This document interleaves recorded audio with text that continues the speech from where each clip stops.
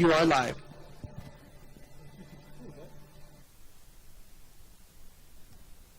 We're now streaming live. We are coming to order. We'll start with the Pledge of Allegiance led by Councilor Michael Garcia, the salute to the New Mexico flag led by Councilor Rivera, and invocation and remembrances led by Councilor Cassett. Please rise.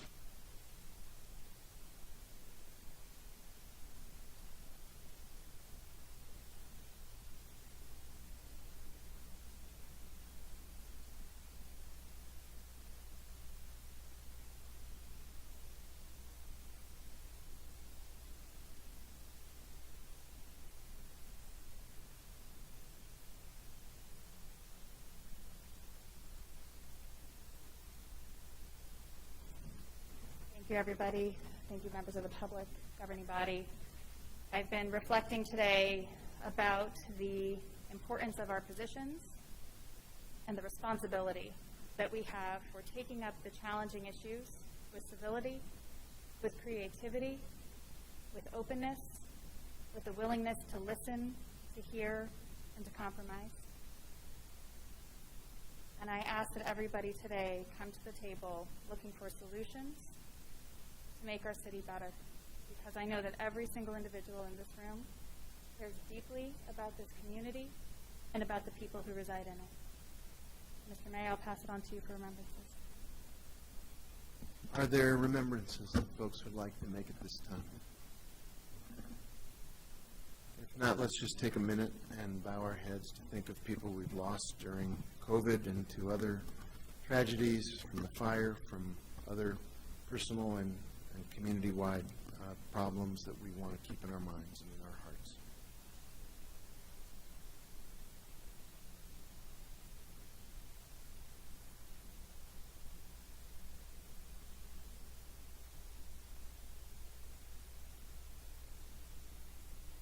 Thank you, everybody.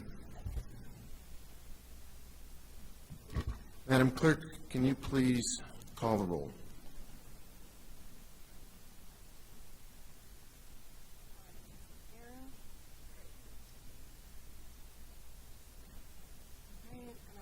See if we can get Councilwoman Villarreal on the TV screens. All right. Mayor Weber? Present. Councilor Cassett? Here. Councilor Chavez is excused. Councilor Lee Garcia? Present. Councilor Michael Garcia? Present. Councilor Lindell? Here. Councilor Rivera? Here. Councilor Romero-Worth? I'm here. Councilwoman Villarreal?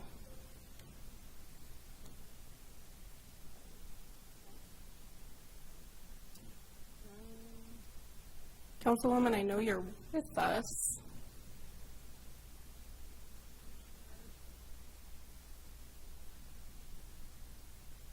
I'm not sure the sound is working.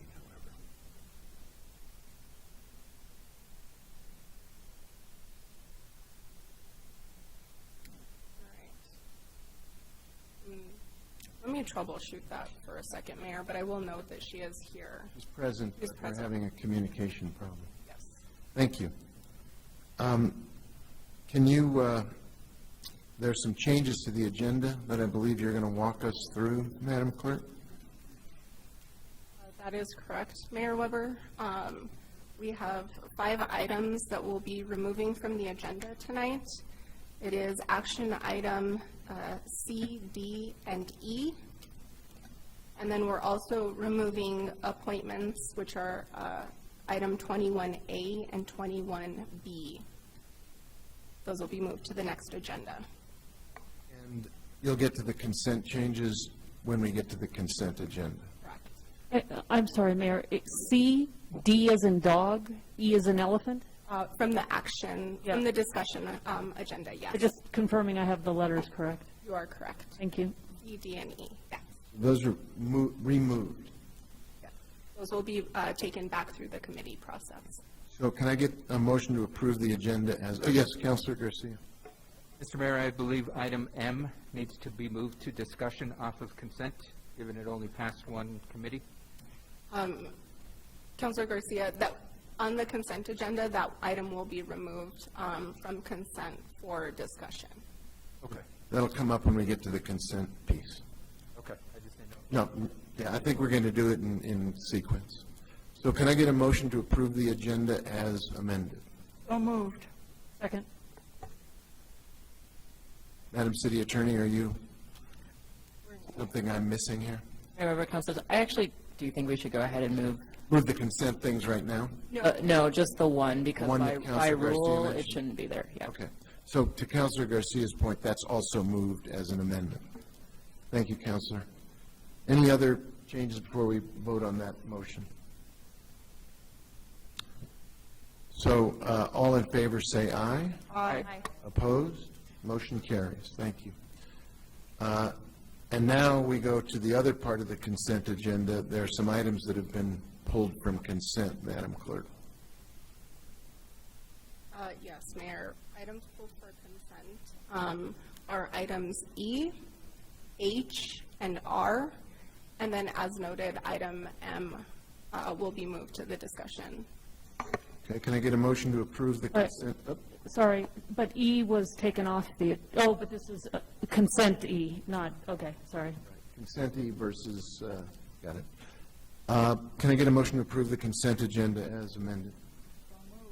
Is there a second? Second. Thank you very much. Madam Clerk, can you call the roll? Yes, Mayor. Councilor Cassett? Yes. Councilor Lee Garcia? Yes. Councilor Michael Garcia? Yes. Councilor Lindell? Yes. Councilor Rivera? Yes. Sorry, I just caught this, but didn't you have an amendment to R that you wanted to? R's been pulled. Has been pulled over. Yes. I missed that. Thank you. Yes. Councilor Romero-Worth? Yes. And Councilwoman Villarreal? I'll take a moment to work through technical issues in a moment. Okay. So that motion carries. Mayor Weber, you need to vote also. I vote yes. We move then to the first of the presentations on the agenda, starting with 8A, Madam Clerk. That's correct. The first item on the agenda is a presentation. It's item 8A. It's the Santa Fe Police Department Workload Assessment and Staffing Study by Matrix Consulting. Director Kira Ochoa, as well as Deputy Chief of Police Ben Valdez, I believe, is coming for this presentation. And it looks like Chief Joy is also coming.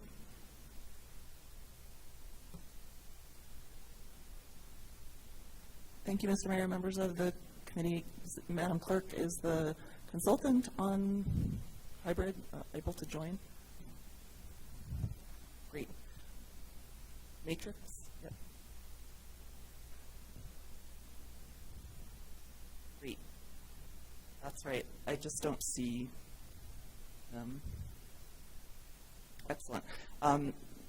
Thank you to the council for hearing this item tonight. As you may know, in the late summer of 2021 of last year, the Santa Fe Police Department contracted with Matrix Consulting to conduct a workforce assessment. They began and completed, and the headline is, if you had a chance to read your packet, we're short-staffed. They go into a lot more detail about our different parts of our operation and where we're needing to bolster staff, and also recommend some efficiencies. But just as many departments around the country are facing shortages, we are as well. And the detail with which they analyze that is perhaps useful for the public to understand, for the council to understand, and certainly it's affirming to the police department in terms of what we've seen. We've adopted several strategies since forming the Community Health and Safety Department, appointing Chief Joy, and these really have to do with, one, making the department the best department in the state to work for. And with your help, we've been able to really invest in the technologies that make for greater efficiencies, our body cam systems, our records management systems, and our police cars, which are offices for our officers. But more than that, I think it's the morale of the department that will attract most new officers and administrative staff, and we're seeing that. And I'd like to turn it over to Chief Joy to just frame that a little bit, and how this study, give you a high level of what we're seeing in this study before we turn it over to Matrix. Thanks.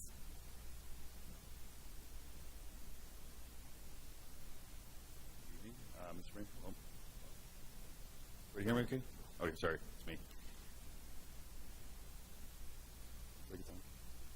Good? There we are. Okay. So I'm going to try to keep this pretty high level to begin with, and so that we're available to answer questions as you have them. Also, out of respect for time, in order to really get into the weeds, my staff and I are available and more than happy to come in to speak and present to the Public Safety Committee or the Community Health and Safety Task Force, either or both.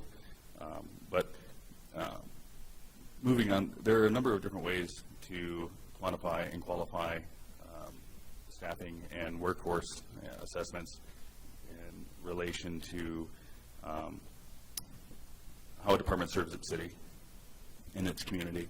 And something that I've heard over the years, and I'm sure many of you have as well, is kind of the staffing should be X number of officers per X population. It could be every 1,000 residents or 100 residents or whatever. And that's certainly a way, but it's not the best way. And so what we've done with reaching out to Matrix is to really go through the data and parse out and quantify not just the numbers of population, because as we know, the population of Santa Fe changes from daytime to nighttime and holidays and all the fun stuff, but also the services that our department renders to the community in comparison to other communities and other departments of similar size. And what you'll see if you in the study there is Santa Fe in comparison to other departments and communities of similar size, we are above average in the call types, call volume, and the services that we provide. There's also another benefit that I was happy to see with the study. When I was appointed back in December 2021, I met with my staff and we tried to do basically a top-down internal, just a very honest opinion of what do we think we do pretty well, where can we make improvements, where do we need to make improvements, and how do we make those improvements with the resources that we have in front of us. And so we started doing those, making those changes as quickly as we were reasonably able to, and it was nice to see that some of the recommendations that Matrix have come back with are things that we've already been working on and put into place. But with that, I will pass the mic over to the folks from Matrix. Thank you. Thank you, Chief. So, Mr.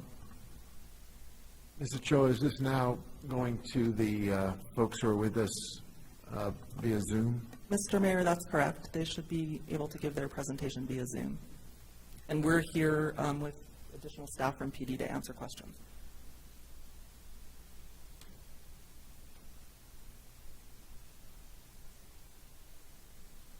We're not getting sound at the moment. We have... Can you check my sound as well? Oh, you're back. Good. That works. You are loud and clear. How about our Matrix friends? It's showing that I have sound. You do now, sir. Thank you. Okay. Can whoever is controlling the Zoom enable screen sharing so that I can bring up a PowerPoint presentation? Yes, you should be allowed to share now. Okay. There we go.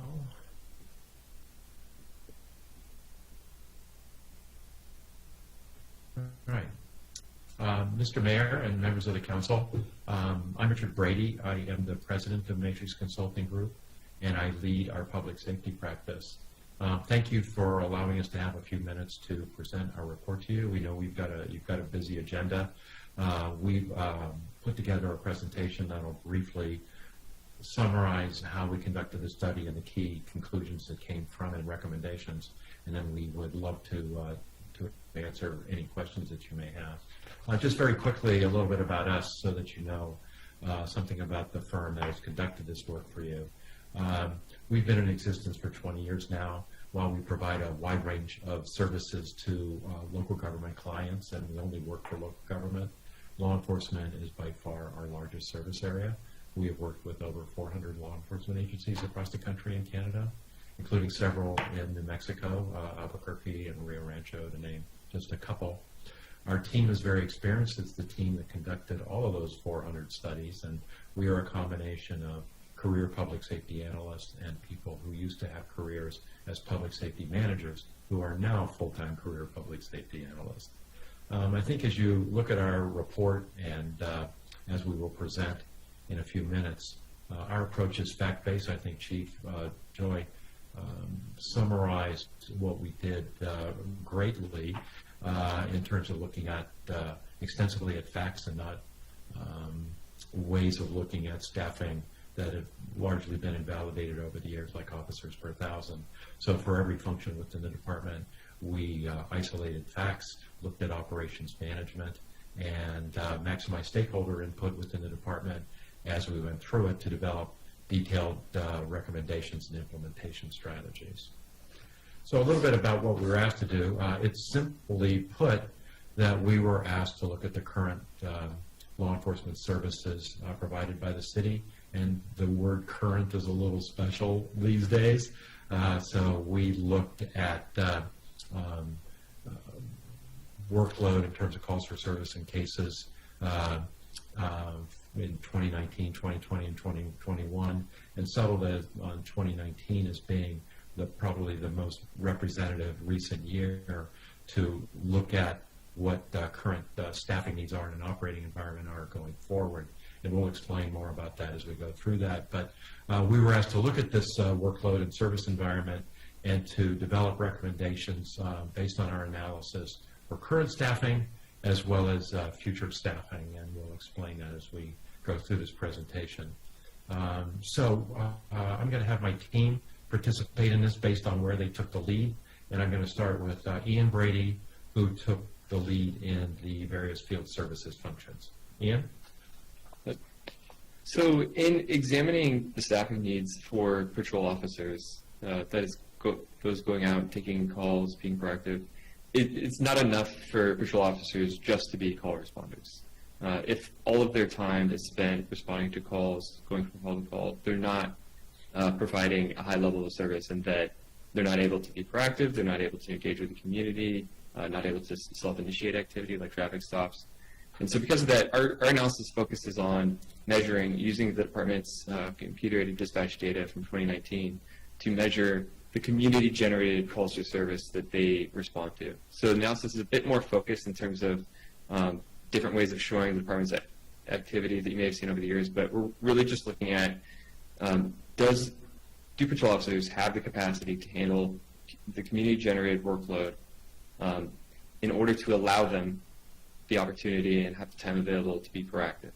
So in measuring that, we're looking at how much of their time is spent handling workload by directly measuring time on the call, time spent writing reports, et cetera, and how much time they have left over to be proactive. And within that proactive time, they're highly active in terms of conducting traffic stops, area checks, other types of self-initiated activity, community engagement activity as well. In examining that, the goal for a high level of service to be provided, the minimum is at least 40% proactivity on an overall basis. So that's the time that they have out of their time available on duty to be able to be proactive. Currently, the police department is well below that, in that only 33% of overall time is available to be proactive.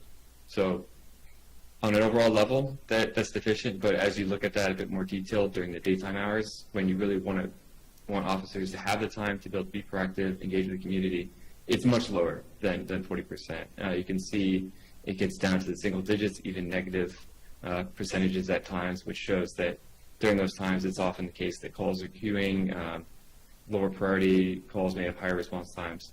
And so it shows that there are real staffing deficiencies at these times, but also at an overall basis. Next slide. So in examining the cause of this, our analysis shows that to be able to reach 40%, you need to be able to have 75 positions budgeted.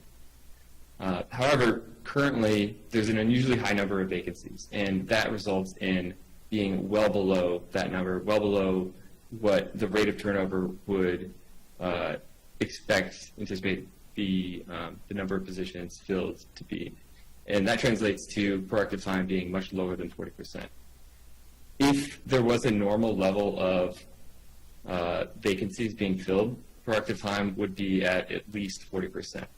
And that's really critical because with 83 positions budgeted, and that being higher than the number needed to achieve 40% with normal turnover, it shows that that really is the critical issue here, that the vacancies need to be filled and that needs to be a significant priority as it is currently. But that if more positions were allocated to patrol in terms of budgeted positions, it wouldn't necessarily address the problem because they would still need to be filled. And so on patrol, we say that while current field staffing is not adequate and it results in less than the minimum proactive time, current budgeted staffing is adequate. However, as Santa Fe continues to grow, this is something that needs to be augmented in the future as workload continues to increase, and we'll go into that in a little bit. So while current budgeted staffing is adequate now, that will need to increase in the future. So in terms of options for making the best use of current resources, deployment, that is how officers are scheduled, deployed geographically, isn't able to provide any real solutions in terms of addressing the root problem. However, it can make some improvements. Currently, patrol is deployed in a way where all staff share one shared workday to allow for training. However, with finite resources, anytime you have above average resources on one day deployed, you have below average on the other time. So by staggering shifts a bit, it can somewhat slightly mitigate these issues. And additionally, by increasing the number of PSAs, diverting more low priority calls, that will reduce patrol workload and thus increase proactive time slightly. But again, the real issue here is filling those vacancies. Next slide. Additionally, the ARU, which is in the last few years recently deployed, is a vital program and one that should be expanded. The department should work with the fire department to be able to expand that to increase its availability to respond to nonviolent crisis situations. But again, going back to vacancies, this also limits the ability for the specialized field units as well. So right now, the traffic and DWI units are carrying significant vacancies, and that's really limiting their capacity to provide the level of service that they're meant to provide.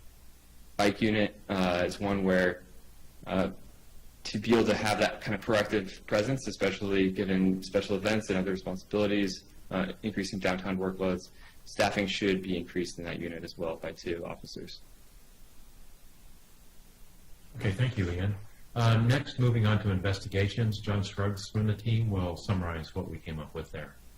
In investigations, we looked at all the cases that were assigned to detectives, all the cases that came in, looked at case screening, and then broke down the cases by unit.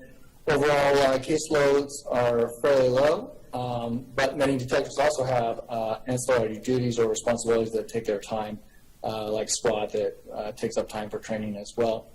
And case management methods should be strengthened. We noted that a lower number of cases are assigned than we typically see, so cases should be screened more effectively for solvability and assigned to detectives. We saw an opportunity to standardize case procedures so that cases move along in a fluid manner, and only the ones that are highly likely to be assigned or solved are assigned. And then we also believe that unit sergeants should develop a plan for weekly case check-ins to see how cases are developing. These are common best practices in other agencies throughout the United States.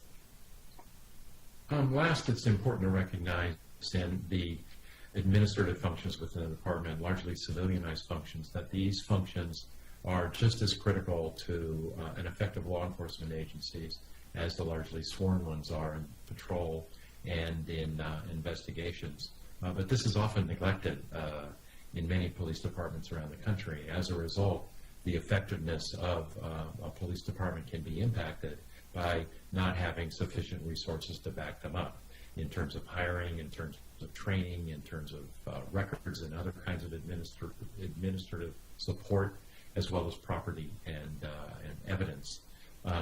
Some cross-training would help out, especially in records and other kinds of administrative functions, but additional staff positions are clearly needed in some of the areas, particularly relating to recruitment and especially the background investigation part, where we've recommended another position, in training, where we've recommended additional positions for new recruits, as well as for in-service training, for annual training, and in property and evidence, you've got a growing backlog of items that need to be purged, and we've recommended temporary positions to help you deal with that, as well as to help with the periodic audits to make sure that everything is in place within property and evidence.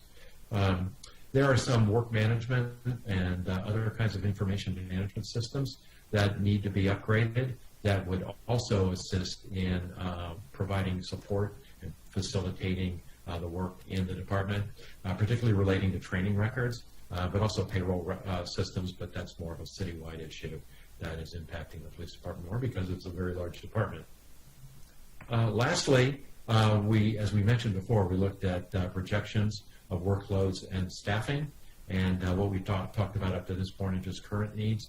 And so I'm turning it back to Ian again to talk about our projections of staffing. So to project staffing, we first looked at projecting population, and to do that, we looked at plan development over the next several years and using assumptions for population per housing unit, the rate of housing unit construction, once those houses are built, how quickly they're filled, to construct projections for the population over time, and use that to model how that would affect service needs as far as calls for service and crime. And using these key workload drivers, you're able to look at, with calls for service, you can project, for example, patrol staffing needs, but that also directly affects record staffing needs, for instance. And so using that crime to projections to be able to project what detective staffing needs are, we examined how the department will need to grow for every position within the department to be able to provide not necessarily enhanced level service, but just to be able to provide the same level of service that's provided now into the future as workload increases. And so to be able to do that over the next 10 years, 28 additional sworn positions are needed, as well as 8 new civilian positions. Most of those sworn positions are in patrol, where with increasing call for service demands, staffing will need to be augmented throughout that time period. So in summary, before we turn it over to the questions, in our work, it's clear that there are many positives within the department, but it's going to be extremely difficult for them in many of these functions to deliver expected levels of service at current staffing need levels because of the vacancies. So a concerted effort needs to be made there. But until that can happen, there's lots of things that can be done now, especially in field services and investigations, to improve or provide the best use of existing resources. Some of the alternative response techniques, including ARU and the PSAs within the department, slightly changing deployment and within the schedule, can really help in investigations. A case management system can prioritize cases that have some solvability potential with impacts, positive impacts there as well. And as we mentioned, some very real needs within some of the civilian administrative support functions. So now you've got that analysis and a plan for the future. And with that, I will stop the screen share and turn it over to you for questions. Thank you. Thanks for your team as well. Appreciate it. Director Cho, anything else, or should we just go to questions from the governing body? Councilor Garcia, you have the floor. Thank you, Mr. Mayor. Thank you, Director Ochoa, police force that's here, and the Matrix team. Really appreciate this overview, as we've been needing to take a deeper dive into the logistics and our staffing needs of our police force. I really appreciate the focus on the PSAs.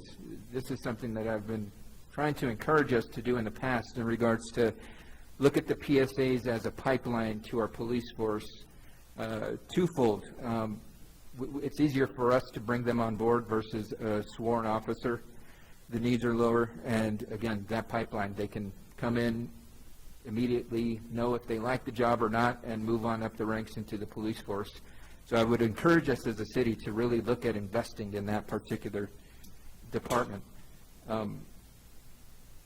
The stats that were brought up, I do got a question, because there was a recommendation made over the next 10 years to bring on 28 sworn officers and 9 civilian, just to maintain our current service model, which I would argue that we need to do better, and it just sheer to our workload. Our officers are stretched thin, and we should be striving for improving our current practice, because if in 10 years, if we still got response times where folks are waiting for sometimes up to 6-7 hours for a police officer to respond, we're not meeting our needs of our community. And so with that being said, has that been taken into account? How can we improve response time? How can we set goals to what is the staffing level, not only in 10 years, but currently what is needed to increase, or not increase, lower that response time? That way, when a community member has their home burglarized and they're sitting there traumatized, they're not waiting for 5-6 hours for a police officer to respond. We try to lower and minimize that time as much as possible. I know 15-20 minutes is very high expectations, but I think we should set the expectation that somebody will be there no later than an hour at most. And so with that being said, was that looked at? Current service model, I think the community could agree, it's not the best. And how does that factor into 10 years from now? Because I'm assuming it would be a lot more than 28 and 9 as recommended. I'll let Ian respond to this in more detail, but in general, it gets back to the distinction that we've been talking about of the difference between budgeted positions and vacancies. And right now, your vacancies are at an unusually high level. And so authorizing more positions to cover higher levels of vacancies is not the best approach. It's better to improve recruitment and retention so that you don't have these unusual vacancy rates that you have in the last couple of years. That's correct. So our projections are based off of not the being at the 33%, because that's because of the current number of vacancies, the current number of filled positions. It's based off of how budgeted staffing needs to change. So currently, to be able to achieve that level of service that you're talking about for patrol response, to be able to have 40% proactive time, to be able to have those response times, 75 positions are needed. And the department currently has more than that number budgeted. So the projections are looking at to be able to provide that same level of service, the 40% proactive time, how budgeted staffing needs to respond. But again, to be able to meet those needs, even as you add additional positions in the future, they need to be filled to be able to actually deliver that level of service. So did we not look at the current need for our force?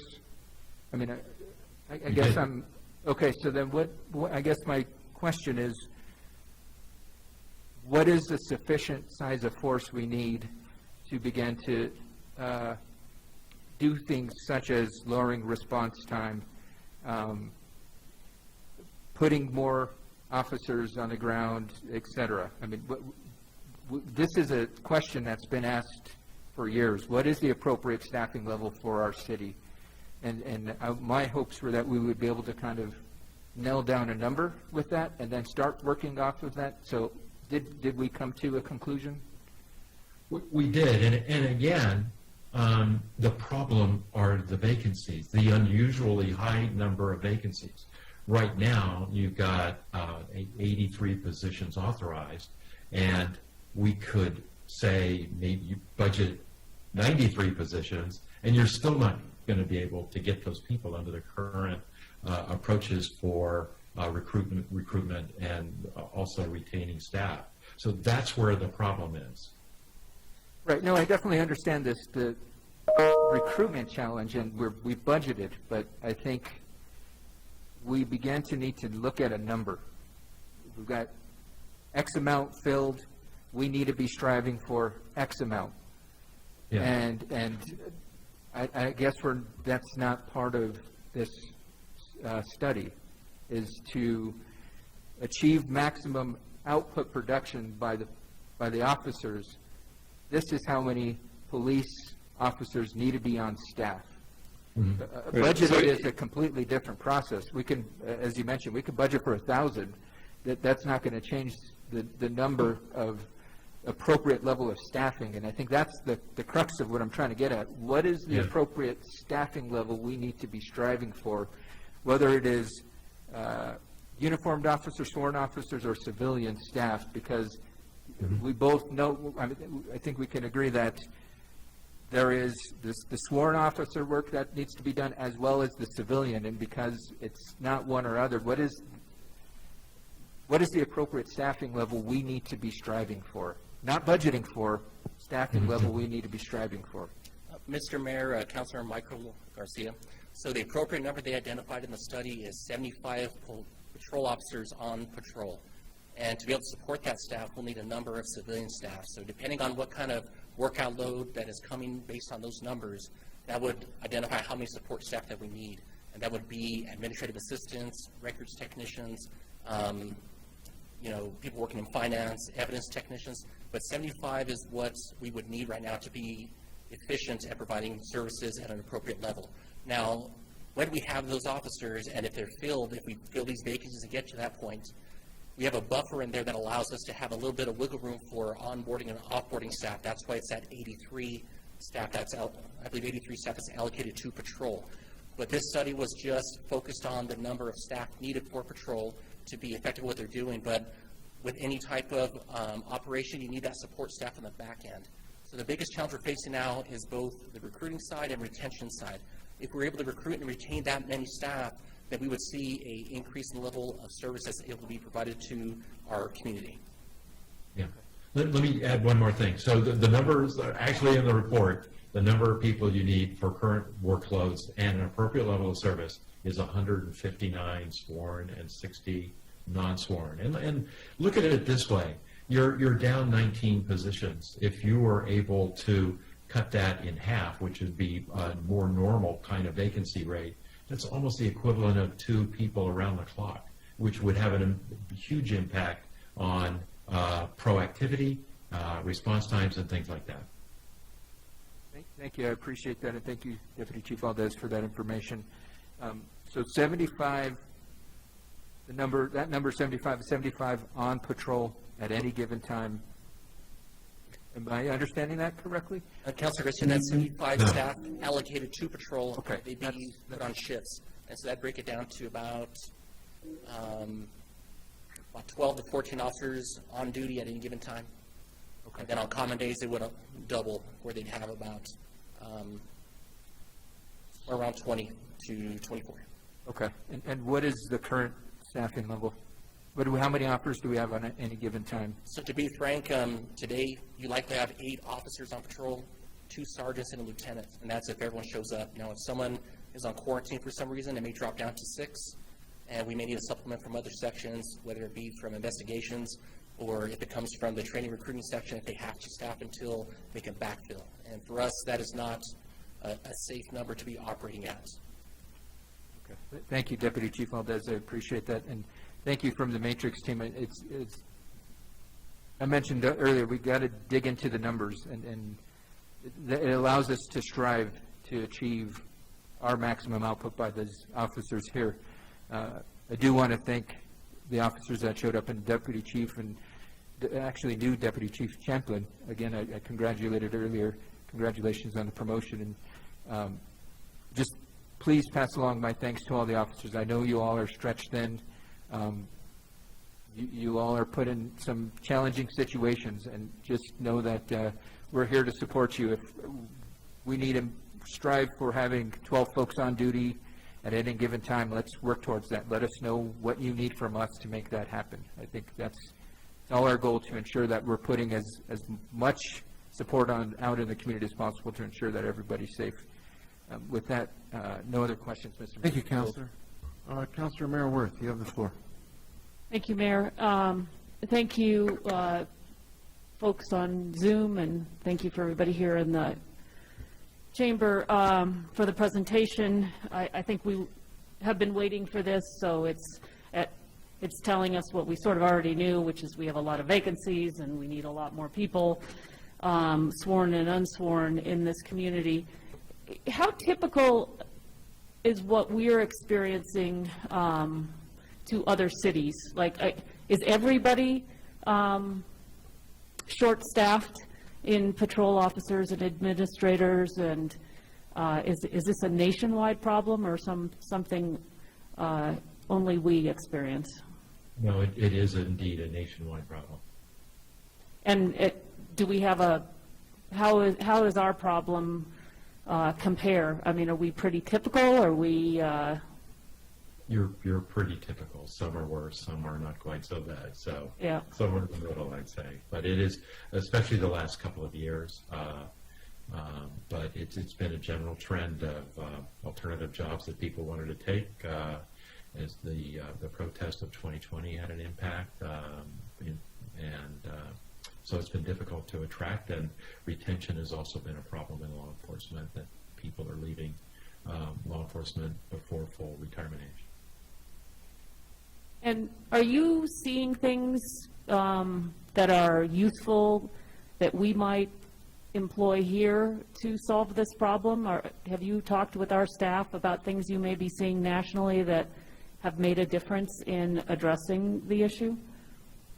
Yes, and of course, working with other departments, we've seen some strategies to help alleviate these problems, such as more local hiring, making it clear that you are hiring, looking for problem solvers and people who want to work with the community, casting the job as something different than what it is sometimes portrayed to be in the community, expediting recruitment and selection, therefore recommendations like the additional background investigator,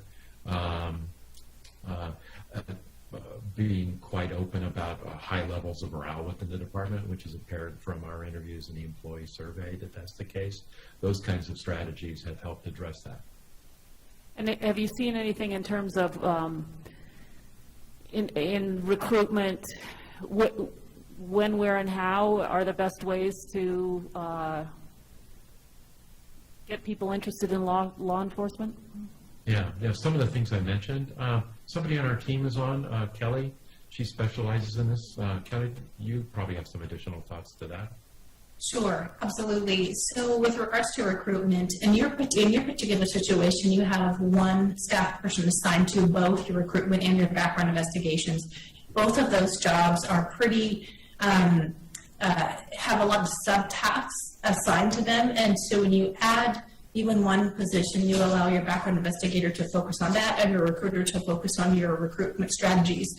And around the nation, recruitment strategies that have been more successful is having that particular recruiter really engage with your community in a meaningful way. And that means actually in person.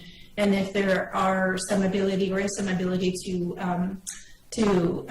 have collateral or other officers assist with getting out and meeting and connecting with your community, those are the agencies where we saw a successful support from the community and more officers who would then come and be a part or want to be a part of the police agency. Does that answer it a little bit? Yeah, I'm just kind of curious. You know, I mean, you've told us we need X, Y, and Z.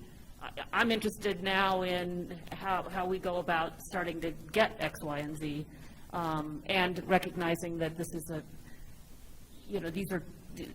we don't just go tomorrow and have a pool of people we can hire to solve this problem. Like we said, it's a national problem. Lots of people are struggling. Lots of communities are struggling with getting the level of law enforcement they need, and it's not an easy fix. So I'm just curious what you all see, since you work at a high level with so many different departments.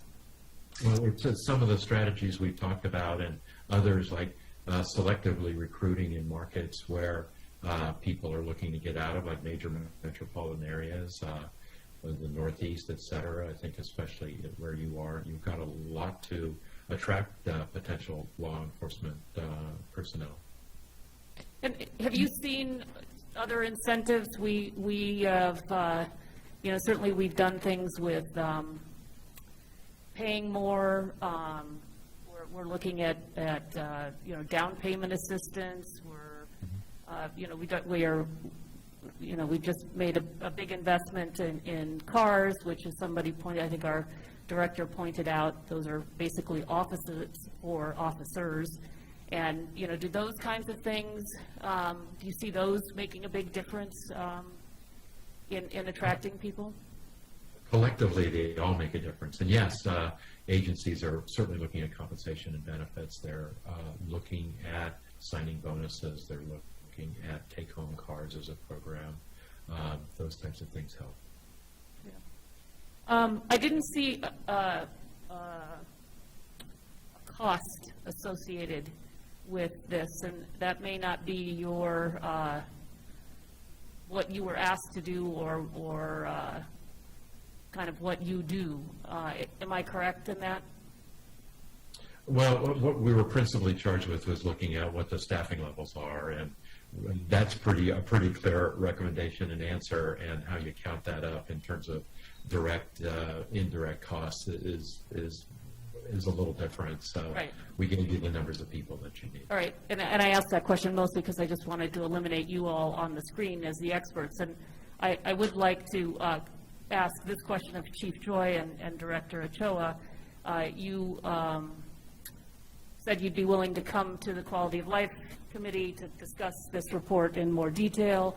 I would like to invite you to Finance, and I would like some numbers associated with what it would cost to implement what's being recommended here. And then also, I think my sense is it's going to be way more expensive than perhaps we can do in one swing. And so, some sense of prioritization. If you have all these things that have been recommended, what are the kinds of, how would you prioritize them? What's the cost associated? So that we can start to think as a finance committee about how we help finance the recommendations that are being presented here. And, I think it's very interesting what kinds of things need to be happening in recruitment, but we're also going to need to really understand how to allocate dollars to get this done. And I think that would be a good exercise for us in the coming months as we start to think about a budget for next year. Councilwoman Romero-Worth. Yes, just to clarify, these are no-cost solutions currently being offered in the report. But absolutely, with a 10-year projection, we need to have a plan each year and how we're going to grow the budget for that. I think if we look at the alternative response unit recommendation and what that really means, that'll be another budget increase. And then, some of the no-cost solutions that were outlined here, we're very happy to say many of them have been in one way or another already implemented as of the beginning of this calendar year. But we're happy to come to finance. Yeah, well, I just think that to the extent there is a cost, right? To add police officers, so we have a number budgeted to do more in recruitment, to split a position that one person is doing and making it two. That seems to me a cost, isn't it? Mayor, Councilor Romero, we've already done that. Okay. So we've already doubled the number of recruiters that we have. We now have 2 recruiters. We pulled another detective temporarily from his primary assignment to assist with backgrounds to further free up those resources as well. And we have a number of patrol officers and other folks who are very proactive in assisting with programs and coming up with ideas. If you're familiar with the superhero day that they had a couple of months ago, that came from a patrol officer who wanted to put that together. These are all things that we're doing in real time and working on. So that's great. But I think that would be an important thing for the Finance Committee to hear is, here's the recommendations from this national company that knows what they're talking about, and here's where we stack up against what we've been recommended that we do. We've done this, we're working on that, we need to do this, and it's going to, we're going to need more money, so that we understand kind of how to help, right? Get this done. Right, Councilor Romero with you, yes, ma'am. All right. We're more than happy to go. All right, so here's the invitation. It's been offered and accepted. Look forward to seeing you. So Right on. You got thank me. you, Mayor. That's all I have. Councilor Rivera, you have the floor. Thank you. This is for the Matrix Group. Did I hear correctly that if we filled our current vacancies that we would have sufficient staffing for our current level of calls? Is that correct? You will always have vacancies. You will never be at the authorized level. Right now, that level of vacancies is extraordinarily high. So if you were able to fill more of those, yes, you'd be closer to where you need to be. Okay, so those are already budgeted positions, so Correct. we need That's to correct. work harder at filling those vacancies that we currently have. Correct. Okay, thank you. In the study, did we look at the effects of RECC on things like having time and availability to be more proactive? That's for the I main. think that may be a question for our team over from SFPD. Actually, it's for the Matrix Group. I wanted to know if you looked at the RECC data and looked at some of the issues they're having and how it affected the study. Well, the RECC data is principally what we use for the analysis of field services overall. And the information that we had didn't indicate things that would impact that, like delays on dispatch or the way that field units were supported while on duty. Mr. Mayor, Councilor Rivera, so the data they're talking about is obviously that's where they get our calls for service comes primarily. I think, and correct me if I'm wrong here, you're referencing the vacancy rate and the issues that they're dealing with their staffing. Matrix was not asked to evaluate that. They would be, because RECC is their own entity and they're under the umbrella, or at least primarily the county, that would have to be commissioned separately. So does their ability then to dispatch affect some of what you asked the Matrix to do from the city? With regard to, and this is, I'll reference an article that came out recently, and maybe that's what you're referencing as well. As I discussed it, there are a number of issues with regard that affect response time. Certainly, one of those is going to be the issues that they're facing with their staffing as well. But also, part of that is our staffing and our availability and the numbers of officers that we have available on the street to respond to any given call. The call types that we're seeing, these are things that are fluid that depending on the time of day and that Matrix put together as well, you're going to see those are going to impact response times as well. So there's a number of factors. One of them, short answer, is going to be certainly the vacancies that dispatch is dealing with. And they're doing some of the same strategies that you're doing to address that in terms of overtime of existing officer dispatchers and other techniques. But we didn't see anything that indicated that there are delays in transferring a 911 call to available officers in the field, for example. Mr. Mayor, Councilor Rivera, I hope this is useful, and correct me if I'm wrong, Richard, but Matrix did not examine our actual response times. What they're saying, is that correct, Richard? No, we looked at response. You did? times. Okay, I'm sorry, I misspoke. But the point being that they didn't focus at the RACC level on whether those staffing levels affected those times. Correct, yeah. Right, so in looking at those times, you had to take the call, the time that the call came in, is that correct? Yes. So the dispatch time from the time they took the call to the time they send it to an officer would affect the response times overall. I'll let Ian handle that, but the bigger issue is availability of field units to handle especially lower priority calls. Right. So if the difference between the time an officer is dispatched versus the time the call came in is greater than it should be, that could be an issue with RCC, but it's more likely, or it could also be an issue with there just not being any officers to dispatch. So if all the officers are tied up handling other calls, you're going to have higher response times and greater time elapsed between dispatch and call creation, just as a result of that. Okay.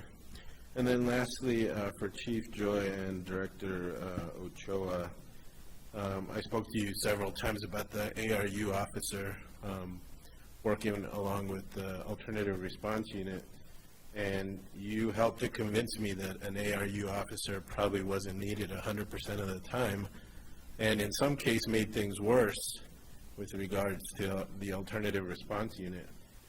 So much so that I went and did a ride-along with Officer Gonzalez to see for myself how things were going, and we, in the probably 5 hours I rode with her, I think we maybe followed an ARU unit to a certain location, but never actually interacted. So a lot of what they did was the ARU by themselves without an officer. So here we're saying that we need more officers to help in an area where you don't think officers are really needed to help. So, Councilor Rivera, what was discussed was expansion of ARU. If the and this is where ARU gets to dictate if we expand more officers or not. As an example, ARU 2 has been up and running now. So what we did was we took the officer, because I'm going to bounce around a little bit, but ARU 1, which was the unit that you were following and tracking, they got to the point that they had discussed what you mentioned earlier, where there were calls where Officer Gonzalez, who is professional and all the things that we hope for as an officer, but just her presence was triggering folks or causing issues. And so it was determined that she had been with ARU 1 for a sufficient enough amount of time that they felt comfortable with being able to triage and handle and make those safety assessments. Now that ARU 1 has gotten to that level, we now have our officer riding with ARU 2 to bring them up to where ARU 1 is. Once we get ARU 2 up to that level, then that officer will transition and bounce back and forth between both units and follow both and just be available. And also on top of our patrol officers who are out in the field if needed, just to make sure everyone understands that.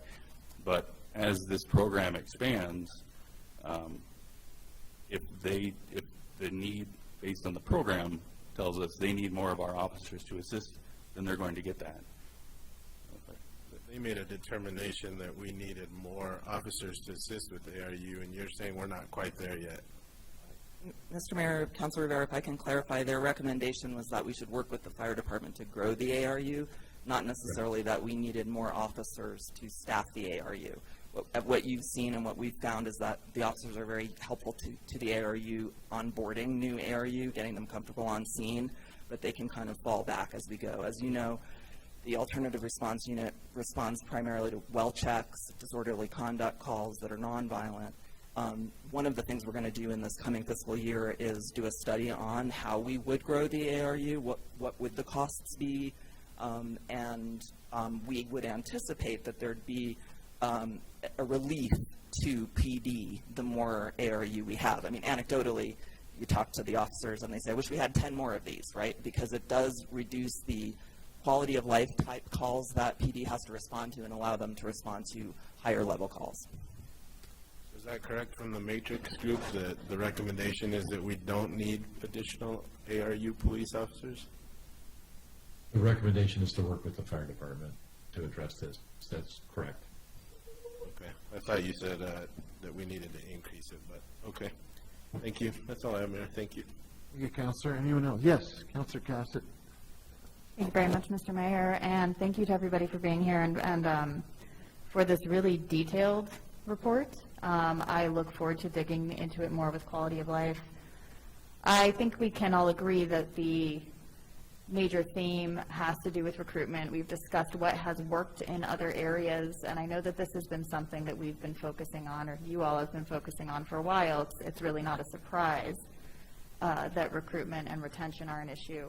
I do want to hear a bit more about what some of the recruitment efforts that have been happening within the department, how those have changed, because we have seen that traditionally what we were doing wasn't fully working, and I'm curious to hear what new strategies have been utilized by the department and how they're going, and also what future plans you may have already based on this report.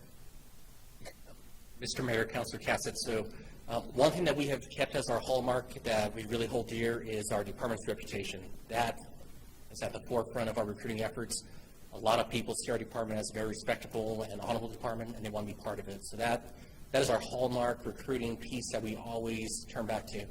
But we've come a long way since 2018 with many members of the council that are here today with our pay increases. At that point, APD really hit us with a large blow. We lost upwards of 12 officers within a month's period, and the council worked with us to try to make sure that we hang on to the talented officers that we have and try to attract others. So with that, we've done pay increases, we've done hiring incentives for both lateral police officers, cadet hires at one point as well, and that helped us get our numbers up. But we were fighting a battle on three fronts. For one, we're trying to retain staff. Secondly, we have staff that may transfer to another department, and then we also have retirements. So we have to account for those two positions of attrition through retirements and transfers, while also hang on to the staff that we have. But it makes it difficult for the staff that we have because as we're losing staff, we're not able to get people that are interested, that want to come into law enforcement.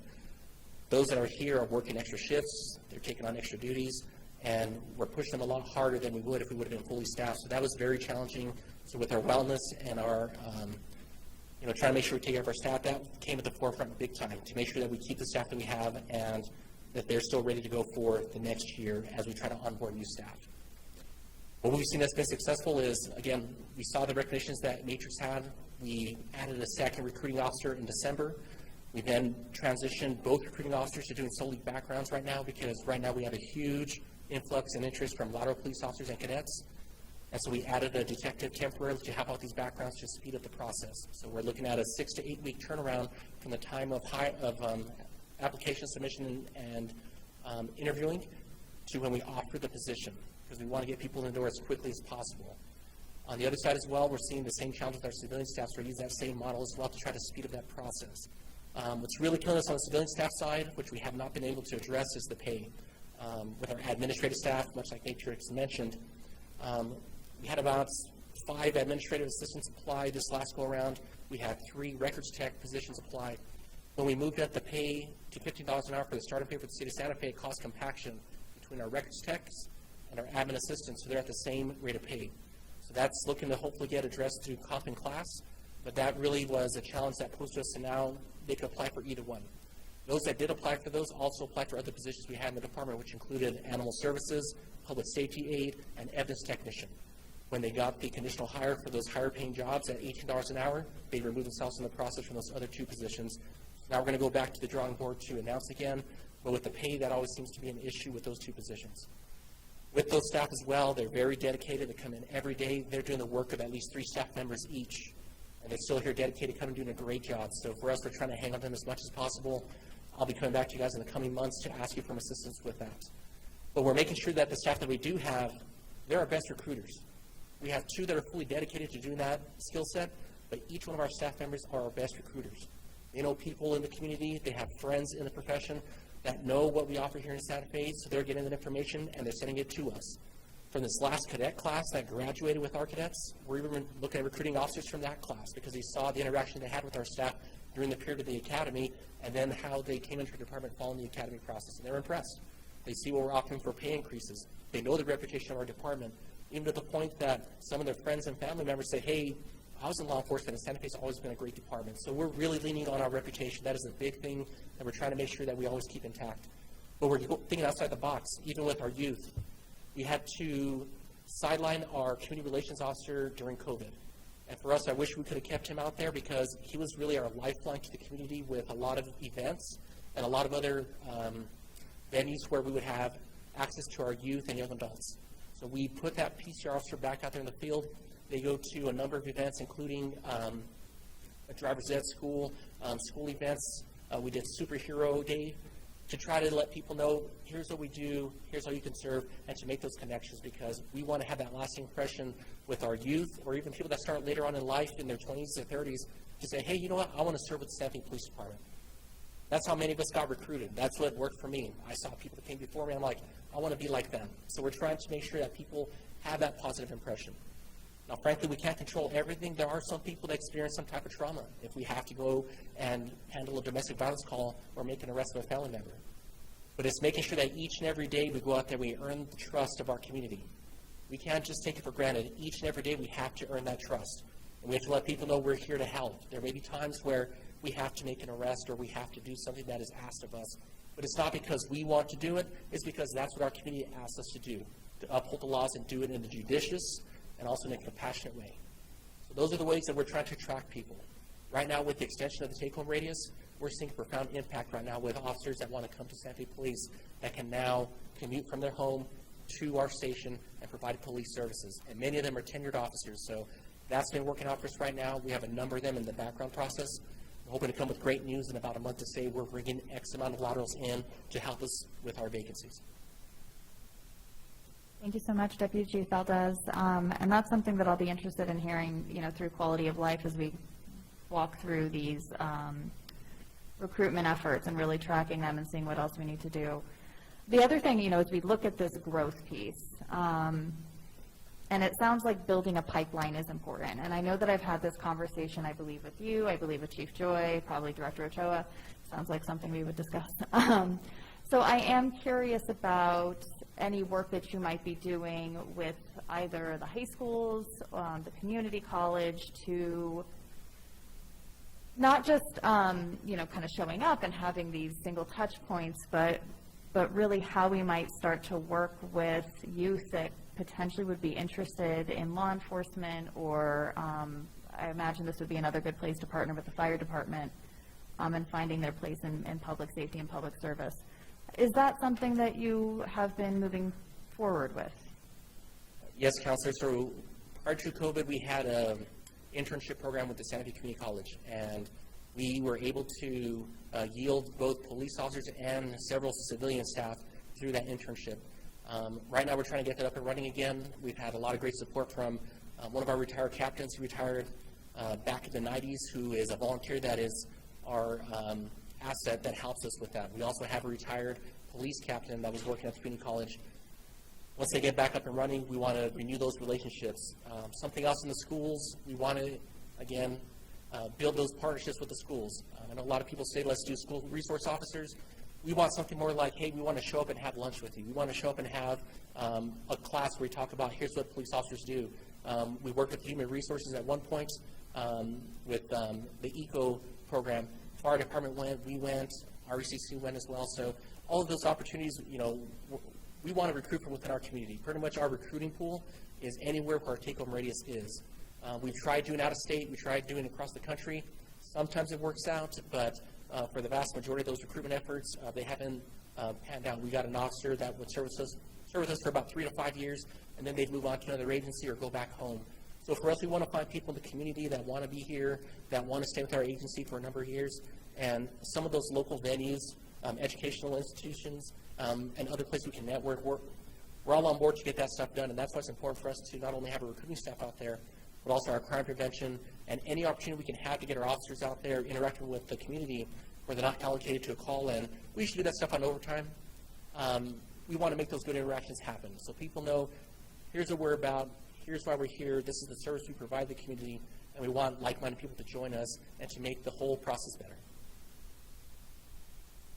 Wonderful, thank you so much. I really appreciate that. I will say, I can't recall which officer it was, but I had a wonderful interaction with an officer at my dry cleaners. So the officers really are out there and representing the department well, and I truly appreciate that. And as I mentioned, I look forward to further discussions, especially through Quality of Life Committee. So thank you all again. Thank you for the report. It really is wonderfully detailed, so members of the public, if you haven't had the opportunity to read it, I recommend it. It's pretty enlightening and does really show that supporting these recruitment and retention efforts are key for our community safety. Thank you. Thank you. Thank you, Counselor. Counselor Lindell and then Counselor Lee Garcia. Thank you, Mayor. Just maybe Chief Joy, you can help me with this. I just didn't understand one of the seemed like recommendations that they had. It was eliminate workday shared schedule and instead stagger shifts across weeks. What does that mean? Councilor Rendell, so up until recently, we had all patrol shifts. So we have 3 patrol shifts. Each shift has 4 teams. Up until last couple of months, Friday was our singular common day. So each team worked either Friday through Monday, or they worked Tuesday through Friday. So all 4 teams would all work on one shared day. However, Friday was also the day that was used for our special operations training. So our SWAT team, ERT, explosive ordnance teams. So what was supposed to be our shared common day was cut into by special operations trainings. One of the first changes that DC Champlin made was he split the common days from not just Friday, but also Friday and Monday, and then moved the special operations trainings to Monday, because that is, when you look at all the days, Monday was going to be the least impactful for everyone involved. And so I've answered your question. In other words, we've already done this. Correct. That's all I wanted to know. Thank you very much for explaining it. Thank you, Counselor. Counselor Lee Garcia, you have the floor. Thank you, Mayor. And thank you for all the information in the presentation. Most of the questions that I have were asked by my colleagues here and as well. I think from my standpoint, and I can't imagine what to be in your shoes every day, putting on that badge and getting out there and doing what you do for our community. And I think that not only support from this administration, from everybody involved in how to create your department and make it to what you want it to be and what you want it to be for the community. I think the community has to be partners in that as well. And one of the things that stuck out in the presentation was the reduction in officers after 2020 and so on and so forth, and not feeling appreciated. And I think the message here that I'd like to give is to our community peoples to appreciate you guys. And I think that's one of the biggest things. So it's maybe a comment, and I appreciate the time. Thank you, sir. Thank you, Counselor. I have a couple of quick things. Director Ochoa, can I want to go back to where Counselor Michael Garcia started us, which is, what does the report say about our staffing levels? And if I have it, sort of the punchline of the whole first part of the report is recruitment and hiring should be the focus, including a renewed look at compensation and incentives to attract quality candidates in such a highly competitive market. Based on workload measured, the evidence does not show a need for additional budgeted positions. So the fundamental finding is that it's not about budgeted positions. It's about our ability to attract and retain and promote officers across the board to fill the existing budgeted positions. Mr. Mayor, that's correct. And then I would also, just very quickly, Chief, maybe you can unpack some of the data for me very quickly. The finding in the first part of the report about how our officers use their time said that 10 p.m., and this is as much for my edification as for people who are watching and listening at home, because I think public safety is the number one priority in our community and certainly is in our city government. The report finds that the peak call activity typically is 10 p.m. and is due to incidents tagged as close patrol. Can you unpack what that means and maybe why 10 p.m. is such a peak period of time for close patrol? Sure, Mr. Mayor. So what close patrol is, that is a proactive effort made by the officer that can, because the officers, the city is broken down into 10 areas for us, and the officers are spread out through their areas throughout the city. Whenever they are not on calls for service, they are encouraged to go through areas that are of interest, either through constituent complaints or from they know that they've had a number of calls in this particular area for burglaries or what have you, and so they are encouraged to take it upon themselves to be in that area and do a close patrol and call out that close patrol. That helps us as well for data and tracking. Many of you may have seen my emails where I'll include for a given address or a given location, this is what the calls for service look like. Of those calls for service, we've had X number of close patrols for that area.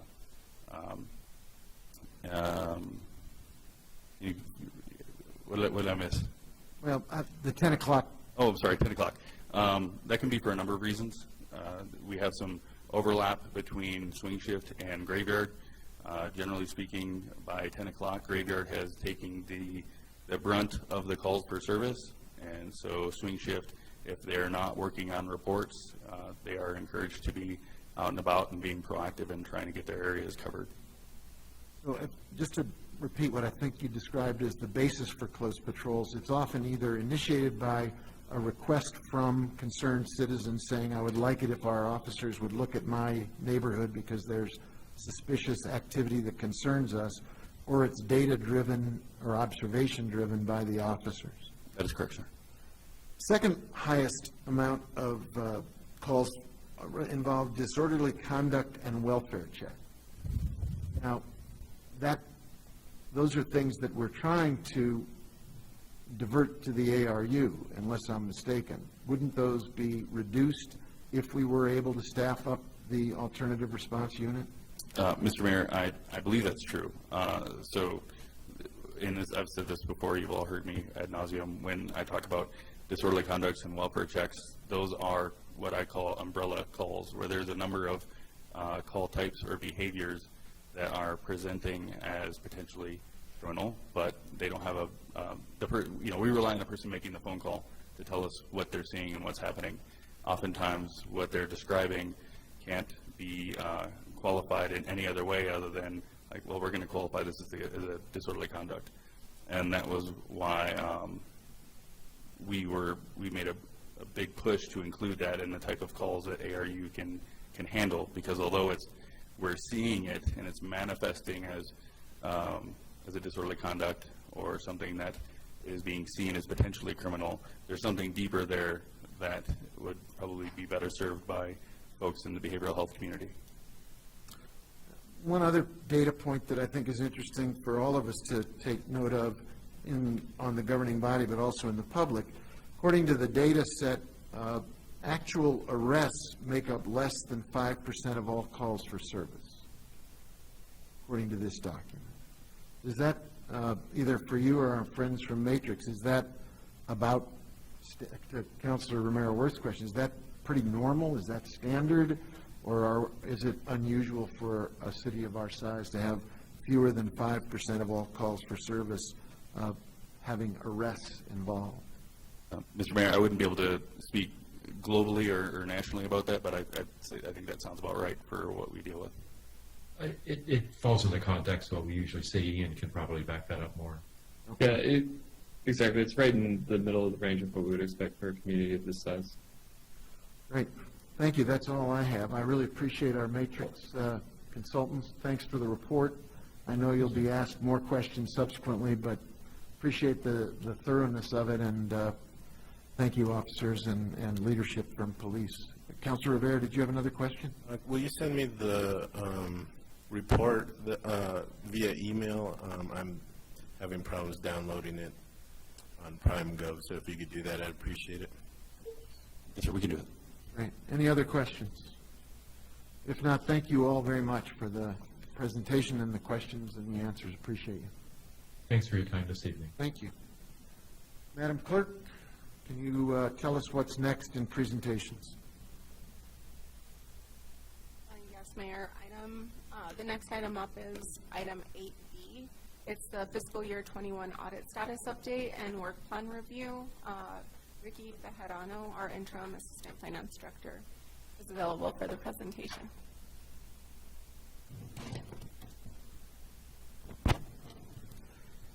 Good evening, Mayor Weber, members of the council. With regard to the audit update, we had a meeting with DFA and the OSA and city staff combined on June 24th.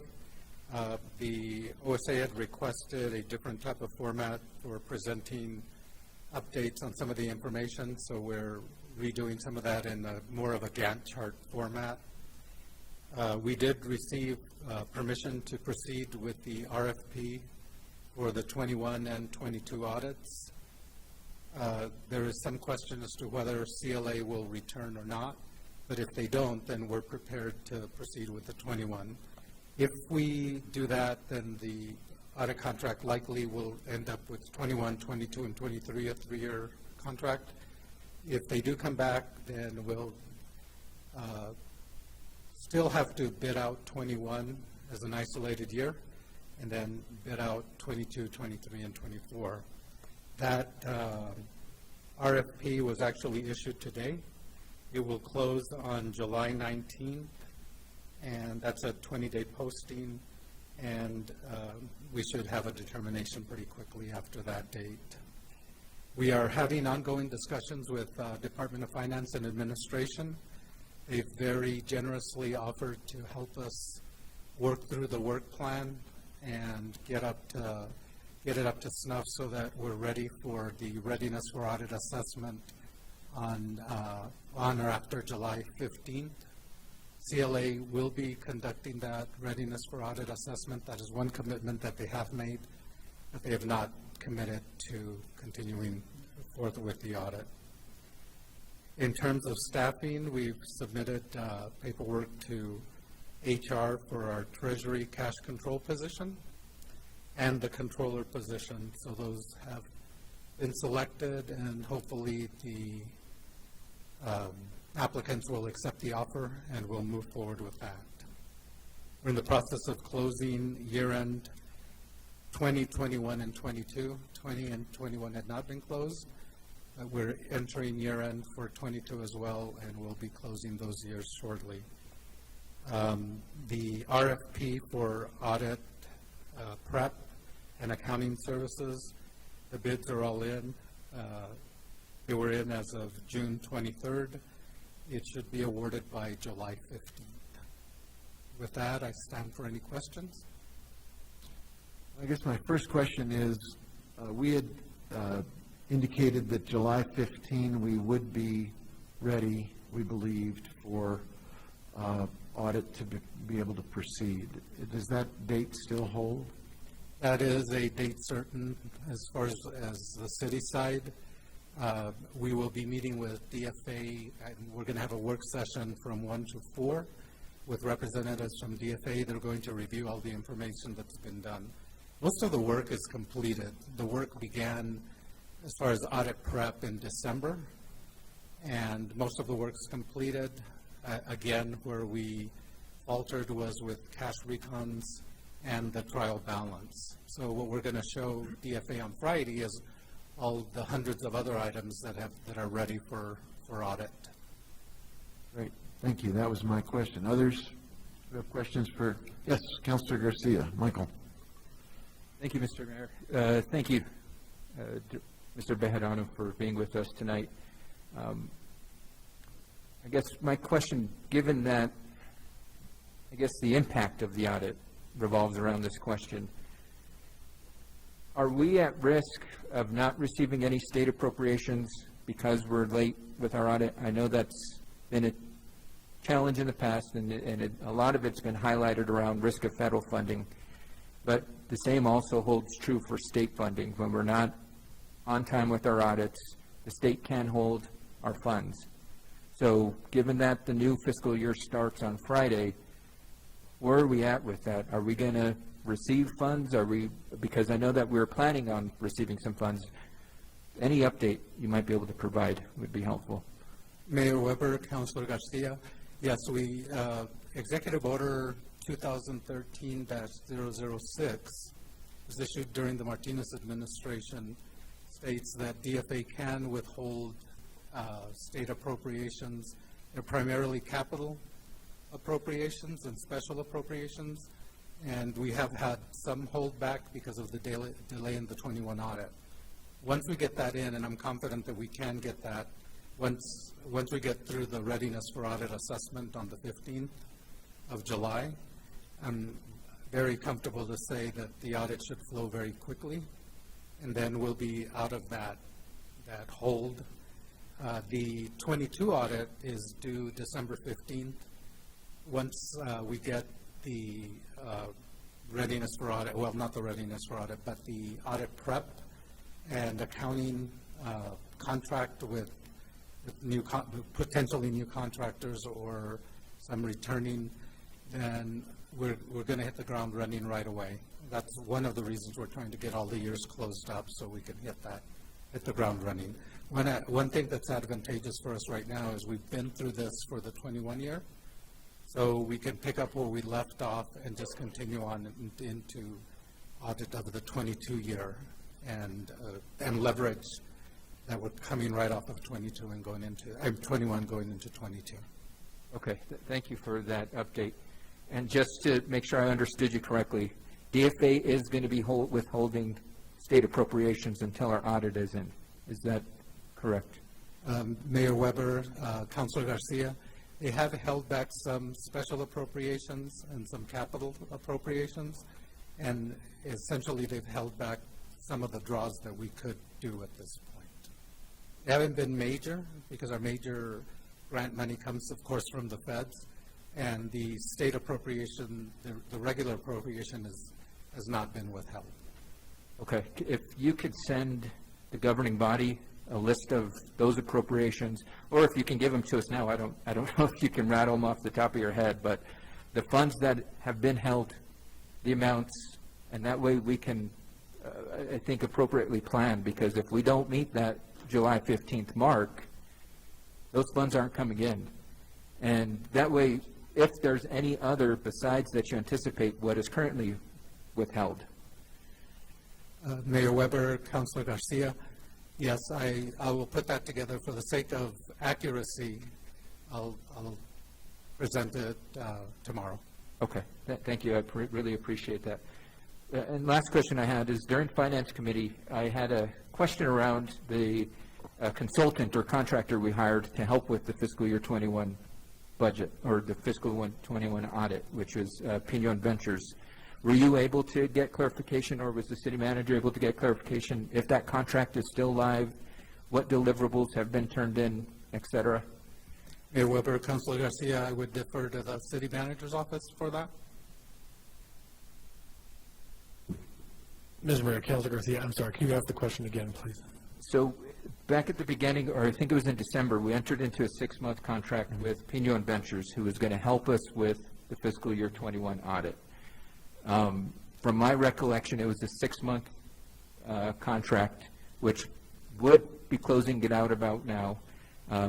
We never got any updates on that particular contract after we were notified that our audit was going to be late, and how, I guess my question revolves is what deliverables are a product of that contract? Mr. Mayor, Councilor Garcia, thank you for that clarification. Ms. Woodruff is still working. I met with her, I want to say it was about 3 to 4 weeks ago. I think the contract had a total number of billable hours, and she's whittled down, and she's almost done. And so I think that we are anticipating a work product of some sort from her in the next 4 weeks, I would say, as an estimate. but I think she's near conclusion with what she's working on. Okay, thank you, Mr. Blair. Will she give us an update, or is that going to finance? Where will that update be delivered? Mr. Mayor, Councilor Garcia, that hasn't been determined yet, but we'll make sure to loop you and the rest of the governing body as soon as that determination is made. Okay, thank you, Mr. Blair. With that, thank you, Mr. Bejarano. I really appreciate the updates. No other questions, Mr. Mayor. Thanks, sir. Other questions? Yeah, Councilor Cassett, please. Thank you so much, Mr. Mayor. Thank you, Mr. Bejarano, for being here. My one question has to do with where we are on the cash reconciliation for FY21 and where we are with that progress. Mayor Weber, Councilor Cassett, I'm happy to report that we had, as you recall, $4.6 million more in the bank than we had recorded on the books. Those have been identified and recorded to the proper revenue accounts and individual funds.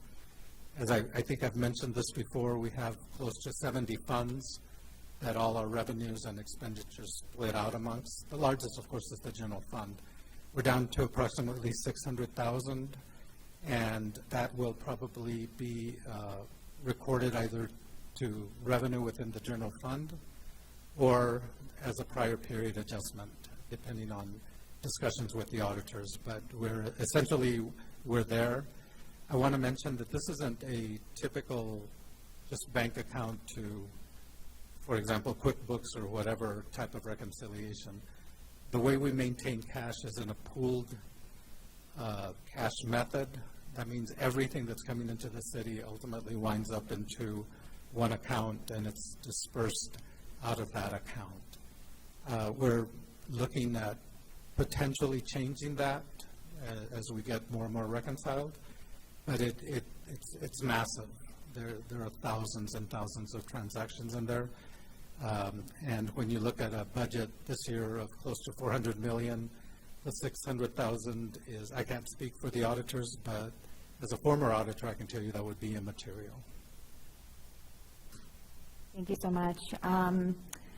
And then as we had discussed, in detail at Finance, that this really is a systemic issue, that there's a lot of these pieces, and we've discussed the roadmap of how we are going to be preventing that in the future. But we do know that the 22 audit is potentially could be experiencing similar problems. And as you're doing the closeout, I'm assuming that that's what you're doing in real time right now with 22 is doing this cash reconciliation. And I am curious how that has been moving along, if we're seeing kind of very similar patterns still with 22 and able to catch them now so that we will be ready for audit on December 15th. Mayor Weber, Councilor Cassett, yes, our commitment is to be ready for audit and to have the audit in on time December 15th. We've learned a lot, even in the short time I've been here, about what the issues are, and we can attack those. The good thing is they're pretty consistent. The issues that we're having are essentially carrying over into 22, but we have plans already in place to attack those issues based on what we did in 21. The other thing that I think will be advantageous this time is we went with 4 contractors last time. We've learned that was not as expedient or efficient as we would have liked. The contract will be awarded to one general contractor who can then subcontract different areas to other contractors, and I think that's going to be a lot more effective in the long run. Wonderful. Thank you so much, Ms. Bejarano. And I appreciate how much detail you've been giving us in finance, and credit to the chair for really making sure that we are on top of this. So thank you again. Other questions or comments? If not, thank you. Appreciate it. Thank you. Madam Clerk. The next item is item 8C. It's the sanctioned camping in Santa Fe recommendations and solution. This is presented by Director of Community Health and Safety, Kira Ochoa, as well as Hannah McHale. Thank you, Mr. Mayor, members of the governing body. We're here tonight to give you an update on where we are with our planning and research into sanctioned encampments.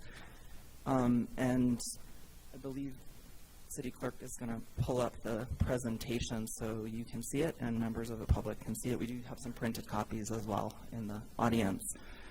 And I just want to emphasize that this has been a very evolving and dynamic project, and there is no decision before the governing body here tonight.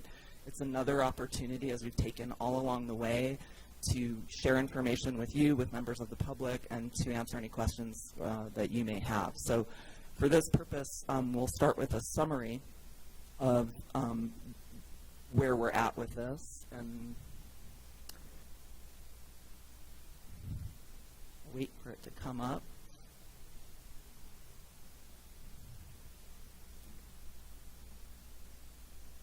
Showing that I'm sharing. Hold on one moment.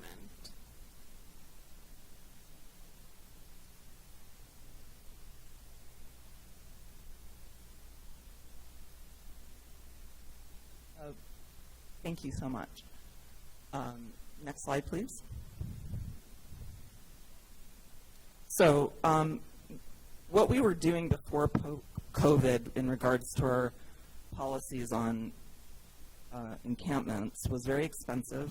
We calculated at one point that we spent roughly $3.4 million annually in public works and public safety budgets. What we were all doing, we've learned since doing more research, was legally problematic, and our city attorney can speak to that in this presentation. And it was also ineffective. Essentially, we were kicking the can down the road with that policy and that way of dealing with it. What we did during COVID followed the CDC guidelines, allowing encampments to stay in place with the city monitoring as long as they were not in a park. We altered that when we found that it really wasn't viable to have them in parks, and did not pose a hazard to health and safety. And we've really seen a proliferation of encampments, which is very concerning. We did it because, we didn't want people to have to be in congregate shelter. We were protecting them against COVID. Although COVID's not over, it's a different day, and we need to do something different. What we do next needs to address the concerns of neighbors and neighborhoods, the health and safety of those living in encampments, and the overall public health and safety of all of Santa Fe. I will add, one of the number one things that I've heard at Coffee with a Cop is, you want to make our jobs easier, solve homelessness. So just want to make that point since we just had the police workforce study. Anyway, what we need to do is both a short-term approach to our proliferating encampments and how to stop that, as well as a long-term solution, which we've been working on and will continue to work on, and I'll tell you more about. Really, we joined this Built for Zero project in 2018 at the mayor's, with mayor's leadership, and we've made a lot of progress with that model, which we'll tell you a little bit more about. The goal of Built for Zero is to end chronic and veteran homelessness, and 13 cities around the nation have done that, and we believe that we can do that as well. That's the ultimate solution to the problem we're talking about here tonight. Some background, Madam Clerk, if you would, change the slide. We joined Built for Zero in 2018. There's a link to a website. I want to thank and shout out to our community partners at the county and Quorum, other foundations that we've been working with in our local Built for Zero Santa Fe Housing Initiative. And some of the things that have come out of that work have been that we did launch Consuelos at the Midtown shelter in response to COVID. I think our shelter director is here tonight. I want to thank you for being here and all the work you all do there. Santa Fe Suites, which has been a very good way to house a lot of homeless folks as well as precariously housed workforce. The Lamplighter Project, and these have all provided shelter and housing options. The alternative response unit's been mentioned a few times here already tonight. That is a really important project along with the MIHO team from Fire Department, so shout out to the Fire Department for your support for that response, and to the Fire Department generally for all the incredible work they've done over the years to support unsheltered people in a compassionate way. But we also have our mobile hygiene unit coming on. I'm very pleased to report, you've heard about that. We purchased that shower unit and bathroom unit with our CARES Act money during the pandemic, and we finally have the full staff in the pipeline to be hired. So we're very hopeful that we'll have that up and running to help with unsheltered homelessness this summer. We began researching safe outdoor spaces in the late fall of 2021 as we began to see that we'd be needing to change our policy around encampments and what were other communities doing. I want to emphasize that we've received and will continue to ask for input and feedback on the best way to address homelessness and encampments, both at quality of life, informally with conversations with constituents, and in many other venues. So a recommendation was made at the Quality of Life Committee based on the research and development that was over a 6-month period to extend services at Consuelos, the Midtown temporary shelter, and to use Midtown for a temporary sanctioned encampment. And that was a recommendation made to Quality of Life June 1st, based on the research. But I again want to emphasize no decisions have been made about any encampment program at this time. So City Council will have an opportunity to vote on any ordinance changes related to a sanctioned encampment, on contracts that come before the body for approval, and then potentially on resolutions that could guide next steps if that's the direction you all want to take. A very challenging issue indeed. It involves our neighborhood safety, our quality of life. It affects every member of our community. And we really have no perfect solution here before us today. And I want to go to the next slide where we just get a sense of how many encampments there are out there right now. And I don't know that I need to tell anybody this, but I think, Madam Clerk, if you could go to your next slide, and I'd actually ask you in your role as Director of Constituent Services to give us an overview of what you're seeing. Or I don't know whether to do it from here or to go to the podium, but I'm just going to do it from here if everyone's okay with that. The slide you're looking at right now is our reported encampment citywide as of now. We have a regular view, and then I did do a kind of close view because you can see that in certain places where it appears there's one encampment, there's actually multiple encampments. One of the reasons we included this is to show that we do have encampments located across all of the districts. And I will note that in June of 2022, which we still have one more day left, we've received more reported encampments than any other month. We actually had 70 active encampments reported so far this month. So we have seen a steady increase since September of 2021. Thank you. I'll add that outreach workers don't have a firm number on how many folks are out there right now. Upwards of 150. When I said we estimate 150 at an outreach meeting, everyone went like that. So with 70 encampments, I think Joe, who does outreach, says it's higher. So that's very concerning. Next slide, please. I wanted to ask our city attorney if she could give us some context around why the policy we had prior to COVID, which was no camping allowed on any city property, period, the end, you will need to go, is legally problematic. And if you could do that, city attorney, I'd be very grateful. Sure. So Kira is referring to a case out of the Ninth Circuit. New Mexico is in the 10th Circuit, so we do not have any case law in our circuit currently, but this is the best case that analyzes this type of a situation. And in that case, the court decided, in the 10th Circuit, that's right before the U.S. Supreme Court. We don't have U.S. Supreme Court decision on this issue yet, but the Ninth Circuit is the closest high-level court opinion we have.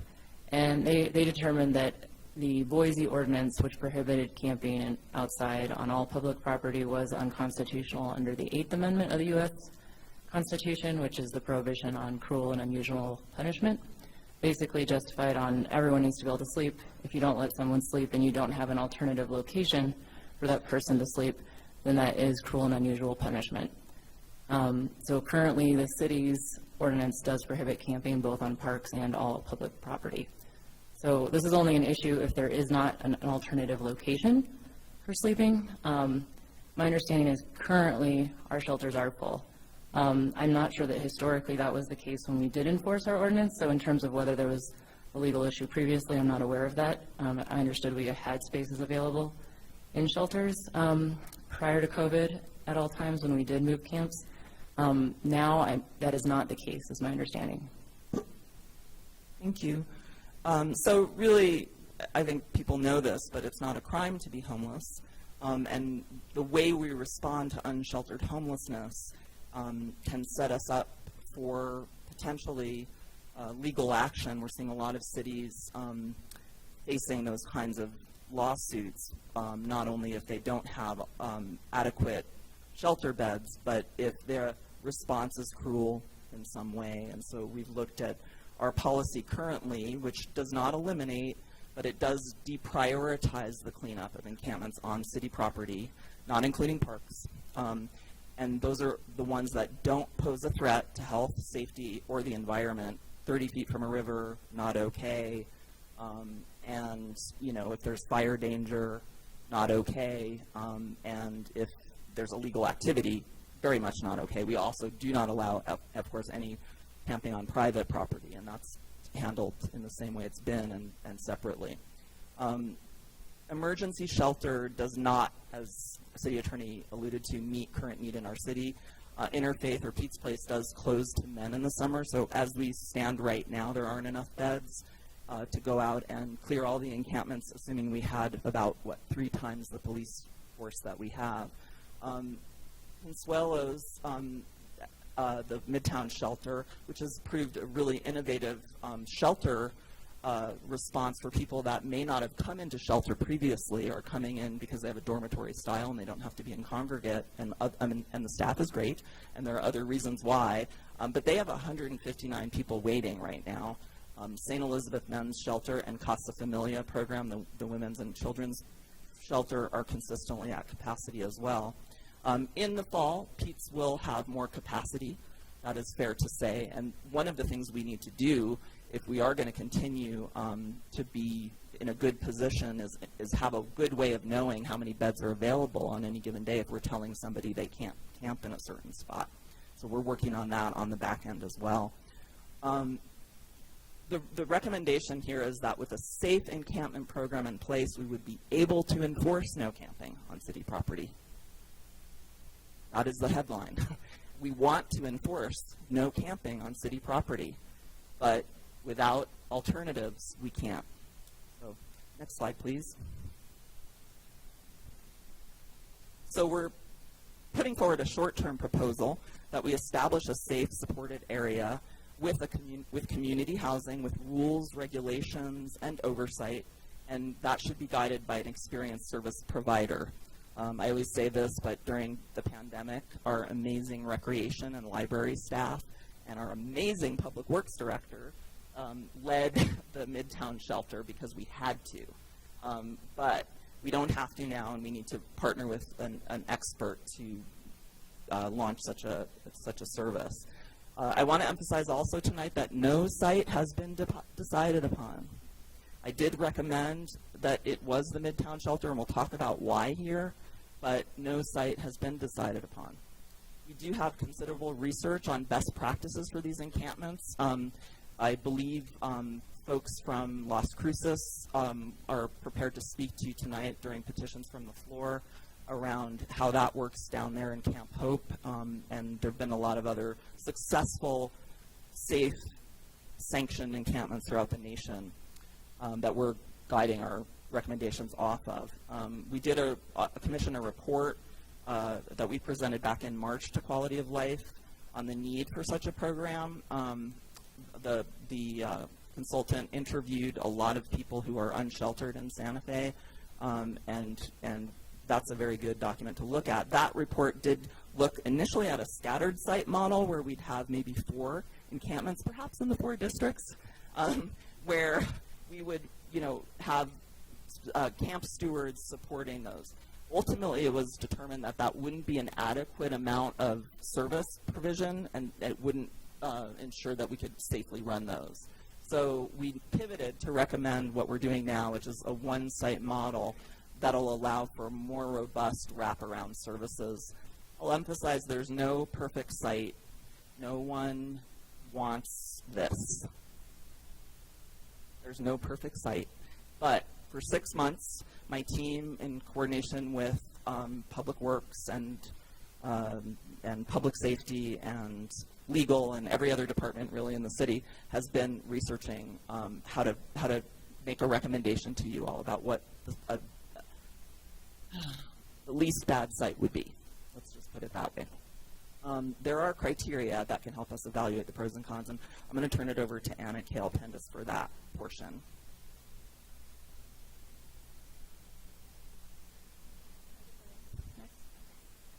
So the matrix that you're seeing on your screen is kind of the end result of where we came with a really long and intensive process of evaluating a lot of different sites. I worked really closely with the Parks Department to look at every park and open space that could be a viable option. I worked with Public Works to identify other areas that maybe were not park spaces but were city-owned properties that could serve this purpose. We spent more than 6 months doing really intensive work to try to find some option that was going to meet the needs of this community, a place that was going to be accessible to folks, that's going to be safe, that's not going to provide environmental hazards, that's also not going to be in anyone's backyard, next to any schools or playgrounds, not providing any kind of public safety or public health concerns. As you can see on the screen, there's a number of different criteria that kind of went into sort of looking at these final 5 as we whittled down from over 100 locations, whittling down to kind of what ended up being sort of the final 5 possible locations, including Midtown, but including other areas in Santa Fe. Thanks, Anna. I'll just add one of the major criteria was, do we have a provider of services for 24/7 oversight so it would be safely done? And that was the main reason we looked at Consuelos. There are a lot of other factors, though, as Anna says, and depending on the timeline. Oh, the other main big factor that we were up against was remember our fire danger? It's hard to remember now with all the rains we've had, but that was really motivating a quick decision, a quick timeline. And for the 2 reasons of a quicker timeline and the robust service provision, we did recommend Consuelos in early June. There are other options depending on the timeline that we want to adopt for sure. Next slide, please. I'll let Anna actually speak about this one as well. So in putting together the plans for this project, a big consideration was the type of structure that we envision people staying inside.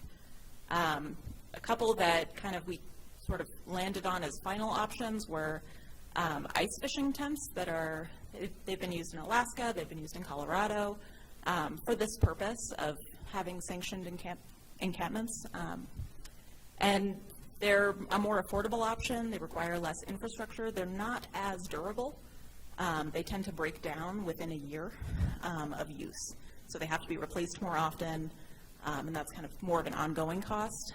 We also looked at this company called Pallet Shelters, which is, they're produced, delivered, and set up by people who are formerly homeless. And they are much more resilient to wear and tear of the elements, and safer in terms of fire danger and, the actual safety of the individuals staying inside them. They also can be packed and stored for other purposes. Some communities have used them for sort of emergency management kind of activities. For example, if northern New Mexico were to catch on fire and we needed to shelter a lot of people, these could be really useful to have on hand and be able to kind of pull out and pop up. There is a bit higher cost on those, and the infrastructure needs to get them set up is a little bit more intensive. But again, they're more durable, they're more resilient, they last. They have a 10-year warranty. Thanks. So the next slide, please. I want to come back to what I talked about at the beginning about the real longer-term solution to this. Really, there's a need for housing options that will meet people where they are, that will provide the kinds of supports they need to succeed in housing. And there are amazing providers already doing this in our community, from St. Elizabeth's shelter that took on the Santa Fe Suites, to a wonderful Casa Milagro that helps people with severe mental illness in a group home setting, Lifelink, of course, and La Luz. And I hope I'm not leaving out, and I'm sure I'm leaving out other wonderful options. But we need more, especially with this many people out there, and many of them are suffering from mental health and substance use problems. Not all of them are, and I want to emphasize that as well. So what we really have done in acquiring and converting motels like Santa Fe Suites and Lamplighter, I want to emphasize too that, you know, this is a model in which people with those kinds of needs are living with people who are working in our service industry, working in our schools, working in our supportive services industry. And that works for some people. But if we look at the hardest to house folks, we're really going to have to think about an option that might include an array of services. It might include an array that is an encampment for people that are not comfortable being inside of four walls, haven't been inside of four walls for decades, for various reasons. It might include an option for a congregate shelter. It might include dormitory-style shelter, and we really need and are doing that with our Built for Zero group, looking at that long-term approach. It'll require choosing a site as well, and that won't be easy either. But we're working very intensively on that long-term solution, and have been and will continue to do so, whether or not we're able to come up with a short-term solution. Next slide, please. Oh, it's your last slide? Okay, well then I'll just tell you what the last slide that I had is. You don't have a slide called policy decisions? No? Okay. Well, let me talk to you then. I'll just talk to you about it. This was a late addition because we wanted to really frame this in terms of decisions that are the governing bodies to make, and with, of course, robust public input. We have a couple of options, about 5, and they're not mutually exclusive, but one of them is to do nothing. That's always an option. We could maintain our current policy on encampment response, which is now including, you know, giving notice to people in encampments. It is, you know, does require that we have adequate indoor shelter to ask them to move to when we're telling them to move. The notice currently includes an invitation to call 211 to find out where you could get shelter. We have to close that loop and make sure that people actually can find shelter if we're offering that, and that's a little problematic. This is a confusing policy that we currently have. It's confusing for police. It's confusing for unsheltered people. It's confusing for outreach workers and staff. Is this okay? Am I okay over here? Am I not okay over here? When can I leave? You know, it's a little murky. In that way, it's not ideal. We could revert to the pre-COVID policy of breaking up encampments when they become unsafe, unsightly, or dangerous, and just disallowing all camping on city property. It is, as our city attorney mentioned, very legally problematic, and I would argue ethically problematic, but that's just a soapbox moment from me. I want to say we could also sponsor one or more safe encampment sites, and really hone in and decide to do that. That would provide structure, oversight, and safety, and at the same time provide the basis for more enforcement. Really want to emphasize that. In this role with community health and safety, you know, I really see it from both sides. I see how tough it is for homeowners, for others in the community that are really stressed by unsheltered folks, and that is not sustainable. But making a sanctioned encampment where it is okay to camp outdoors may allow us, and the intent is that it would allow us to enforce more widely throughout the city. The location or locations of these sites and the provision of services, as well as the time to create the sites, are critical decisions. If we are spending, if we take 3 years to launch a sanctioned encampment site, I don't think it's worth going down that road. We'd be better off focusing all of our efforts on the long-term solution. So the long-term solution would be to put out an RFP for a coordinated, consolidated site for a new shelter and a safe encampment facility potentially. And that, again, if we had enough units and we had people willing to go inside, may or may not need to include outdoor camp.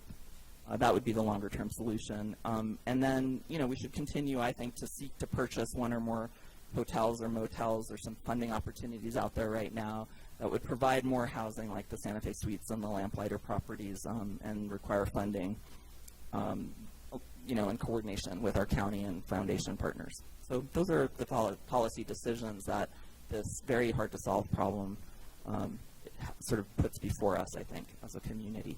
And with that, we're done, and we'll stand for questions. Thank you both. I appreciate it. It's a complicated issue, and it involves a lot of different factors, as well as a great deal of emotion on the part of people in the neighborhoods, the people who are homeless, the people who are doing the social work to try to make things better. I just report to you that on my way to City Hall this afternoon, I don't see him in the audience. I invited him. A gentleman named Fred stopped me on the sidewalk and told me that he was a veteran and homeless, and he didn't have any place to sleep.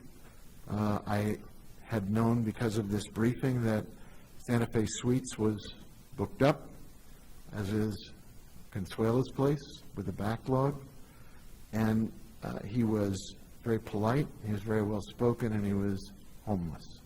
Whatever images we have in our minds of what homeless people are, who they are, what they might look like, how they might present themselves, as Fred said to me, there but for the grace of God go you.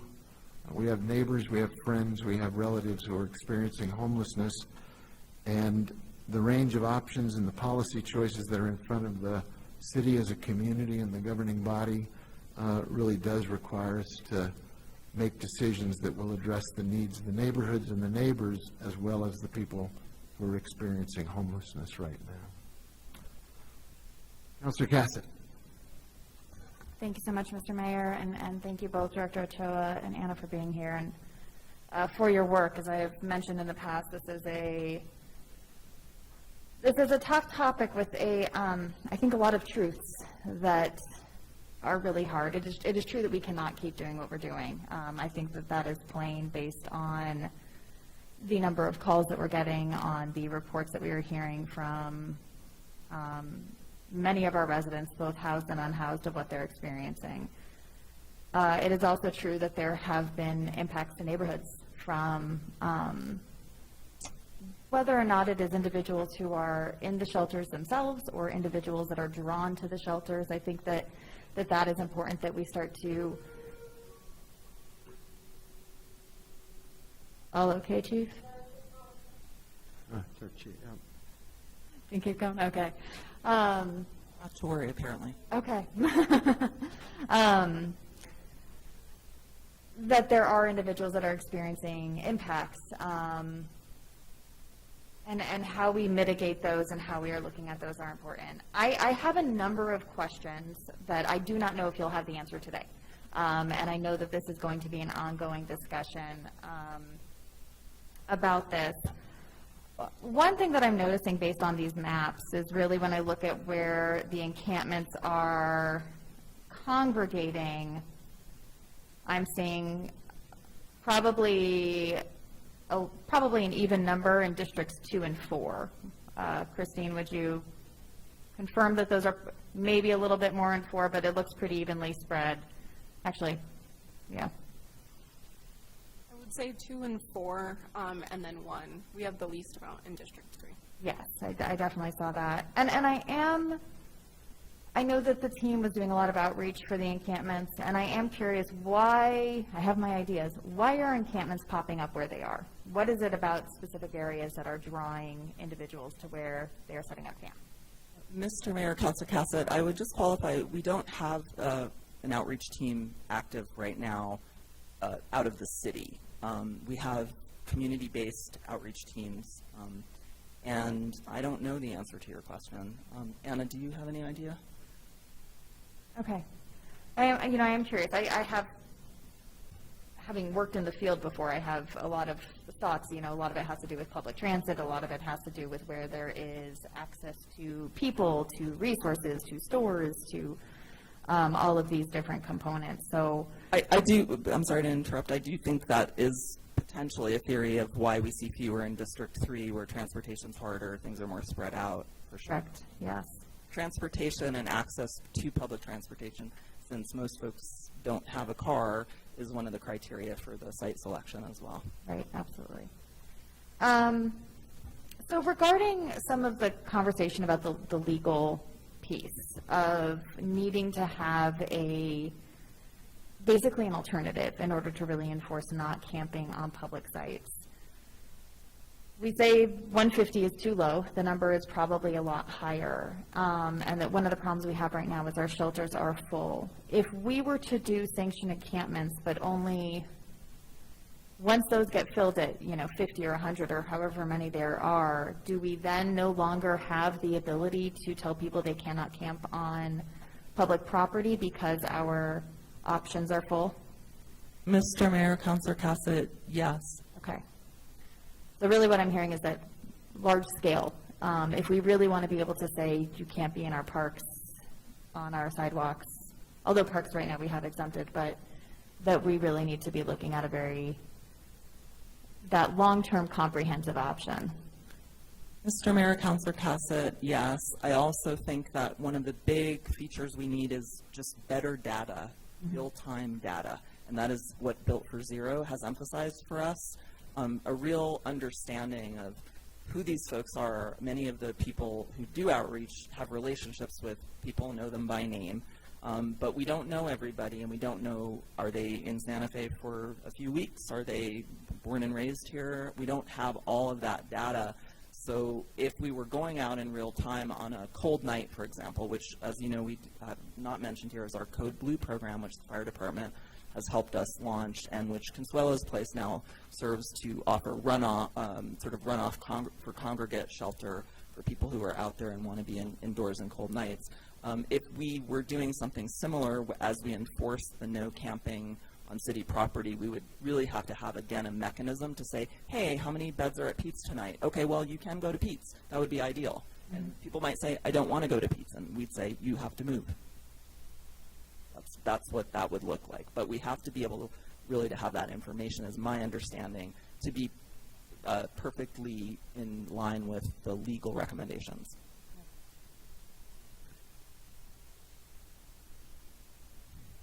When we're looking at creating that system, I know Albuquerque they also are completely really struggling with this issue at capacity everywhere that they have. Have we been looking at kind of some regional partnerships?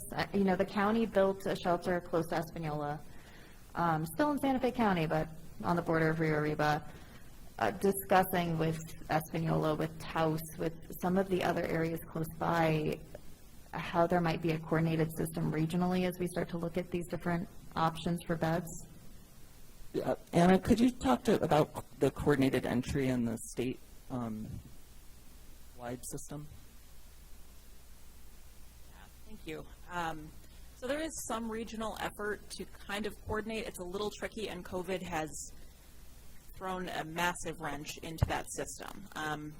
Pre-COVID, we knew pretty well sort of which shelters in which areas of the state, particularly in northern New Mexico, were opening up for the season. Many of them were seasonal. So there would only be winter shelters, for example, in San Miguel County, in Taos.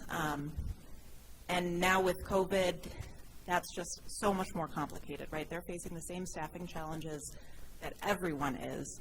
They're facing the same sort of public health challenges. So it's more complicated, but there is an effort.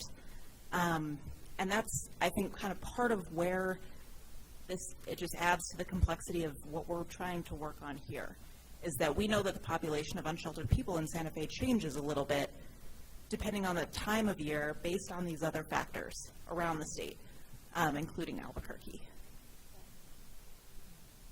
And staffing issues similar. How about capacity issues? Are we seeing the same thing statewide? Okay. Yes. Not surprised, but disappointed nonetheless. And then in terms of what's going on regionally here, how about what is the county's involvement with working on this problem within Santa Fe? The county has been a partner with us in Built for Zero since the outset on the long-term solution. We're talking about, probably ever since 2019, we started having those conversations, early 2019. And, they're looking along with, so their county housing authority, their community services department are all involved. They purchased, put some of their ARPA funds toward the Lamplighter project, and are full partners in envisioning a long-term solution. And, the hardest thing with all of this is where. Right. I'll tell you right now, nowhere is the answer that, comes out when you try to do this. So it becomes this catch-22. But they're at the table with us. They are very interested because of their jail population in, alternatives. They see a lot of people cycling in and out because they're unhoused and don't have proper supports, and that's costly for them as well. Right. I guess this leads, follow-up question real quick with the county, and then this actually leads really well into some other areas. They do receive funding from the state for mental health, correct? The county? Mr. Mayor, Councilor Cassett, they do not receive funding for the state for mental health that I'm aware of. I'm speaking as a former county employee, and if I'm speaking wrong, I'm sorry.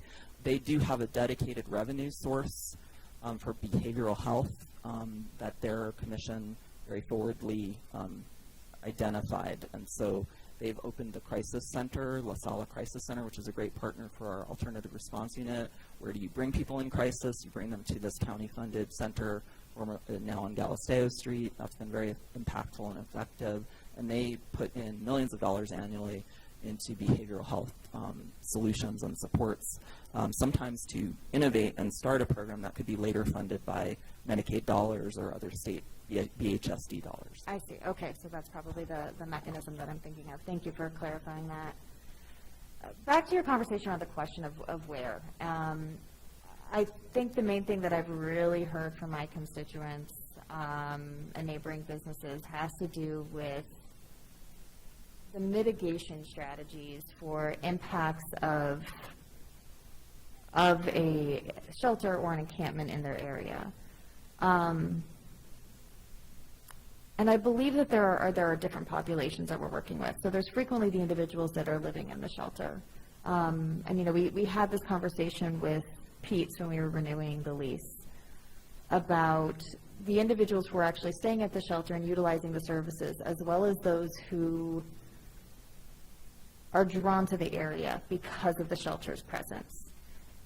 And those are two different populations. And I would like to hear more about that mitigation strategy for the impacts that population could have for anywhere that there's an encampment. Because I think that's kind of the other piece of this, is that we create enough beds, we're able to tell people they can't camp, we find places that they can be, but there still is this potential that we really need to do a very good job of creating a plan for how we deal with that for kind of bad actors who may be showing up there. We know that these are individuals who frequently are dealing with substance addiction, and that's really hard, and there are individuals who will prey on those people and want to be selling to them. So how do we address that? Because I think that's a key piece of this. Mr. Mayor, Councilor Cassett, that's a great question. I think actually looking to what's happened recently with Pete's and the partnership between Pete's and the police department, of course things are not perfect on Harrison Road now or in the neighborhood, but they're a lot better. I think you can see that going by. And how did that happen? It happened with a combination of policy change at Interfaith, where there was a stricter policy around allowing folks that weren't really using the shelter to be on premises and be around the premises, and really close coordination with our police department. Give a shout out to Sergeant Amanda Montano, who tirelessly worked this with ED of Interfaith Karina Lopez, and it's an ongoing effort to really communicate, collaborate, and make a no-go zone around these places. And I think that it can be done. It's not ever a perfect situation. The other point is that not having unsanctioned encampments is unsafe as well. So it's just that finding that balance and investing in security, investing in private security, investing in a sense of ownership from the people who are living in the shelter.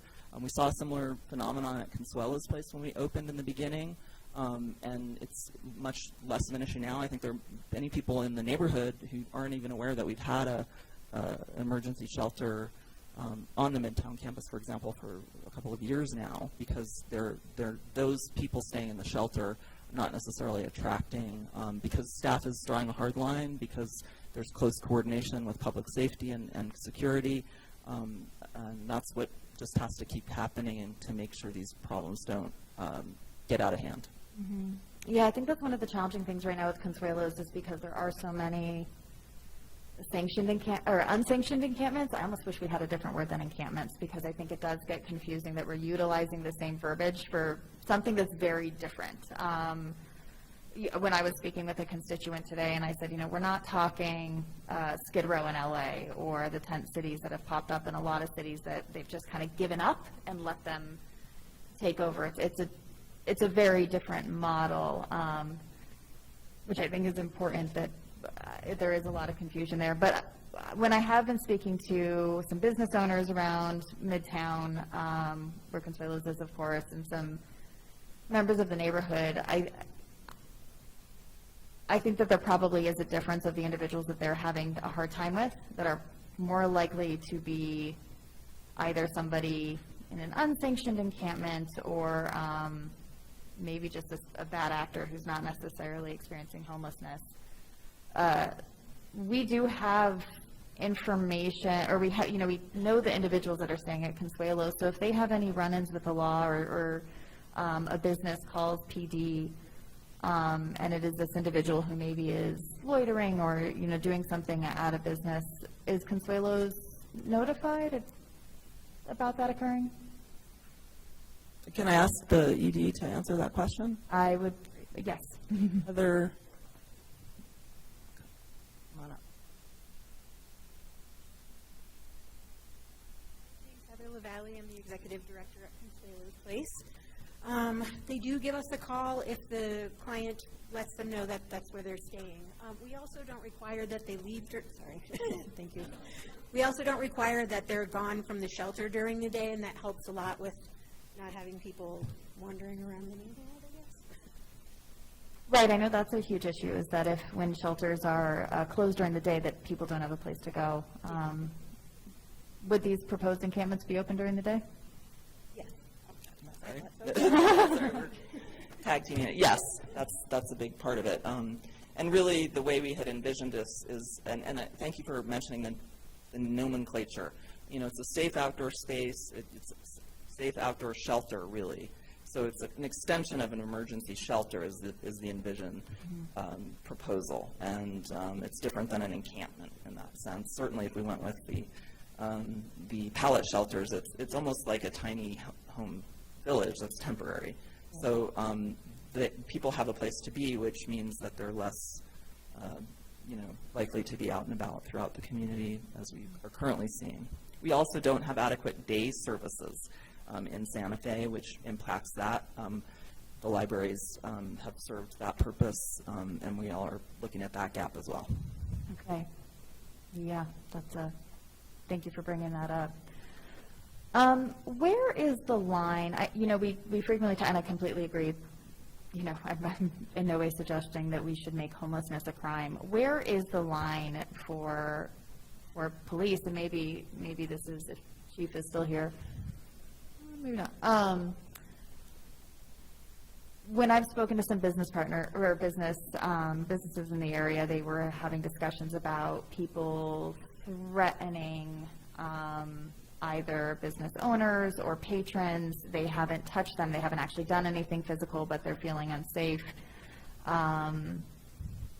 Defecating in the area. There's been, when there is, I think this one's a little bit more clear, but any shoplifting. So I am, where does that line exist? When we do get to this point of somebody's threatened, but they haven't actually committed a crime, how does law enforcement work in this arena? Thank you, DC Valdez. Mayor Weber, Councilor Cassett, so being homeless or challenged in that area is not criminal in of itself, but when it is a criminal conduct that occurs, we have to look at the elements of the crime and if an actual crime occurred.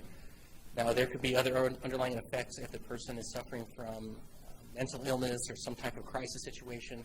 Sometimes it is appropriate to say, hey, let's get them in line with services first, and then we can see if there is something that we need to charge. But in those situations, we try to mitigate the risk to both the property owner or the business operator and the individual that's in crisis. We're trying to approach it in a compassionate way. For us, what we see is if you approach it just from a criminal approach and say, hey, that is criminal, let's send them to jail, do this, do that, they don't get the assistance that they need, and you don't understand the additional trauma that they're going to be going through. So we try to approach it in a compassionate way, but also understanding, like, how can we problem solve this? And that's where we really rely on our partners in the community, either at the Interfaith Shelter or through Consuelo's Place, to see, is there some way that we can maybe place them once they get released from the hospital or once we resolve the situation, so they can start getting services so we can try to limit these types of interactions in the future. But there's such a great need with individuals that are in those situations that we need resources such as the ones I talked about here today to provide that sense of security. Sometimes they're just looking for a safe place to sleep or just to be, because they're facing challenges that we can't even imagine. But we try to do it in a compassionate way, but also understanding that what both sides of the party are going through. And for us, we are held by our oath to serve both. We don't just say, well, you're a property owner, we thought you've done wrong, so we're going to approach it in this manner.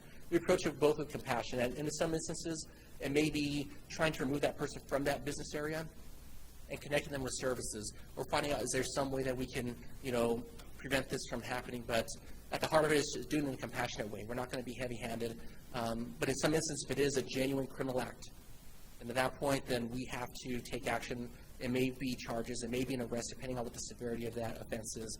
And especially if it's something where it is a violent act, or someone is threatened with being immediately battered, or if they have been injured, we are going to take immediate action and deal with it from that perspective. And then we'll have to go through the court system to identify what resources can be brought to bear to that process to get them the assistance they need. Thank you, DC. Counselor, I think the city attorney has some also advice. Mayor Weber, Councilor Cassett, I did want to add on the immediate threat of credible threat of battery is a crime. So threats can be crimes. Just didn't want to put the line between threat and crime. Thank you. I appreciate that, because I had heard from, thank you for clarifying, because when I'd spoken to property or a business owner today, they were saying that, like, they had been threatened, but a crime hadn't existed because nothing happened. And so that's where I got concerned about that line. So thank you for clarifying that. I appreciate it. When we're looking at this long-term solution and putting out an RFP, both the realistic timeline for that, I know that we have our ideal timeline, but realistically, what does it look like to get something like that stood up? Well, I think we'd look at the next budget cycle, potentially. So we'd look at fiscal year 24. Unless we used the money that has been allocated for our temporary solution through ARPA this year, which we could do, I think that the funder collaboration, which is called S3, is the abbreviation for the Behavioral Health Initiative, is looking at that right now. It's tricky because, some have said, well, go out for an RFP that would include looking at various sites. Now, most most service providers are not going to respond to that kind of RFP. That work is for the city and the county to do together. I would argue that you have to choose a site really before you can go out on RFP. So we're back to that catch-22. So that process is separate from the RFP process itself. But I mean, you know, with the help of I'll give another shout out to Fran Dunaway, our procurement director, manager, who can expedite things very quickly when we decide to do that. You know, it could be a year-long process with an RFP once funds are identified and once a site is identified. Okay, thank you. I appreciate that. I think that might be all my questions for now. I guess I just have comments, or a brief comment left. I know that we have a packed agenda and a lot of individuals here waiting to speak, and I'm sure more members of the governing body. But I agree that what we're doing isn't working. I mean, I said this at the beginning, that this isn't working for the individuals on the street. It's not working for staff. It's really not working for constituents, for members of our community. I think that how we look at these proposals is going to be really important, and having these really spelled out for the community about what do the mitigation strategies look like if they do experience negative impacts, if there is an encampment close by. Who are they going to contact? What can they expect from us? What are we going to be measuring ourselves against? What that should be looking like. I know in the quality of life presentation, there was a slide about what a success looked like, and I think that was really helpful to have those measurements about the reports of encampments in the community. I also think, you know, we haven't heard from them in a while, but there was I'm going to get the name incorrect, but the Drug Task Force? The Municipal Drug Policy Task Force? Thank you, thank you. And it really does feel like there are parallels here that very much need to be integrated in, as we know that substance addiction, substance abuse is part of what we see a lot in this population. So I appreciate for you bringing forward the conversation. I'm glad that there will be more conversations about this and opportunities to talk about some of the larger concerns that the community has, and for us to be able to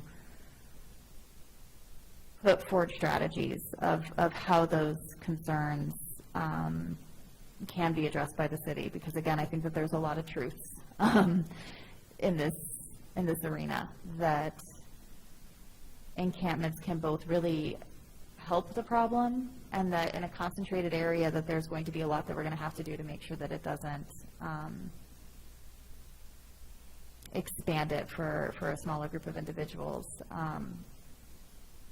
So I will leave it at that, and thank you again for this work, and I know that there will be plenty more conversations. Thank you, Counselor. Others?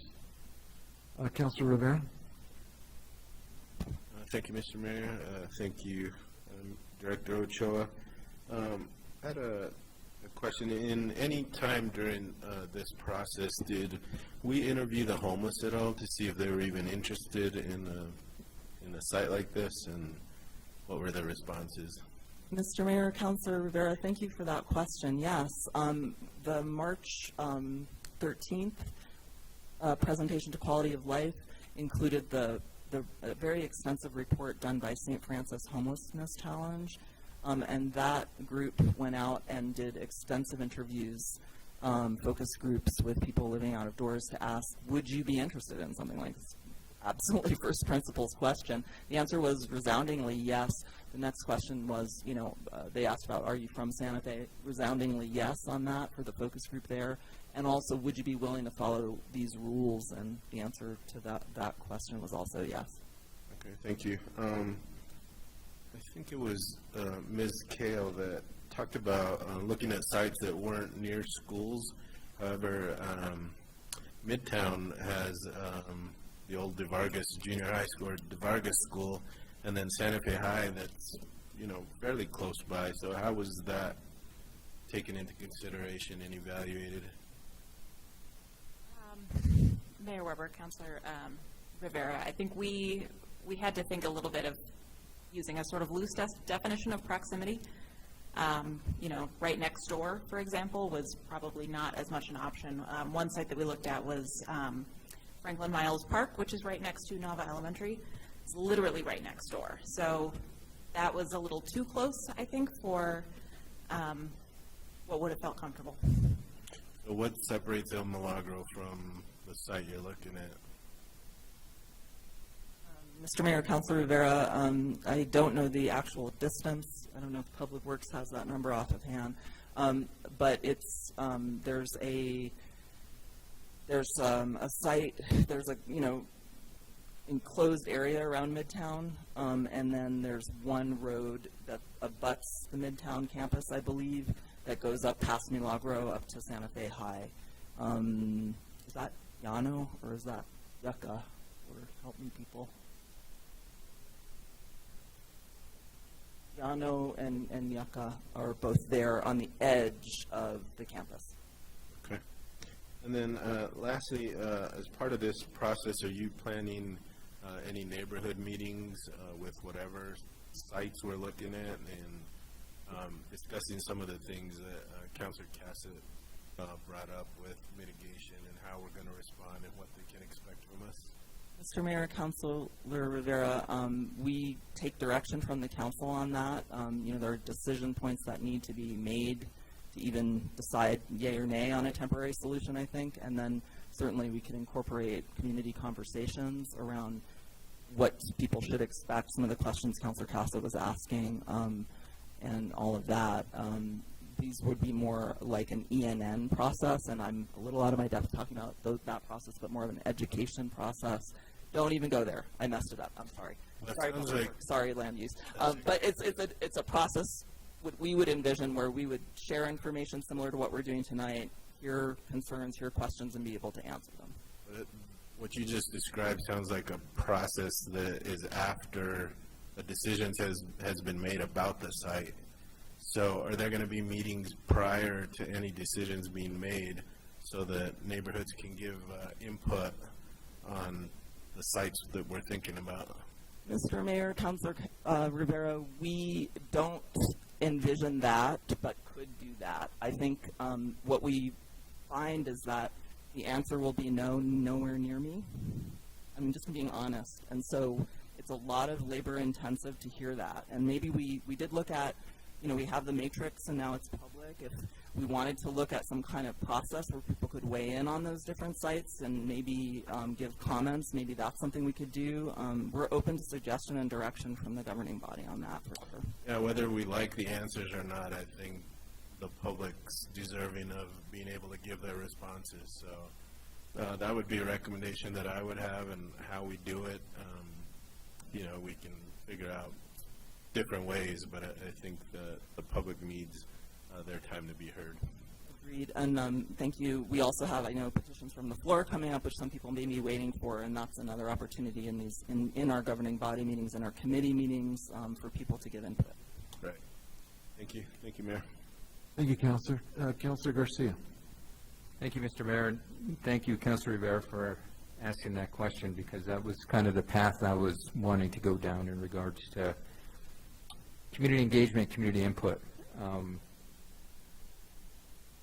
I came into this meeting thinking that Midtown was the selected site, and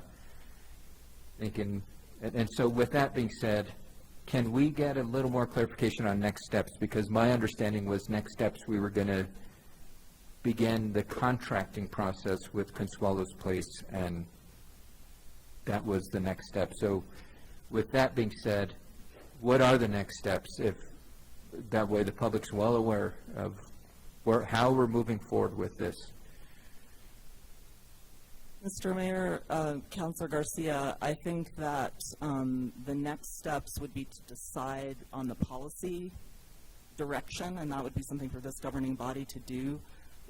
Do we want to do nothing? Do we want to do something different? Do we want a temporary, safe, open space encampment here in Santa Fe? So I think there has to be a decision point on that for it to be meaningful for staff.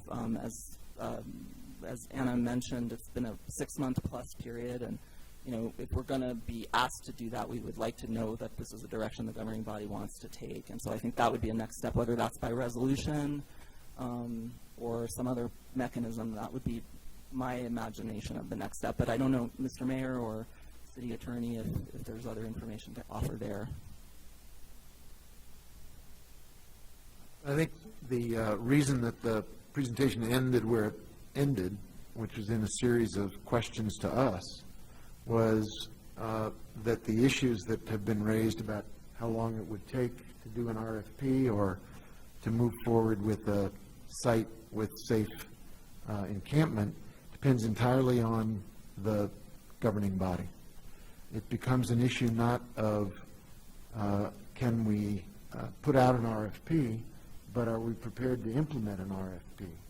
And do we have not just the funding, because at the moment there is some money available to set up a site, but are we prepared to actually direct staff to do the best they can to select a workable site that meets the criteria that have been laid out to the best of their ability, understanding that the governing body has given that direction, that that's the outcome that is desired.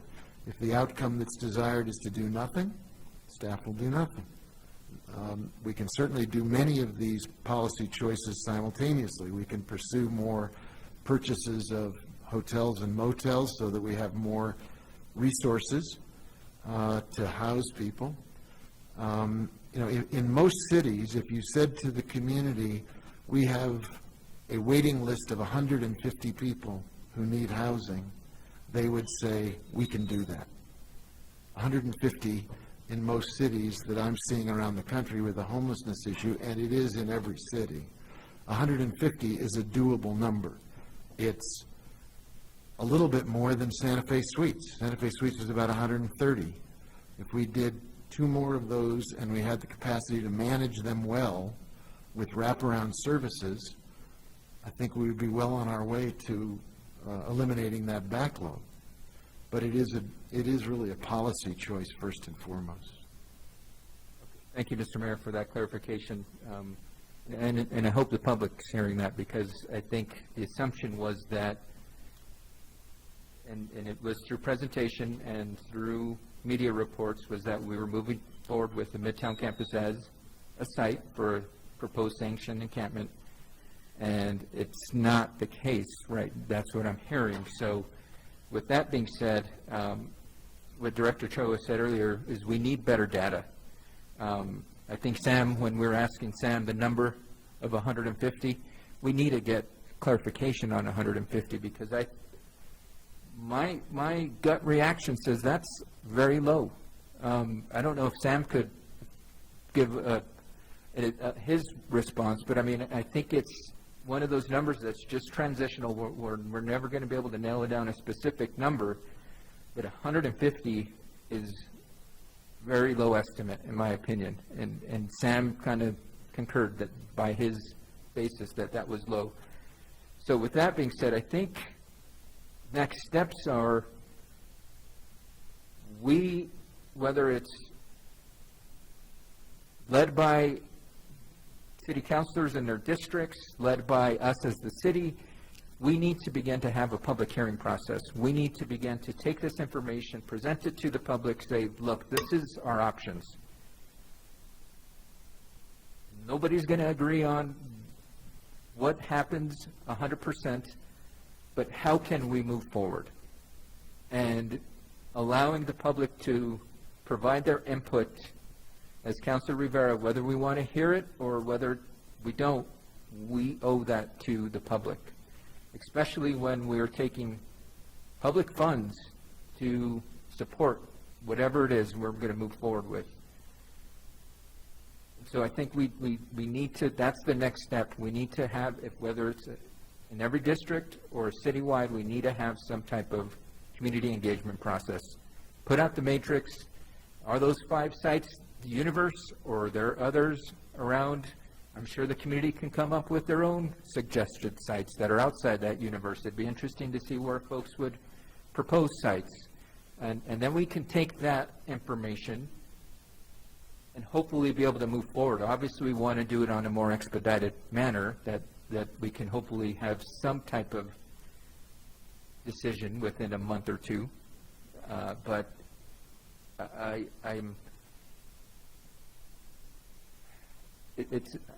must admit, it's a bit frustrating coming into this meeting thinking Midtown is where it's at, we're going, and now it's, wait, that's not what happened. And it's kind of what happened with the process of one site per district, which was proposed at first, and it's just the changing, and I think that's where the public needs to be well aware of the path the city is planning and engaging the community. And that is the biggest part that's missing right now, is the engagement of the community, engagement of the everybody, whether you're a neighbor or not. We've got some folks in our community that can bring valuable experiences and their history to add value to the process. I don't see that as a negative. I see it as a positive. So with that being said, Director Cho, if we've got to have a formal resolution to have a public hearing, I'm happy to sponsor that. If we can go the informal route of having counselors lead community discussions in our community, I'm happy to do that. Whatever's the quickest, it seems like this is a challenge that our community wants addressed. I probably every day I get some type of response from a constituent about an encampment. And I think this is, we all want to address it, but it takes all of us. And that's where the engagement from the community is critical. So with that, I guess I'll take the lead on you, Director Ochoa. If it's a resolution, let me know. If it's a public forum, I'm happy to do so. I'm happy to host one within the next 2 weeks. Let's get people together. Let's start putting some decisions on paper and figure out how we're moving forward. Because changing like we did tonight, I feel like we completely had a 180 with Midtown's not the decided place. It's not beneficial to anybody. And I think we need to work towards a solution on this. With that, I guess lots of other questions you and I can have offline, Director Ochoa, but I do want to thank you and Ms. Kale for the presentation. This is a issue that is not new to our city, and it is an issue that we need to begin to address and figure out how we can best provide support services to those in need and ensure that we aren't putting our community members' safety in jeopardy either. With that, thank you, Mr. Mayor. Thank you.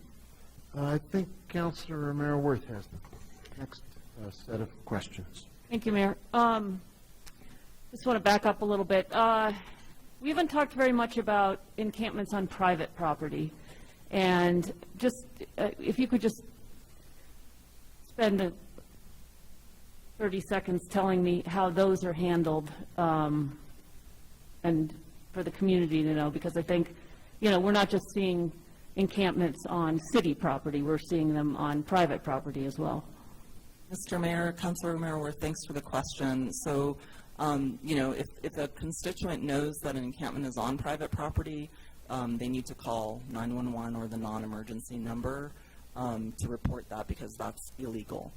At that point, police will respond, again, as a priority in relation to their priority calls for service, and notification will be given if that person is still there, and the camp will be basically disallowed, and that person will be removed the second day if they haven't left. There is time given to have the person move, and then there's follow-up. This is the ideal protocol.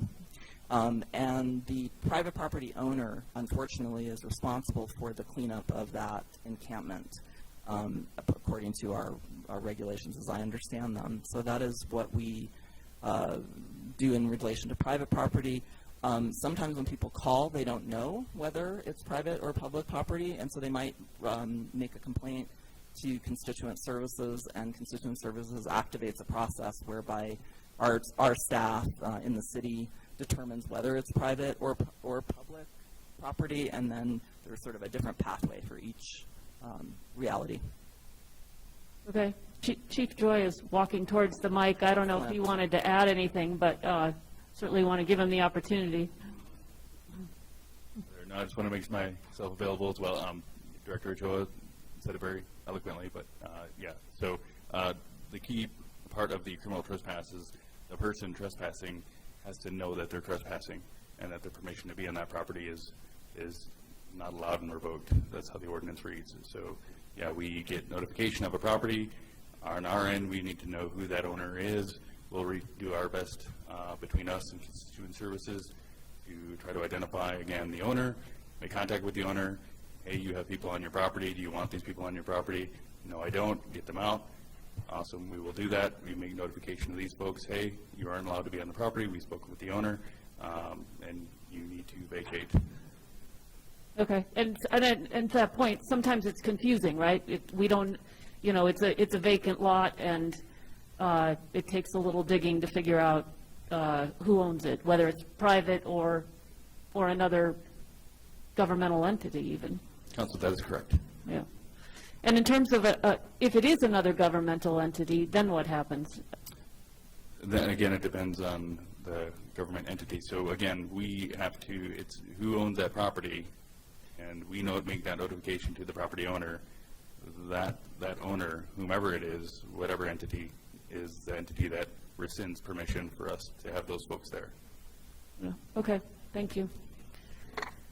I think one of the things that I've noticed in the conversations I've had, the phone calls I've gotten, the emails I get, is that this is an area where we see a lot of bias, I think, a lot of preconceived ideas, a lot of stereotypes about homeless people. Things like, you know, they don't want to be housed.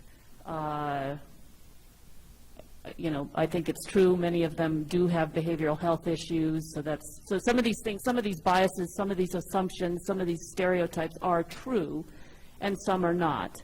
And so I guess my question is, and you touched on this a little bit, Director Ochoa, is what do we know about the homeless population in Santa Fe besides the numbers? You mentioned that the case study that was done, the focus group was done, that many of them are from Santa Fe. And, you know, because we also hear, oh, Albuquerque's shipping them up, they're giving them a train ticket, or, you know, or if we be nice to them, everybody's going to come here. And you hear that everywhere. I mean, I read newspapers in other communities that are struggling with this, and you see that in the news reports that, you know, people come in front of bodies like this and say, you're going to be nice to them, then you're going to attract more. I mean, those are common themes. And I just wonder, you know, what else can you tell us about what you know about the population in our city? Thank you, Mr. Mayor, Councilor Romero-Worth, for that question. It's a complex question. I think, first of all, I'd just like to say that homeless is not a category of person. It's a state of not having a house. So that's what we know. Fundamentally, not to be, you know, glib, but homeless people are people who don't have a house. I have homeless people working in my department. I have homeless people who live in their cars. I have homeless people who shout loudly on the sidewalks that I know, and we all know. So I would say that it's important to recognize that homeless people may be from here, they may not be from here, but they're not a category of person. They're not. Homelessness is a state of not being housed. And so how do we know who they are? I'm not the best qualified to answer that. The people who work with the populations are probably better qualified, but there are a lot of people who aren't coming in for services, who don't want you to know they're homeless. I mean, in many ways, I think there's a study done, 1 in 7 Americans are one paycheck away from being homeless. In our Connect program, we ask the question, are you in danger of losing your housing within 30 days? And we have an alarmingly high number, I don't have at my fingertips, of people who are in that state as well, and then circle in and out of homelessness. So I think it's difficult to categorize in any one way. homeless people. But it's important to get a handle on who is out there and who is homeless to come up with an appropriate solution. How many people need behavioral health services in the place that they live? How many people never want to live anywhere and would be happy in an RV? You know, like, who are these folks? And that's why Built for Zero is so powerful in communities. Built for Zero builds a by-name list, which means relationships are built with people who are homeless by people working with them, by people volunteering, and they understand what the needs are of those folks, individual needs that are tailored for the solutions. There's a story from Built for Zero out of Rockford, Illinois, where they were down to one chronically homeless person in their community. I want to hold this up for us. We could potentially get to zero chronic or veteran homelessness in Santa Fe. Our numbers, although we don't have a perfect handle on them, they're still not where Portland is, where San Francisco is, right? So the question is to this community in Illinois, what does this person need to be housed? And this is a person who is sleeping on a grate outside of a sidewalk by a library. And he liked that location because he liked to go to the library. And the community brainstormed whether they could build a house in the location for this guy. So I'm sorry I went off on a bit of a tangent, but basically we don't know. There's no one answer to that question. Okay. And do you have a sense of how many people in Santa Fe are living in their cars? I mean, they qualify as being homeless, correct? Correct. Unsheltered? Connect, Mr. Mayor, Councilor Romero-Worth, Connect does ask that question, and we're getting better data through that. I don't have the number handy, and it wouldn't be perfectly reliable, but a fair number are. And is that included in the 150? No. The 150 would be the estimation of unsheltered. Anna, do you want to step in? So in some cases, yes, there's some overlap there. I think a lot of those folks, we see a lot of families with children that sleep in cars, and it's because they don't want to be detected. They don't want anyone to know that they are experiencing homelessness for, you know, a variety of reasons, in particular not wanting to have CYFD involvement, not wanting to lose their children. So some people are really, really good at staying very far under the radar, and it skews our numbers a little bit, but that kind of goes to sort of some of the policy conversations that we've brought up, is that when we create an environment where people are unsafe to be open about their housing situation, we're never going to know. Mm-hmm. Okay, and back to the Built for Zero program, and I appreciate you talking about that. How do we get to zero? And how have the 13 communities across the country that have gotten to zero get to zero? I'm going to give that to my Built for Zero lead superstar, Anna Kale, and I may not have time to do this at the end of this presentation, so I want to give an incredible shout out to Anna, who is actually sadly leaving the city at the end of the week. She's been with us for 3 years. She's done the yeoman's work here, and she's lifted up the Built for Zero program in the city of Santa Fe, and I think she deserves an incredible amount of our community's gratitude for coming as far as we've come to getting quality data, which is a big central premise of Built for Zero. But Anna, can you take that question, please? Yeah, so before you leave, please, impart your knowledge. I've got 2 more days. Thank you. So I heard an analogy recently through another Built for Zero community, actually, on how they described the reason for having this data and how it works to end homelessness in their community. And it's like grocery shopping. You know that your family needs food. You don't just go to the store and buy random things. You think about the needs of the people in your household. Is there anyone who's diabetic? Is there anyone who's vegan, who has food allergies? You plan meals and you buy ingredients accordingly. So that's essentially what we need to do with data. We need to understand who the people are who are in our community who are experiencing a housing crisis, and plan accordingly for what their needs are, what is going to be the housing solution that's appropriate for them. I would just add, too, that the funders who are kind of at the headwaters of solving this problem, and the policymakers have to come together. So the city, the county, the foundations, which we are doing, and we're having those conversations about, oh, well, what are your resources available to do? What are your resources available to do? And being able to pivot and not use our resources in the same old ways and not stay in the same old ruts in the road is really what's enabled and to try things. That's a big premise of Built for Zero, to try things, to pilot things, and if they don't work to tackle this extraordinarily difficult problem, try something different.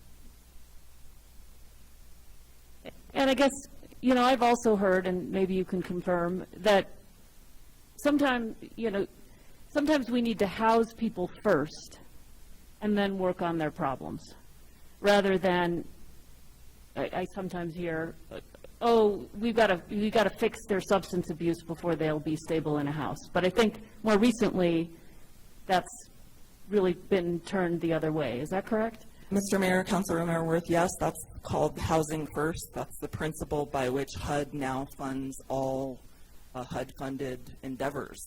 Previously, there was sobriety required, but best practices, you can't really get sober if you're unhoused, or it's quite a bit harder, for example. And some people live, you know, decades of their life not sober, but they're housed. So separating those problems and prioritizing housing is the principle.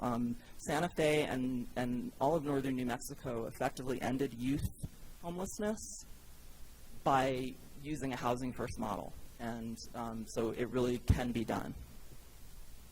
And so that also speaks to why these wraparound services are so important in whatever the solution is. So if it's temporary encampment, in whether it's tents or fishing, whatever you call them, tents, fishing, what do you call ice fishing tents. The important thing is that they have the services to help deal with whatever the problems are that that family or that person is experiencing. Yes. Okay.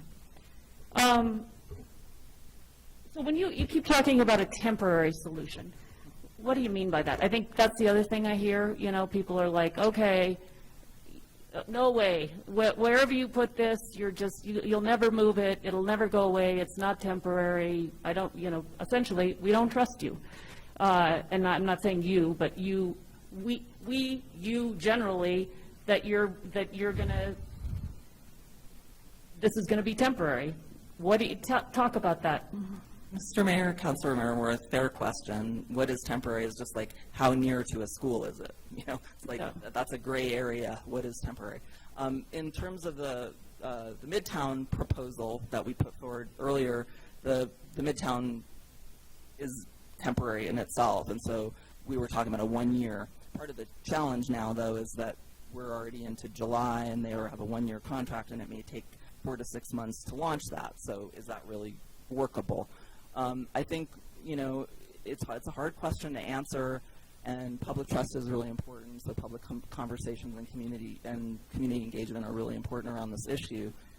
It's really hard to predict how long something will take to procure. It's really hard to predict how long something will take, some staffing will take to hire. Nowadays, it's hard to predict how long things will take to come in the mail or be shipped to us in terms of supplies, et cetera. You know, I think I'll just own that there's a sadness to even investing our time in a temporary solution when we can't fully define it. But I think, you know, to my mind, we were looking at a temporary solution to make sure that we didn't have uncontrolled fires within the city limits, and that was, you know, really immediate and needed to be maybe a 1 year endeavor. We have a shelter at Consuela's place that was temporary for COVID, and COVID is here, but it's changed, and it's still there. Let's acknowledge that. Part of why that is just there are 60 people in it, and they haven't been housed yet. So it's a policy decision, too, about how long something can be, and I think we need those guidelines and parameters in part from all of you, and then we need the direction to different departments to make it finite around purchasing, hiring, et cetera. Yeah, so I can't give you a time frame, but I mean, in my mind, but I've only been in government for 8 years, so I still say things are going to take half the time, because I believe it could happen, and sometimes it has, but I think it's, 1 year to 18 months was my idea of a temporary solution. And I mean, some of it depends on how fast we can get a longer-term solution up, right? Exactly right. So if we're really concentrated on that, it could be very temporary. And certainly we proved with Consuelo's Place that we could act very quickly when we had to. Mr. Mayor, Councilor Romero Worth, Santa Fe Suites 2 and the Lamplighter are examples of innovative ways, which we learned from Built for Zero, to stand up affordable housing quickly instead of, in the years-long entrenched process that had previously taken place. Yeah. And I guess, okay, so, I mean, clearly we have a problem. We also have some money. What, we have $1 million in ARPA money? Yes. And how fast do we have to use that ARPA money? We have 3 years to use our ARPA money, so Okay. we're two plus now. And just to take the Midtown example, that was going to house about 50 people? Yes. So it's not going to solve the problem. Correct. But if we don't start, like,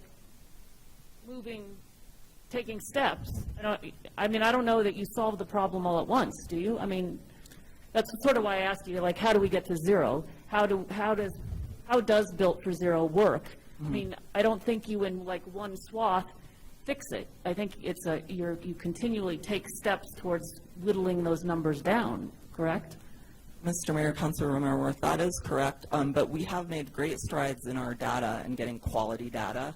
We're a little further to go, a few points off, I think, from having full quality by name list. I will flag that Community Solutions, the Built for Zero parent umbrella organization, is really prepared to robustly support communities who have quality by name lists with robust funding that they have. So I think it opens us up for other opportunities that can help us move more quickly. When we get that quality data, we can show what we actually need, and then resources tend to come in because of that.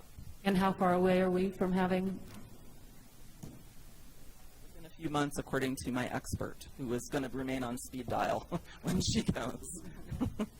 And that's a tribute to the providers in our community. I would be remiss if I didn't acknowledge that every single provider of homeless services, from the Lifelink to Pete's to St. E's to Consuelo's Place to the volunteer street outreach people, Joe, who's here tonight, and teams, have contributed to this effort, and they've bought in and they understand that what we've been doing hasn't worked and we need to do something different. So I want to thank them tonight. Interfaith Shelter is another one. Yeah, and I guess my comment would be that it seems like we know what our options are and what kinds of things we should be doing. And I think the quality of life hearing that was a couple weeks ago was a good conversation starter. I think this conversation tonight is, I hope, instructive to the community about the problem, about the resources we have, about the different ways we are trying to house people in this community across a broad spectrum of needs. I think Alexandra Ladd is in the room somewhere, and she taught me that word, that we're building a spectrum, right? I mean, this is one end. This is a very tough part of the housing problem in this community. It is not easily solved. And I guess I would encourage us to figure out how to incorporate building the community understanding and getting the community input as we move towards whatever it is we want to do in your last slide, so that I would hate for us to not pursue anything and just say, y'all come and tell us what you want us to do. I would rather that we start to pick something and then have that feedback as we're considering it. I mean, we have all these processes. If it were a contract, a contract moves through the governing body, depending on the level. If it's, maybe we need to do a special hearing But I think we need to look at ways to expedite building the community understanding and hearing from people about whatever it is we think we ought to be pursuing. And I think, I'll be very interested to see what kind of feedback we get after tonight, whether people say, wow, I didn't realize, and I think we do need to do something, or whether my email is full of people saying, do nothing, just keep playing whack-a-mole and moving people whenever we find them, and we'll just keep spending $3-4 million a year to move people around without ever really getting to a solution. So that's all I have, Mayor. Thank you. Thank you. Anyone else? I think that was a very thorough presentation. I'm grateful to you. There's more discussion. Anna, we're sorry to lose you.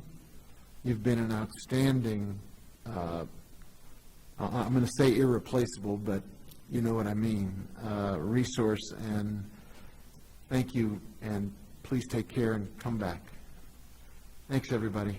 We have a lot of folks here who have been incredibly patient, waiting for the petitions from the floor. I'd entertain a motion to move to petitions from the floor right now and then return to our regular order after that. So moved. Second. There's a motion, there's a second. See, Madam Clerk.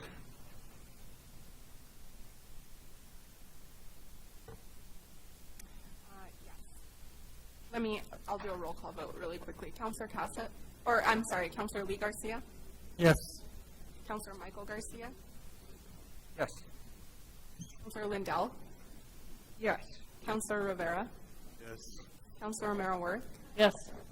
Councilwoman Villarreal? Yes. Counselor Cassett? Yes. Mayor Weber? Yes. So we're moving immediately to petitions from the floor. Madam Clerk, so we've got a lot of folks who wish to address the governing body. What are we, we have 2 minutes per person? Yes, Mayor, we have a timer displayed on the screens. It'll have a 2-minute countdown, so everyone will be allotted 2 minutes. And then at the conclusion of that, the microphone will be muted, and the next person will come up, state their name, and the reason. I'm not sure at this time, Mayor, if we'd like to organize, I think there's probably 2 public comments. One is, I think, more for encampments, and one is for veteran banners.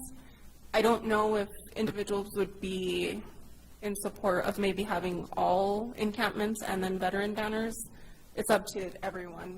They're already lined, folks Okay, are lined up. perfect. Everyone's lined up. We'll go ahead and get started. And if everybody who is waiting your turn could please be patient, you'll absolutely get a chance. So just give us your name and give us your statement. Yes. I can't.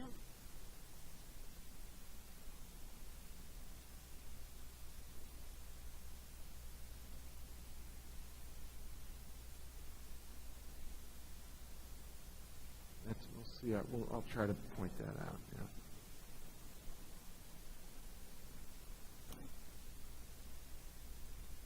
Are we ready? Yes, Mayor, there was a piece of paper that they asked to be displayed, so I was working on, I'll get it up. Okay. Maybe on or email it out to everyone. Okay, great. That's okay. If you could give us your name, we're eager to hear from you. I'm going to email it to everyone.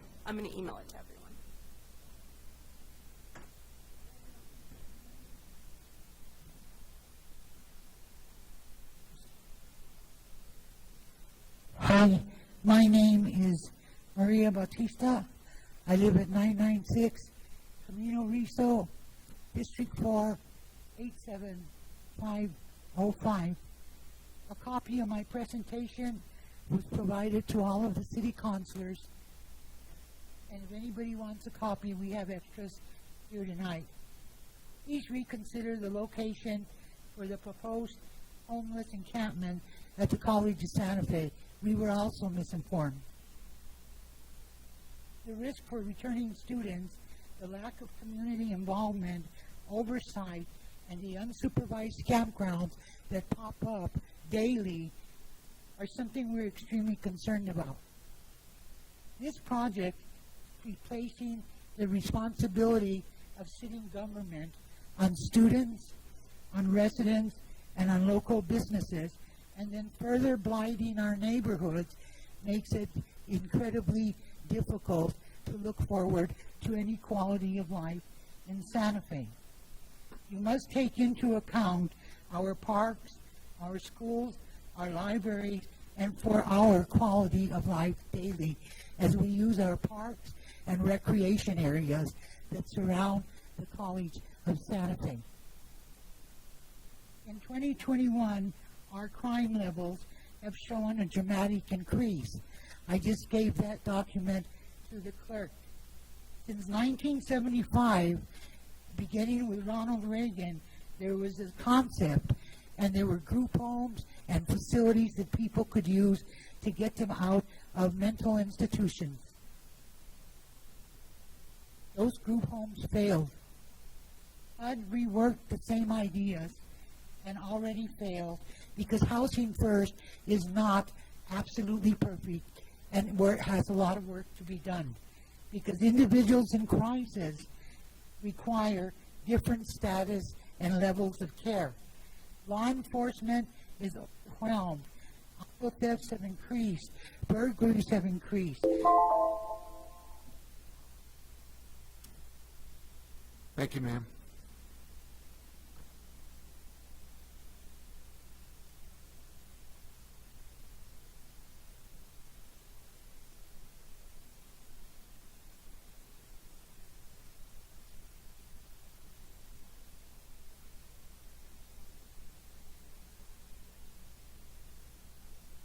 Inosa Trujillo, 3117 Siringo Rondo South, Santa Fe, New Mexico. Mayor, just when I think you can't sink any lower in your racism and treatment of locals, lo and behold, after attempting and then encouraging the removal of the Soldiers' Monument, you again go after veterans. You're truly despicable and outright liar.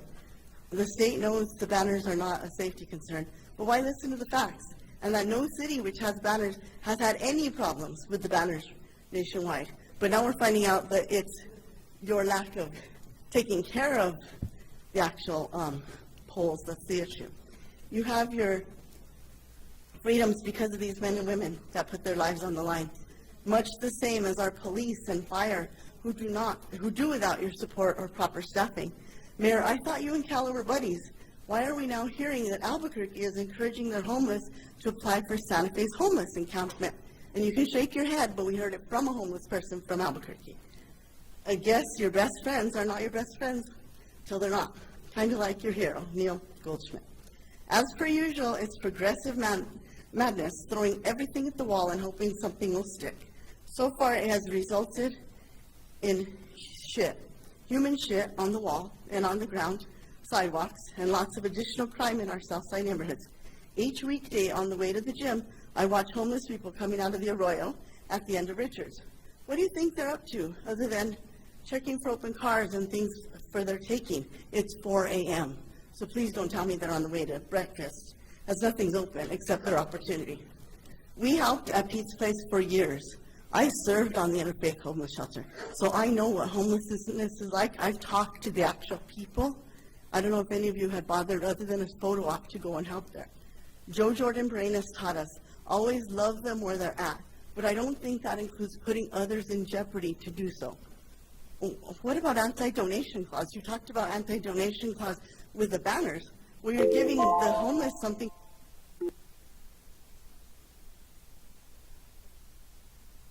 Thank you.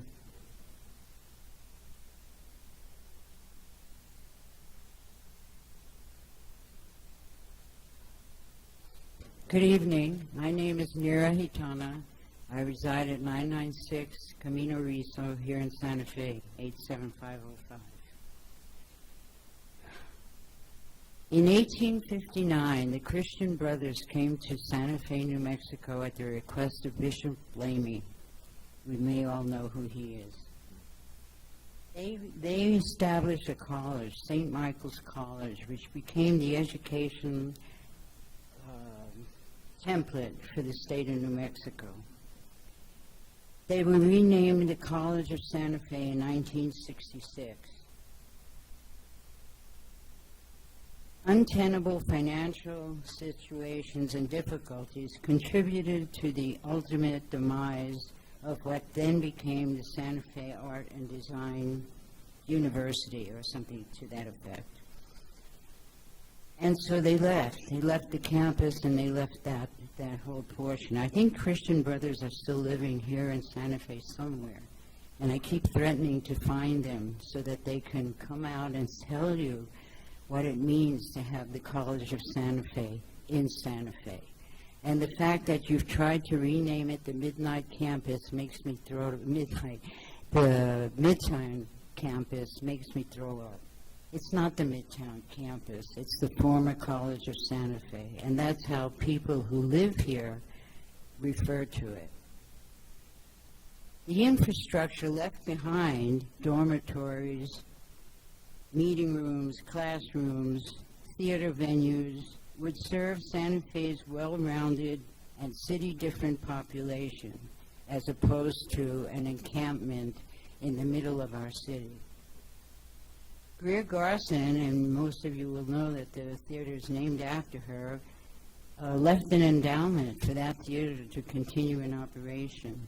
The Fogelston Library is there. The Screen Movie Theater is there. The unfortunate demise of... Well, you can submit the written document.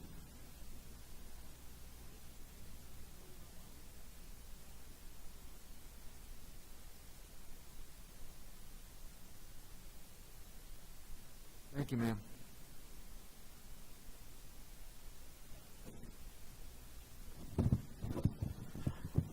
Ronald S. Trujillo, Santa Fe, District 4. First of all, a shout out to our veterans. Thank you for your service. Because of them, you're able to do what you want. But for some reason, Mayor, under your administration, anything military is a no-no. First of all, our soldiers' monument gets destroyed. Secondly, Capitan General Domingo de Vargas has still yet to be returned. And now you're doing this to our veterans. Totally wrong. Totally wrong. Just so you know that. Now, I'm sorry, folks. We what really I don't- wanted to talk about. Pardon me a minute, one Then second. Martin, stop my time. We'll hold the clock for you, I promise. I know people are very emotional, but please don't applaud or boo or other things. Let's just listen to each other politely. We're not going to lose your time. Go ahead. Right. Okay. Now, dealing with what at first we thought was going to be the homeless encampment site at the old College of Santa Fe. Thank you, Councilor Garcia, for calling me and letting me know all about this. Now we find out it may not be it. But the thing that's interesting, your site considerations. Out of the 5 sites, 3 of them are in District 4. Why is that? Why is it always the south side takes the brunt of everything bad here in this city? Can anybody answer that? Probably not. But my biggest concern is why are other parts of the city looking at? I'll give you an example. You know where a place to put it? You want a place that's enclosed? Right there, Upper Canyon Road. The water park, the Water History Park, it's enclosed. It's got a place right there where we could put places for the homeless to go there. Mayor, on your way coming to City Hall and on your way going back, you can check to see how it's going. This is what bugs me. The south side is always treated like crap. District 1, District 2, those are the sacred sites. We can't touch them. They're pristine. Because why? Turistas. We think about the tourists, but we forget about the people. The people that made our community, the people that are antepasados, our ancestors that made this community. So truthfully, Councilor, thank you for making sure that there is a public discussion. I will be back to have that discussion with you all. Thank you. Thank you. I mean it, folks. We're not going to have applause or booing. Just listen politely to each other. That's the conduct in a city council meeting, in a governing body meeting. It's fine to listen politely. Please don't applaud or boo. Just listen politely. Thank you. Yes, sir. Good evening, Mayor Weber and members of the council. My name is Forrest Thomas. I reside at 1040 Camino Manana. Santa Fe 87501. I'm the owner of the St. Michael's Village West Shopping Center, which is directly contiguous to the university campus. I appreciate Councilor Garcia's also foregone assumption that this was a foregone conclusion that there would be sanctioned tent camping on the university campus. I don't believe that there really has been much public outreach. Councilor Rivera, I really appreciate your pointing that out as a concern going forward. I certainly, as a direct neighbor, was never notified in any way except for through the newspapers. I would like to state on behalf of my tenants, we certainly don't see homelessness as a crime, but there are numerous issues that spill over into the adjacent areas of homeless sanctioned areas. I think the perfect example, which most everybody in the city has probably read about in the newspapers, is Pete's Place and the Harrison Road area. I think that it's very unrealistic to expect that the city police can even begin to deal with the amount of problems that spill out over into the neighborhood. The city police is obviously very short-staffed, and even if they weren't, I think for years it's been proven with numerous people at this podium explaining their concerns in tears about Huddleston Road. So I have personally been in the arroyo behind the my shopping center, where the campus has numerous tents right now. I believe there's an unofficial policy to move on the homeless despite the fact that they're right next to a waterway. There are needles, there is human excrement, and that violates many of the items that were pointed out in the grid, which, by the way, is directly next to 2 schools and numerous businesses. So I know my time is up, but I appreciate your consideration. Thank you very much. Yes, sir. Good evening. My name is Joe Dudziak. I live at 2042 Kailorka. It is a half a mile away from the proposed Midtown encampment. I have volunteered at Pete's Place for over a decade. I also run Chaplain Joe's Street Outreach. Chaplain Joe's Street Outreach hikes around and goes to everywhere where people are camped throughout the city in all districts. So I know those people very well. I know that there's not a safe place to camp. An encampment, a sanctioned encampment is needed. The unsanctioned sites, people are being moved around all the time. You know, they are stressed out, not knowing if they're going to have to leave the next day or what, and they need a place where they can park and get services and know they can be there, be safe. I would like to commend the city for looking at this, taking a close look at it, and the city staff for spending all the time on the reports and doing a thorough job on it. And personally, I live a half a mile away from the proposed sanctioned campsite, and I support the proposed campsite. And if that's not what the city wants, then I definitely support it somewhere where the city chooses fit to put it. And I do think it really needs to be in a timely fashion, because there are people out there very unsafe and being chased. There's people that are now not even setting up camp anymore. They're just bedding down in the bushes or under a portal, you know, getting there after the business person leaves and leaving before the business people come. And they're just, you know, bedding down anywhere they can and just moving on in the morning. So, thank you so much. Thank you, sir.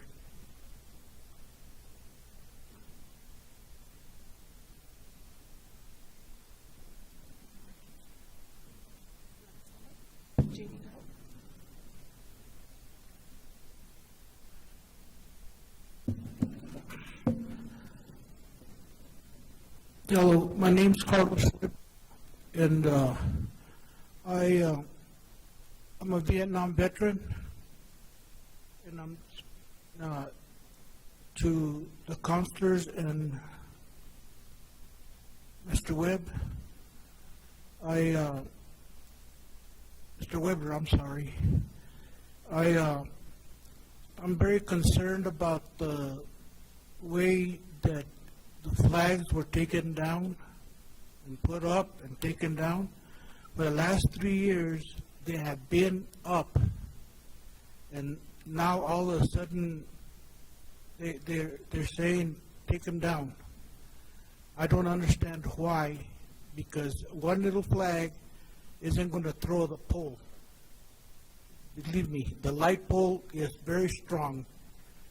And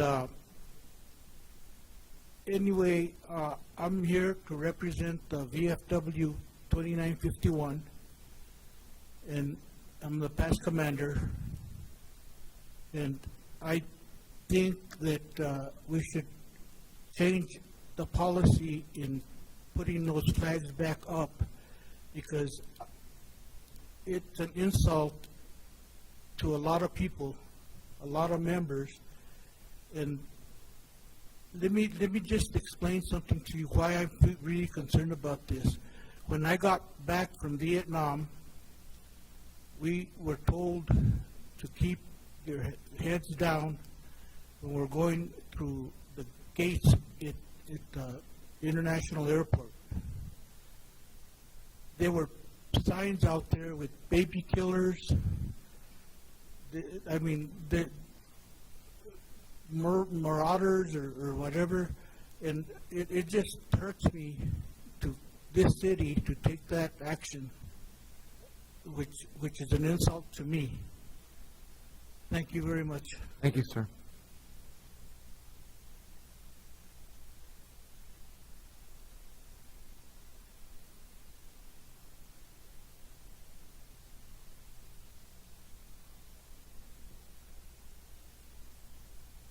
Is it on? Okay.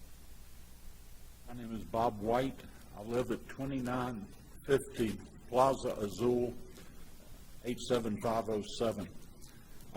I'm here tonight for Joseph V. Gonzalez. I don't have his banner with me. I wish I did. I was remiss. But in 1937, Joseph earned his Eagle Scout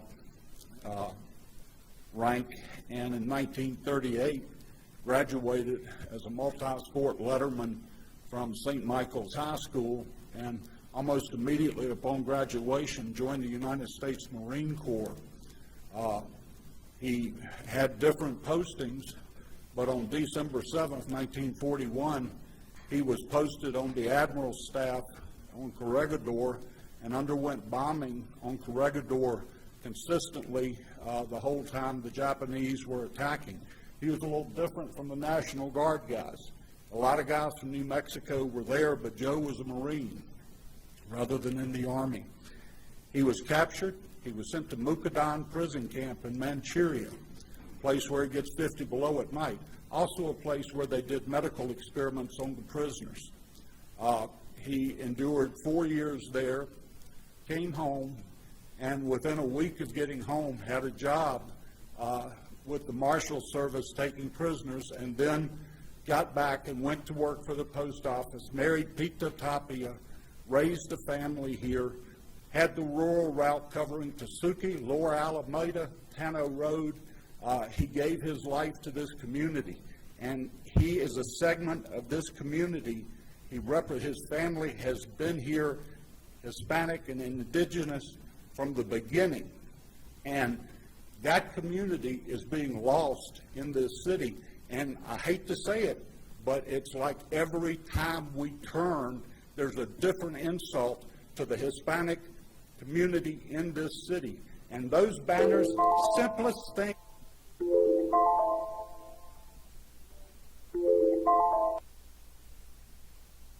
Thank you, sir.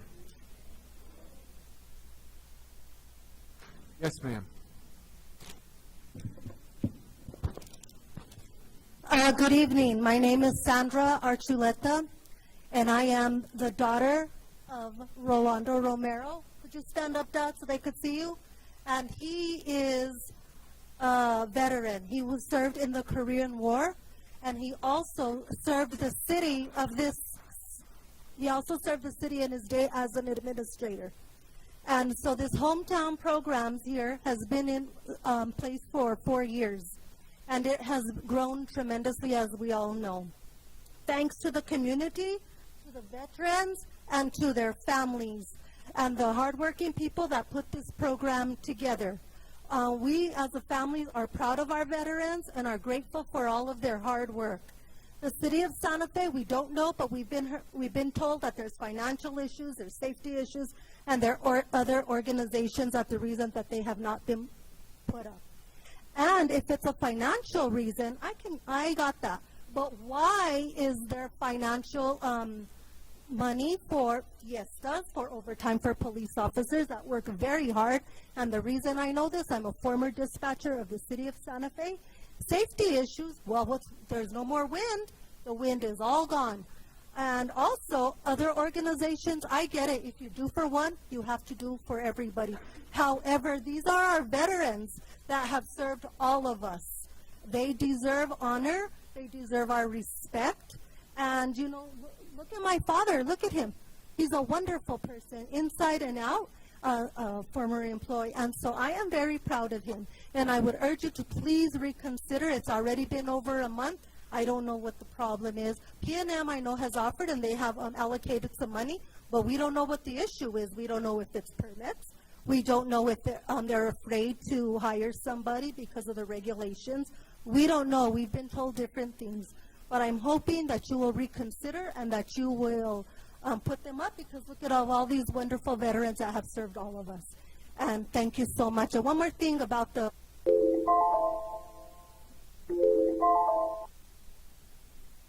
Thank you. Thank you very much. Yes, sir.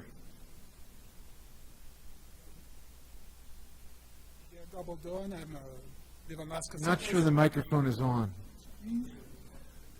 Good. Okay, Miguel Gabaldon. I'm a resident of Las Casitas, District 4, Councilor Cassidy and Councilor Chavez. I'm here for two items, so I'm going to speak fast.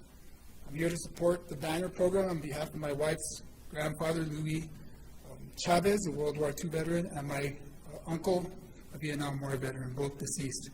I want to move forward with working with the American Legion as well as City to see what can be done to continue to recognize the veterans who served in our country, and as my father-in-law said, were the sons and daughters of Santa Fe. So I'm looking to see that we get that resolved, and I think there are opportunities. And we have to look a little deeper than just some correspondence that we get from a manufacturer, and I'm looking forward to doing that. The other matter is the tent city that was proposed, and it seemed pretty seriously proposed to move forward at a very fast pace at the June 1st Quality of Life meeting. Watched that video, and it was moving on a fast track. That's why I think there's a concern that this project was moving forward, just like the housing project did there during the COVID pandemic, without any opportunity for public involvement. So I do have a petition. I'm trying to scan it and email it. It doesn't seem to work as easy on the phone. If I give it to you, would you be able to email it to me as well? Because it's the only copies. And so, I'll just email it. I'll email it because there is concern. And I understand homelessness, unsheltered, all the issues that are going on with individuals is very difficult to address. But it is only, I believe, truly backed by what's happening in Santa Fe as this has grown over the past 10 years, and particularly since we've taken the more passive approach to dealing with homelessness, that as long as you are being tolerable and letting things happen like defecation in front of businesses without any enforcement, littering, and other threats to business owners, more of the folks come to Santa Fe because they get treated differently than they do in other cities. So I have a lot of other... Thank you.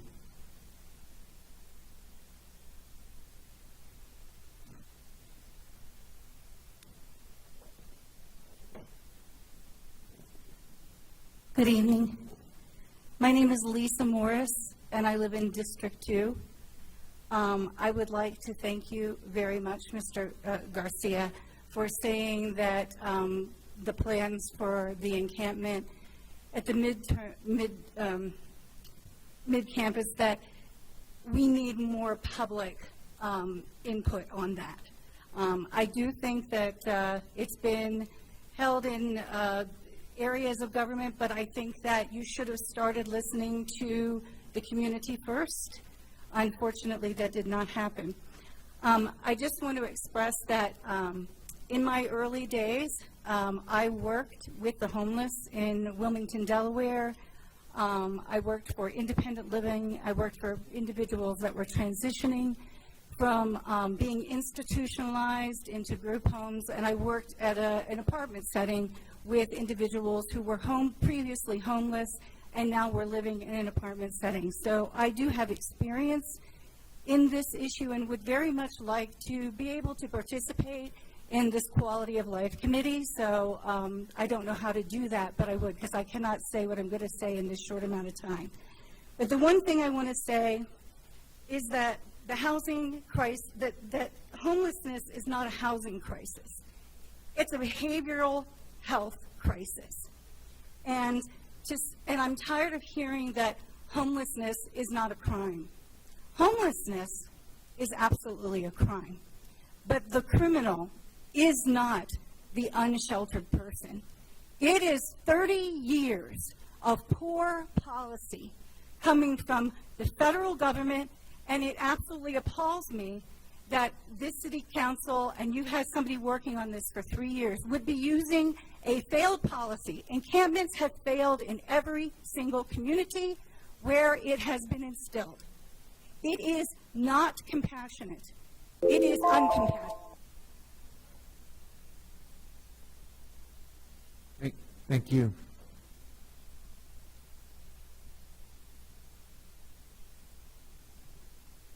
Good evening. My name is Kathy Rivera. I live in District 1. My mailing address is P.O. Box 363 in Santa Fe. I'm here on behalf of my veteran family member, my grandfather, Frank Rivera, and I'm opening up with some rhetorical questions for the governing body.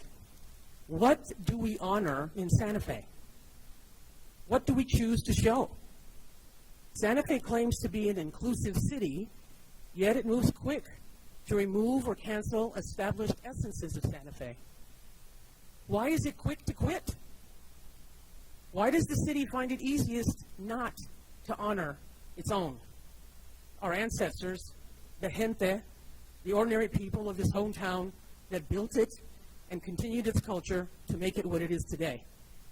To help express the importance of this hometown banner program, I want to paraphrase a quote from the first president of the United States.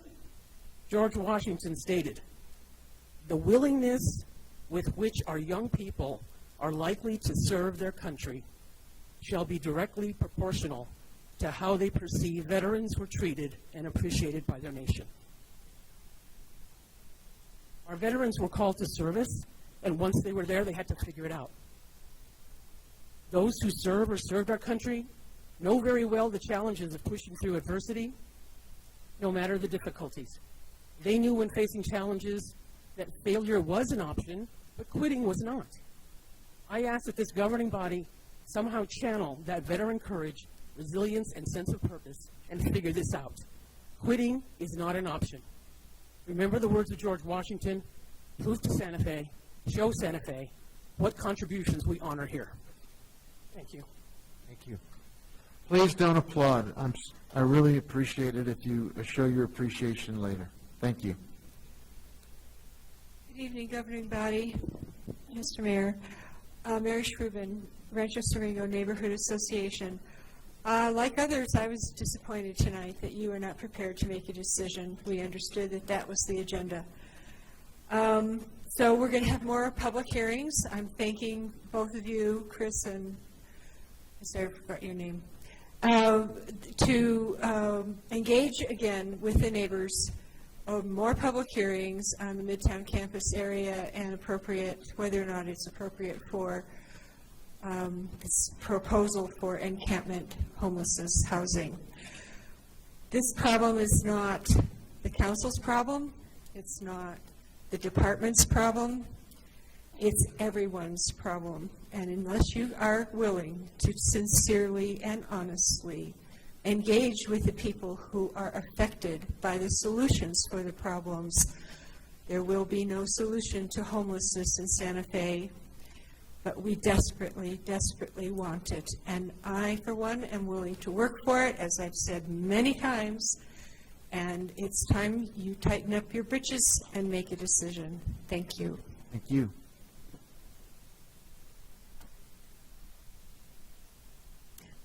Good evening again. My name again is Heather LaValle. I'm the director of Consuelo's Place. Just for clarification too, the number of 150 on the wait list is actually higher now, and that is not the number of homeless people in Santa Fe. It's just the number of people that are waiting to get into Consuelo's Place. And I would also like to remind everybody that people that live at the shelter, they're people, you know. I mean, we have about 65 people at the shelter right now. About a quarter of them are families with small kids. We have veterans. We have people with medical problems. They're people, you know. We have a beautiful garden that one of our residents put together. We grow vegetables and flowers. We have a group of guys that loves to do yard work. They get out there and clean up the yard every day. We have a singing group. You know, they're a good group of people. They're a community. They're learning to be neighbors. They're practicing being good neighbors. Our number one goal is to house as many people from the shelter stably, and that's, you know, that's what we work at every day. I do realize that a lot of, or not a lot, but some homeless people experiencing homelessness do not want to be at a shelter, but we also provide services. We provide case management ongoing for people that are no longer at the shelter. You know, it's a great opportunity. We have a little bit of a buffer around us. It's been a great experience, I think, for most of the people that have been at the shelter. We have managed to house a good amount of people. I mean, it's going a little slower now because there's not a lot of housing available, but just these are good people, you know. They're people with kids, people with families. You know, they get jobs. We celebrate those things. We celebrate when people get jobs, when they get housed, when there's birthdays and, you know, anything. We take every opportunity to celebrate that at the shelter. And, you know, they want to be your neighbors. They really do. I just wanted you guys to know that. Thank you very much. My name is Libby, and I'm here on behalf of the Coalition to End Homelessness. And we are for the Midtown Shelter or another location as a place for sanctionized encampments. This is a wonderful opportunity for people that are experiencing homelessness to have a safe, compassionate, dignified place to live while they get back on their feet. There's a place like this in Las Cruces called Camp Hope, and they are able to help up to 50 residents a day. A lot of the residents are able to change their life around with the help of Camp Hope to find stable housing with resources provided by the camp. Now, of course, we're going to need everyone's help with this project to make it successful. And the ways that you can make it successful are volunteering, donations of many kinds, and other ways. Thank you very much. I'm here on behalf of my father. Mayor Weber, Council, thank you for serving our community. I really appreciate it. My father was a World War II veteran. Can we get your name, please? Yes, I am Roberta Apodaca Carter. Thank you very much. Thank you. And I have had my father's banner flying proudly for the last 2 years at least. And I am very saddened that the banners are not up again. And I'm here because these are all our heroes. He was one of my heroes. These are heroes right here that attended this evening and that aren't even here. We have a lot of veterans, and he was an Army veteran. He served proudly. And just as a person who has grown up here and has watched city government, been a part of city government in the past, been a teacher, I just would like, you know, I feel like I can voice my thoughts and opinions, and I want to thank the staff. Also, I forgot to acknowledge you. And I just think that some of these things that we need to address regarding the banners need to be looked at and look at options. As a teacher, I was always told that if you have a problem, please come up with a solution. So I'd like to see some solutions. Please come up with some solutions. I have read many letters, and I know what the problem is, but please let's come up with some solutions. And that's what I wanted to say this evening. Thank you very much. Thank you very much. My name is Elaine Lavity, and I'm here to represent my mother, Stella Lavity, who is a World War II veteran, as was my father, Sam Lavity. Last year, both my parents had banners displayed on the same post. My mother was overwhelmed with tears and joy.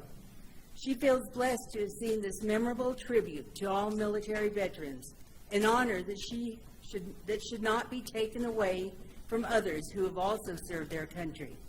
She does not want the banners to be displayed in the rail yard district, where few people will be able to see them. The program should be allowed to continue on Cerrillos Road and perhaps St. Francis Drive.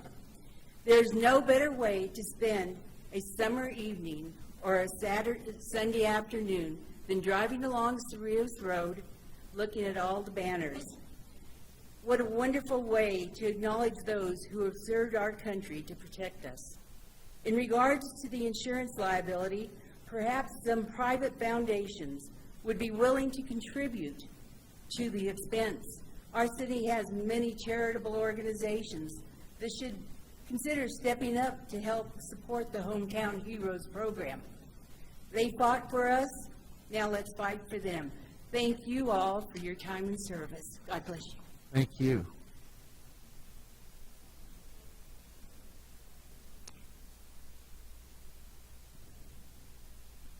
I'm Command Sergeant Major Billy Russell, United States Army medic, retired. I represent and speak on behalf of 2 Band 3, a couple hundred veterans.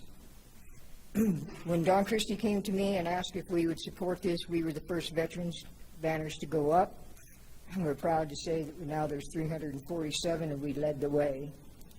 The first resistance to this came from Councilwoman Lindell, who expressed a concern that these banners would trash Cerrillos Road and pointed out a veteran that I guess wasn't handsome enough as an eyesore.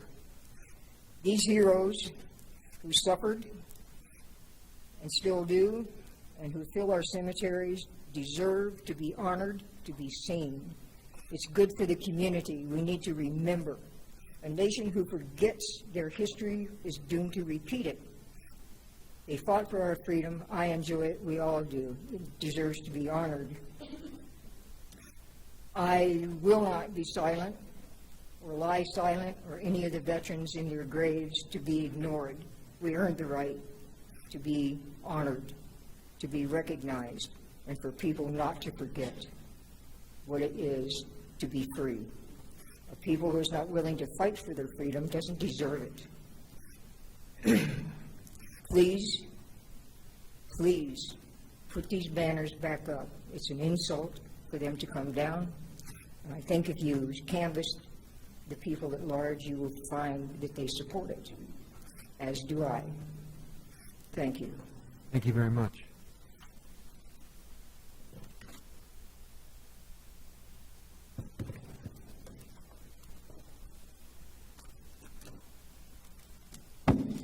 Before I speak, Mayor, we lost a very honorable veteran today.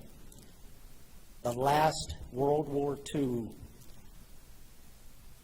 Congressional Medal of Honor recipient passed away today. So his name was Herschel Woody Williams. I just wanted to acknowledge that before I start speaking. You're going to give me time already? Thank you. I think everybody up there knows who I am. I think the majority back here know who I am. My name is Donald Christie, and I am the coordinator of this program. I've got to put my glasses on before I talk. I don't know what district I live in. I live down on the south side. I am here to speak on behalf of the Hometown Hero Banner program that the city adopted 4 years ago. At that time, all of you voted in support of the program, even though one of you stated to another counselor, I hope these don't become an eyesore. This year, you have decided to kick these veterans and families to the curb due to the cost of city workers installing them, and then even though these families paid for their own banners and brackets. Just a reminder, those banners have the City of Santa Fe name and logo displayed on the top. Within weeks, it has now turned from financial to a supposedly safety issue. Not one of you counselors, except for Mr. Garcia, has reached out to me in the past 4 years or the American Legion to ask, how can you help to rectify this issue? All of you have hidden behind the mayor. Many of you are in the dark, not knowing all the facts as to this project. All of you need to grow a backbone. That's why people of this community voted for you. My dad, a World War II veteran who passed away at 99 this past year, was a member of General George Patton's Third Army. Slept in a foxhole for 278 consecutive days, fighting across Germany during the bitter winter of the Battle of the Bulge, while some of your family members were home here, sleeping in their own warm beds. I received a letter on Monday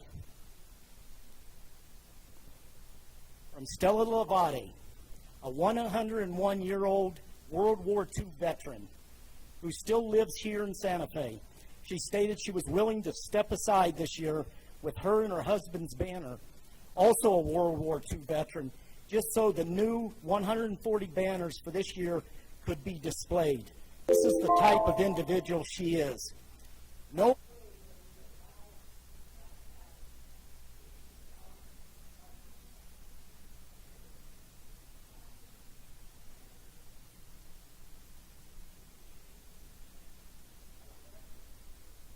Thank you, sir.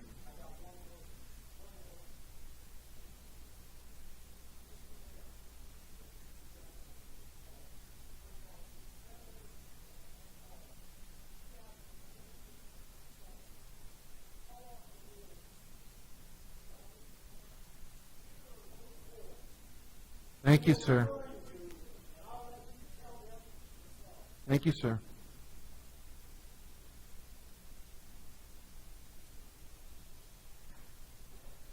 Yes, sir. Good evening. My name is Dr. Robert Bebo. I'm a doctor of Oriental medicine here in New Mexico. I'm also the department commander of the Military Order of the Purple Heart, which is a veteran service organization in which to be a member of, you have to have been wounded in combat. I was wounded in Iraq on September 30th, 2008. As the department commander, I represent that organization for the entire state, about 3,500 Purple Heart recipients. But we don't stop there. We represent all veterans, so about 55,000 in your city. I'm also the national surgeon for that same organization, and I advocate on behalf of veterans' healthcare related issues. As I said, I'm a former captain in the Marine Corps, so I think I come with some degree of certainty about what I'm saying. I'm also a New Mexico native. This is my home, and I believe that my home deserves a capital which honors its veterans. These banners are not jingoism. They are not faux patriotism. They are a public acknowledgement of selfless service and sacrifices. They are a testament to a heritage of patriotism and the blessing of liberty secured not just by blood, but also by unfulfilled dreams due to lives shattered by war, by sons and daughters brought home in banner-draped boxes, and a recognition that your neighbor who came home in a shattered body while leaving a shattered mind and shattered soul at the edge of liberty's light so that Americans that they never knew might breathe free. Many of those veterans featured on those banners, their last earthly journeys in this world occurred on Cerrillos Road, which of course ends in our cemetery. Those patriots and their families gave freely. I know that I'm probably not going to change your minds tonight, and I do want to thank you for having the courage to suffer the slings and arrows of angry patriots, but I believe that their anger may be just. I know I can't change your minds, but I do hope that you'll continue to demonstrate, as you have already done through your service to your community, that you are patriots who are worthy of the defense that has been wrought for you. Thank you. Mayor Weber, honorable members of the council, if you would just give me a moment before we start my time. Right, if everybody would please stand and join me in a moment of silence for all of our veterans and those that are currently still serving, including you all, please. Thank you.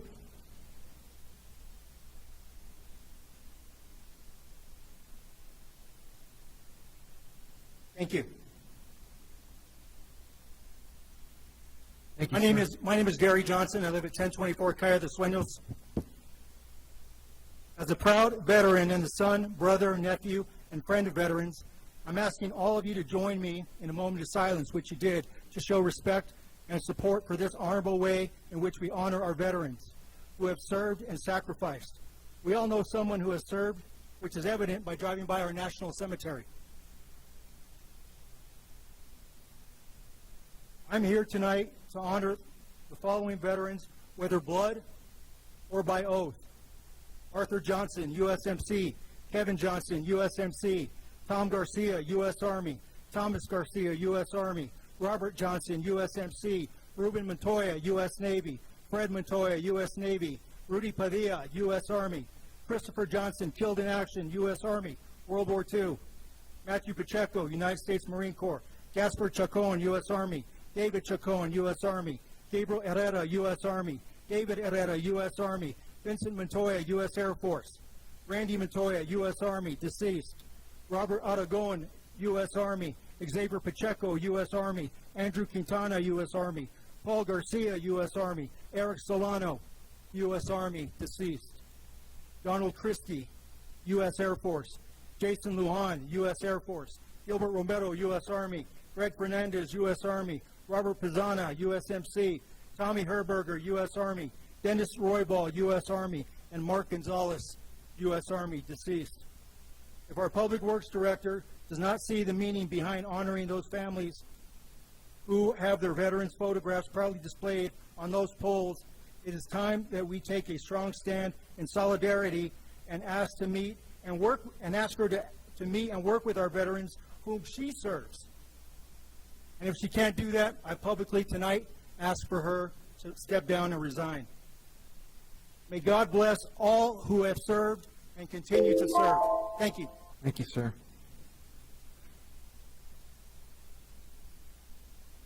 Council members, mayor, former council member, thank you for listening to everyone here tonight. My name is Carmela Quintana, and I serve as the commander for the American Legion Post 12. This is my dad, served 43 years, died on Veterans Day last year. He swore me in. I served 20, we're both combat vets. Members of Post 12 served in conflicts from World War II to post 9/11. I am an anomaly in the state American Legion as a whole, being female and slightly younger. But though I served, I learned about continued service every day from them. For example, the Post 12 Honor Guard volunteers at the Santa Fe National Cemetery on average 15 hours a week. Stipends the Honor Guard receives go back into the community.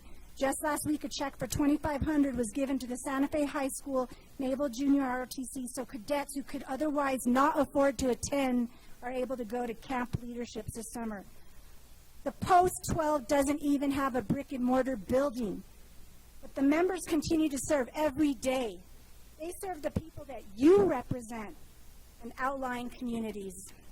This governing body knows service and sacrifice, surely by your time that you put in. But where I need your help is in the Courage Department. The Banner Program serves as more than a reminder of service. They are a reminder of our gente's tradition of service, honoring those who committed their lives, sometimes leaving their families to struggle for a greater cause. They are Santa Fe.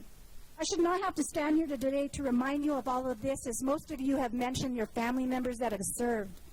My post members continue to serve. They are a living lesson to the younger generation and a reminder to all of us that freedom isn't free. Liabilities happen every day in everything we do. Service, sacrifice, commitment, and courage require action. Stop asking veterans who have already served their country and continue to serve their communities to do more. Haven't they done enough? What name is on the banners? It isn't the American Legion, and it isn't P&M. We don't want to hear you say you support veterans. We want action. Show some courage. Do your job. Thank you.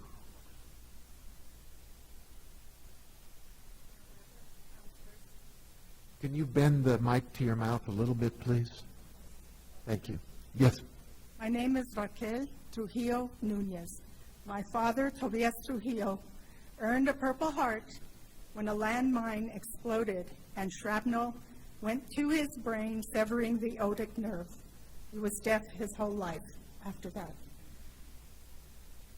I want to tell a story. Last month, a first cousin from Alabama came to visit New Mexico for the first time in 20 years. She saw the few flags that were hanging on Cerrillos Road. She was in awe and totally delighted to see those flags. Her father, also a World War II veteran.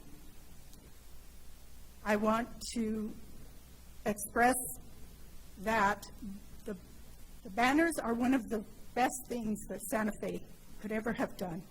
I have only heard positive feedback about it, and I hope you will consider that. Thank you.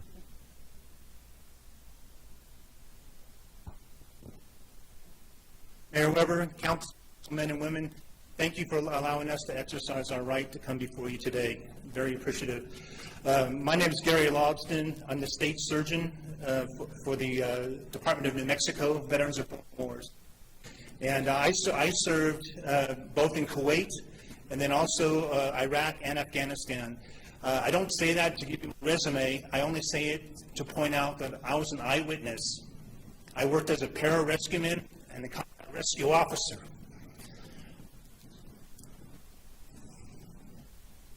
Take your time. Take your time. I got this. Anyway, I only say that because a lot of times when the banners are up, when we're recognizing veterans, you may not see the horror or understand truly the horror that they go through. And these banners, they honor veterans that have served, that have passed, and that were killed in combat. And this council made a wonderful decision before to put the banners up. I'm asking, make another wonderful decision to put them up. My understanding is that this little piece of vinyl, you're worried about pulling down an industrial strength light pole. And I find that absurd. Please have the courage. Please talk again. And please reverse your decision. Thank you. Thank you.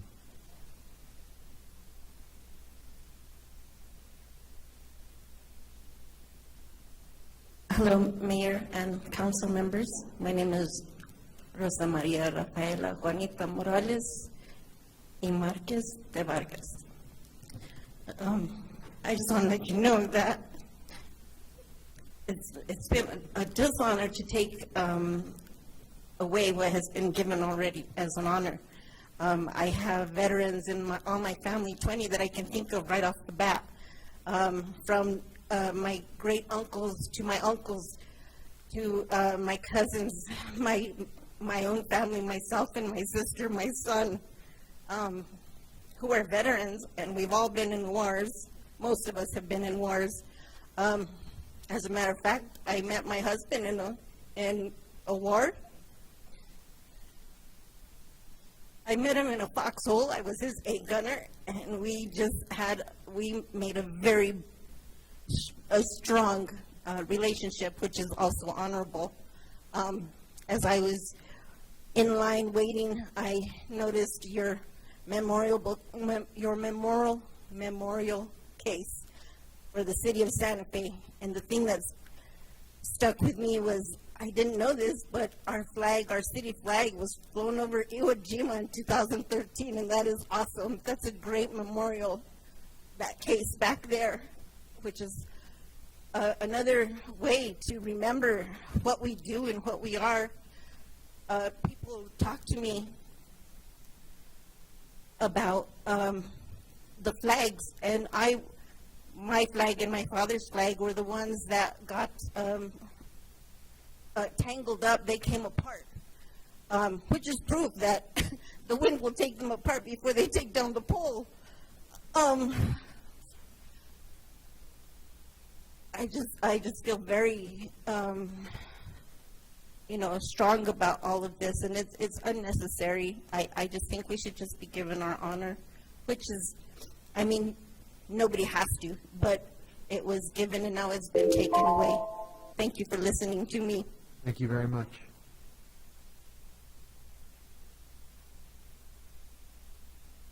My name is Shirley Martin. I live in Rio Rancho, but I was born and raised here in Santa Fe. My husband, he served this country. He fought for all of you guys freedom. And this is what you're going to do? You're going to slap him in the face? I think it is wrong. It is really wrong. And then we look out here in front. There's a statue for some Petrie because he's a Medal of Honor. Why does he get to have a big statue? And my husband and all these people in here, our banners cannot be put up because this is our family. We respect them, and we want you guys to put them back up and respect them, just like we respect them. Thank you. Thank you.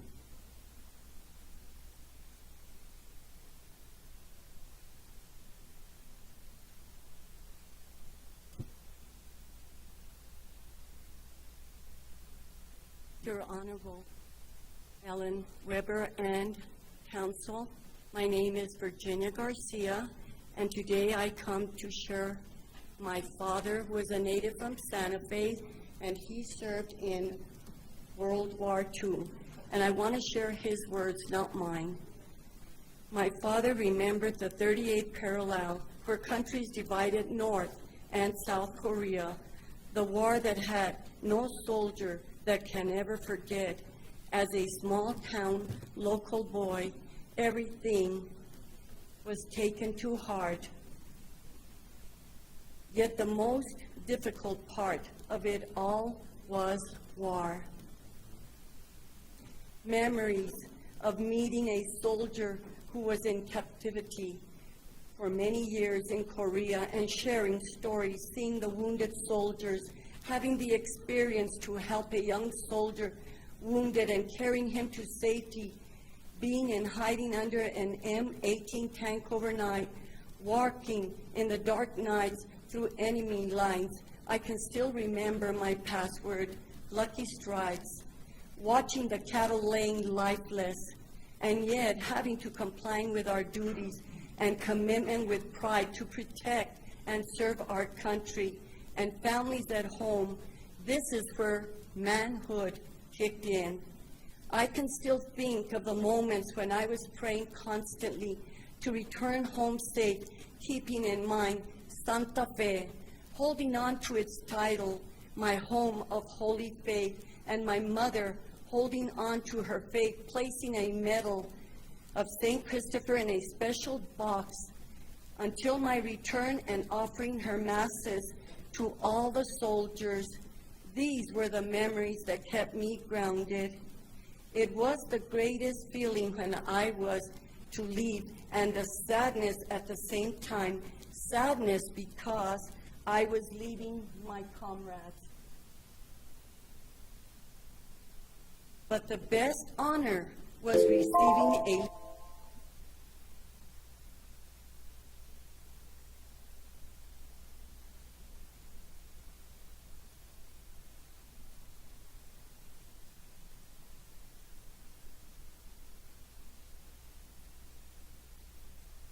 Thank you so much.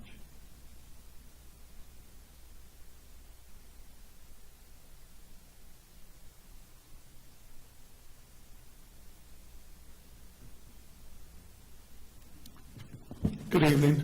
My name is Jerry Gregory. I am representing the Sanchez family. There's 6 brothers. Their cousins are here. I stand before you representing the 6 brothers that served in World War II. They were all Santa Fe residents who left together, served in various theaters, and all returned to Santa Fe alive. Along with the Sanchez brothers, there's my mother-in-law, and my father is down on this end.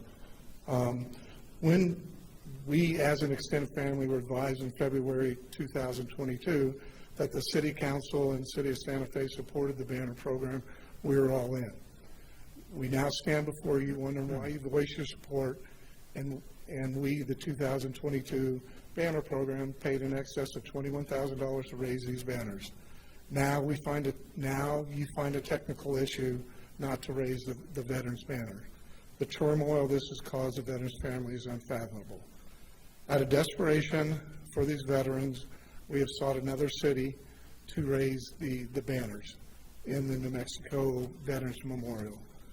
If this program ends tonight, it'll be a demonstration of the ineffectiveness of the mayor, city manager, and city council. Thank you. Thank you.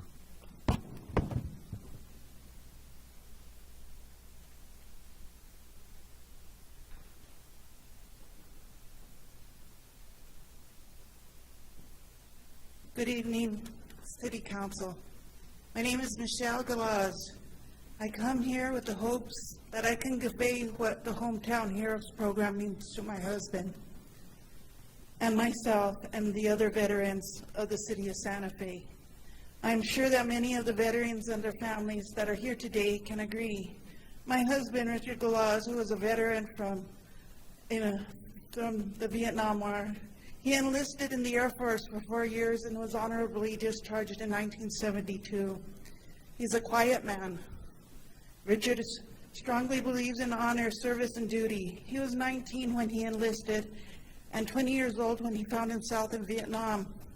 My husband did not ask me to sign him up for the Hometown Heroes program. I did it on my own by noticing the look on his face when he saw the banners flying. I understand that the city's concern is safety. Well, safety was not a concern for a 20-year-old who was told by his country to go into a foreign country and fight a war far from home, leaving his family and everything he loves, knowing whether he was going to come back home or not. He, along with the other veterans, are here today, risked their lives, their safety, and safety was not an option in Vietnam. They did their jobs as soldiers for their country so that you and I could be safe in our home, city, and our towns. All our veterans did this with honor, trust, and with many prayers. Some made it back, but still carry the memories of this war every day. Some did not make it back, and their families were left with a big hole that would never be filled. Safety. The other concern, financial. I understand the cost involved with putting up these banners throughout the city. Seems that in life there's always costs. Cost of these veterans, many paid the ultimate price, their lives.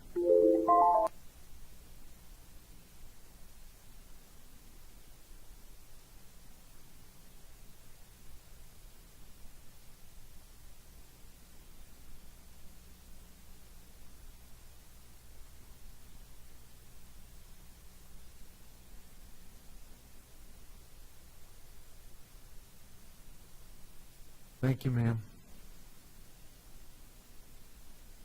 Thank you very much.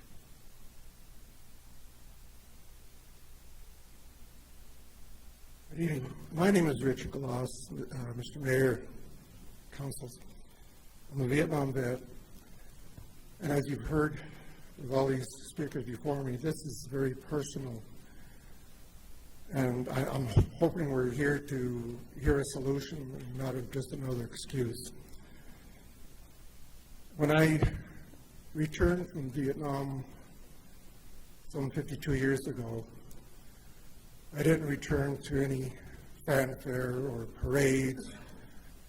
On the contrary, there were demonstrations. Some of us were called names. Even some of us were spat upon. Don't spit on us again. Thank you, sir.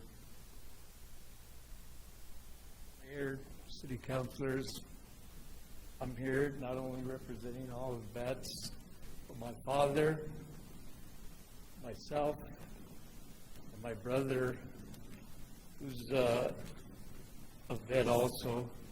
But if you notice, my father is dressed in the city of Santa Fe police uniform.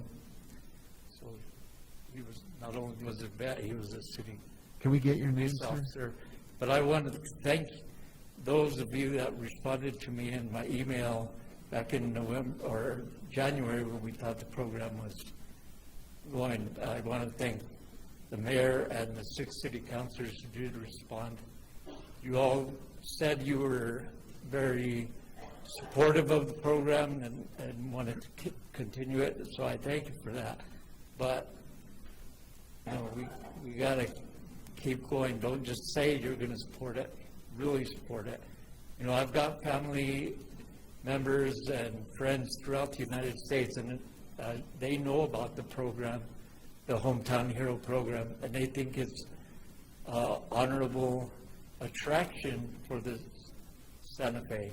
And when I say attraction, I mean it's something that people want to see, not just the monuments that we have out here, the special events in the plaza that we have, that we celebrate.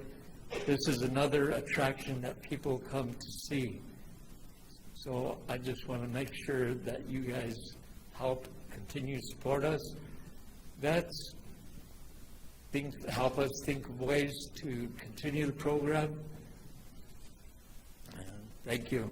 Thank you, sir. Can I get your name before you go? Oh, John Gonzalez, I'm sorry. Thank you. Mayor, councilors, my name's Gilbert Romero. I served 20 years in the Army. I fought the war, I earned the Brown Star. I did what I had to do. I came home. Not many did. A lot did not survive. They paid the ultimate sacrifice. And not a lot of those men and women are on banners on the streets. I'm asking for you to reconsider your decision and put these banners back up, only because they earn the respect. They earn your respect. And trust me that by taking them down is a huge black eye to the city of Santa Fe. There's other cities that have banners up, no problems, but Santa Fe always has to have some kind of problem. So I'm asking to put them back up. This is a short speech, but thank you. Thank you. And thank you for allowing all these people to come speak tonight. Thank you, sir.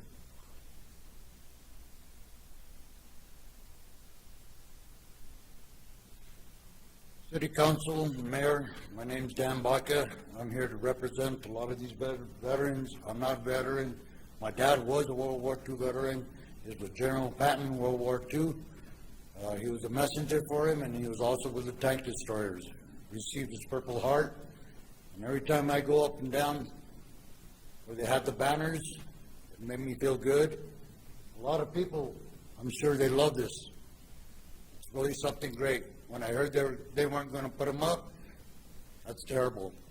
I don't know if you all know, but I was the one that brought, years ago, raising those headstones at the National Cemetery. Came out in the news, and I also came over to the City Council. Everything was a go on it to get them back up. Resolution was turned into the White House in Washington, D.C. Still no answer. Patty Boucher, I don't know what happened. Something to reconsider. That thing was thrown down. Don't throw down the banners. That's all I ask. I did work for the city of Santa Fe for for the water department, 37.5 years. And I'm very proud of what I did. And I hope you guys, whatever you're doing, you keep doing what you're doing, do it right, and be proud of what you're doing. Thank you. Thank you. Good evening. My name is Michael Gonzalez. I'm first-generation veteran of 2 wars, Grenada in '83 and first Gulf War in Saudi Arabia.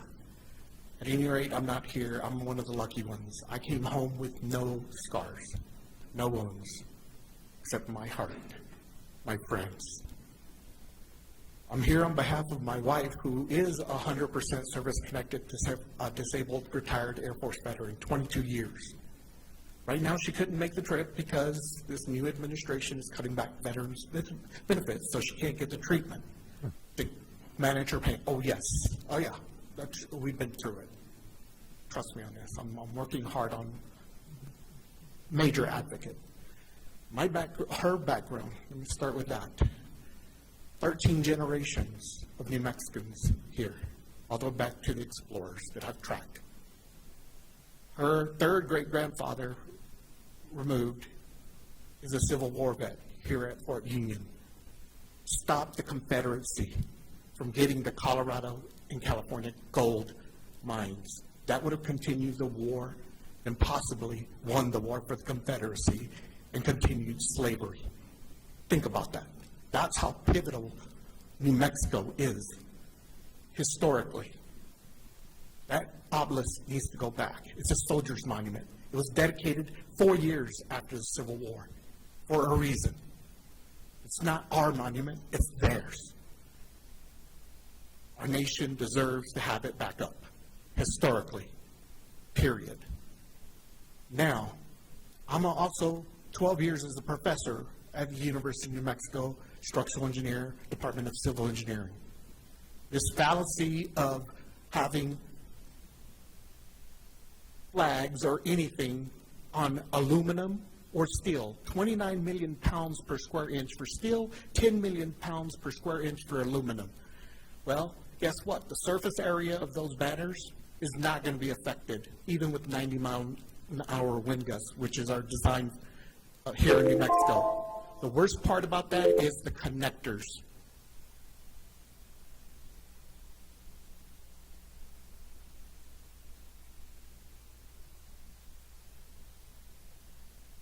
Thank you, sir.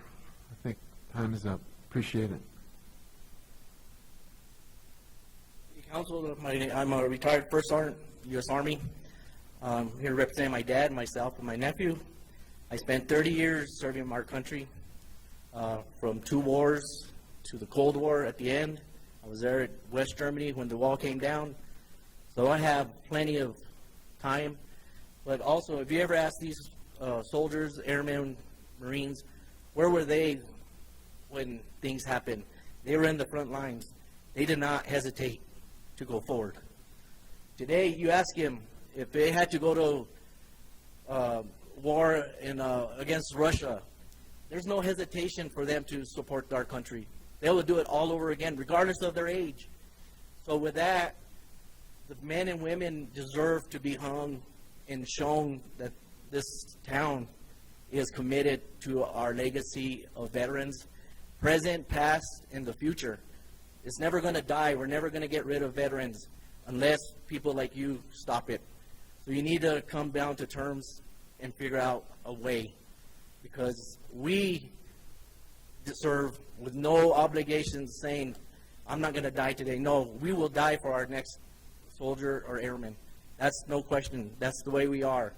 We're tight, and this is even better. This is how we show it as we can to this day. Thank you. Thank you.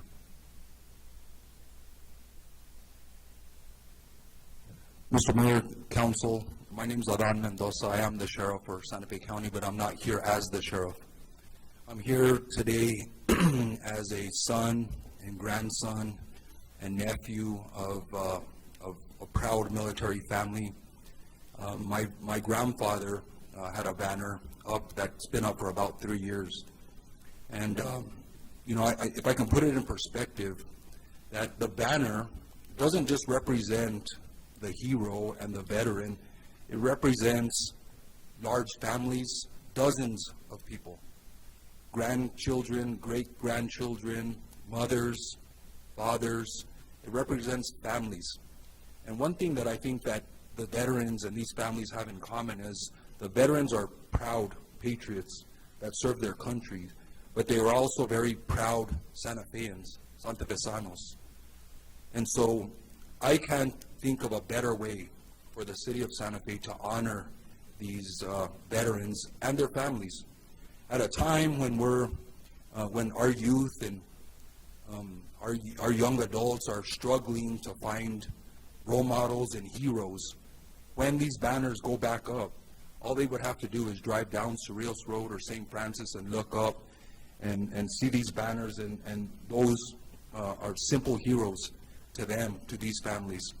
So I would respectfully request that not only the governing body, but everybody sitting in these seats continue to come to a compromise, to find solutions on how we can get these banners up. I think we, as a governing body and the representations of all these veterans and families, owe it to these veterans to work together to make sure that this program succeeds. Thank you. Thank you. My name is Kathy Payton, And this is my husband. He served in Vietnam, Melvin Payton. When he came back, he had a lot of health issues and still does.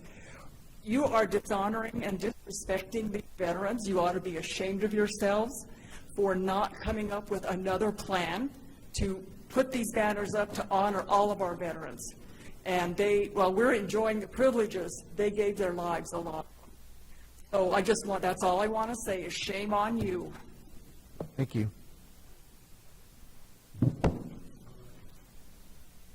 Good evening.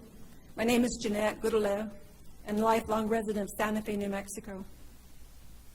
I'm here representing my father, Honorable Discharged United States Marine Corps Sergeant Albert G. Goodalev, who served in the Vietnam War, 1962 to 68. For the past few years, I've enjoyed seeing the military banners up and down Cerrillos Road. Didn't know much about, but I thought City of Santa Fe had a great display to honor our veterans. Last year, I was talking to my friend, and she mentioned her and her family were going to purchase a military banner for their father.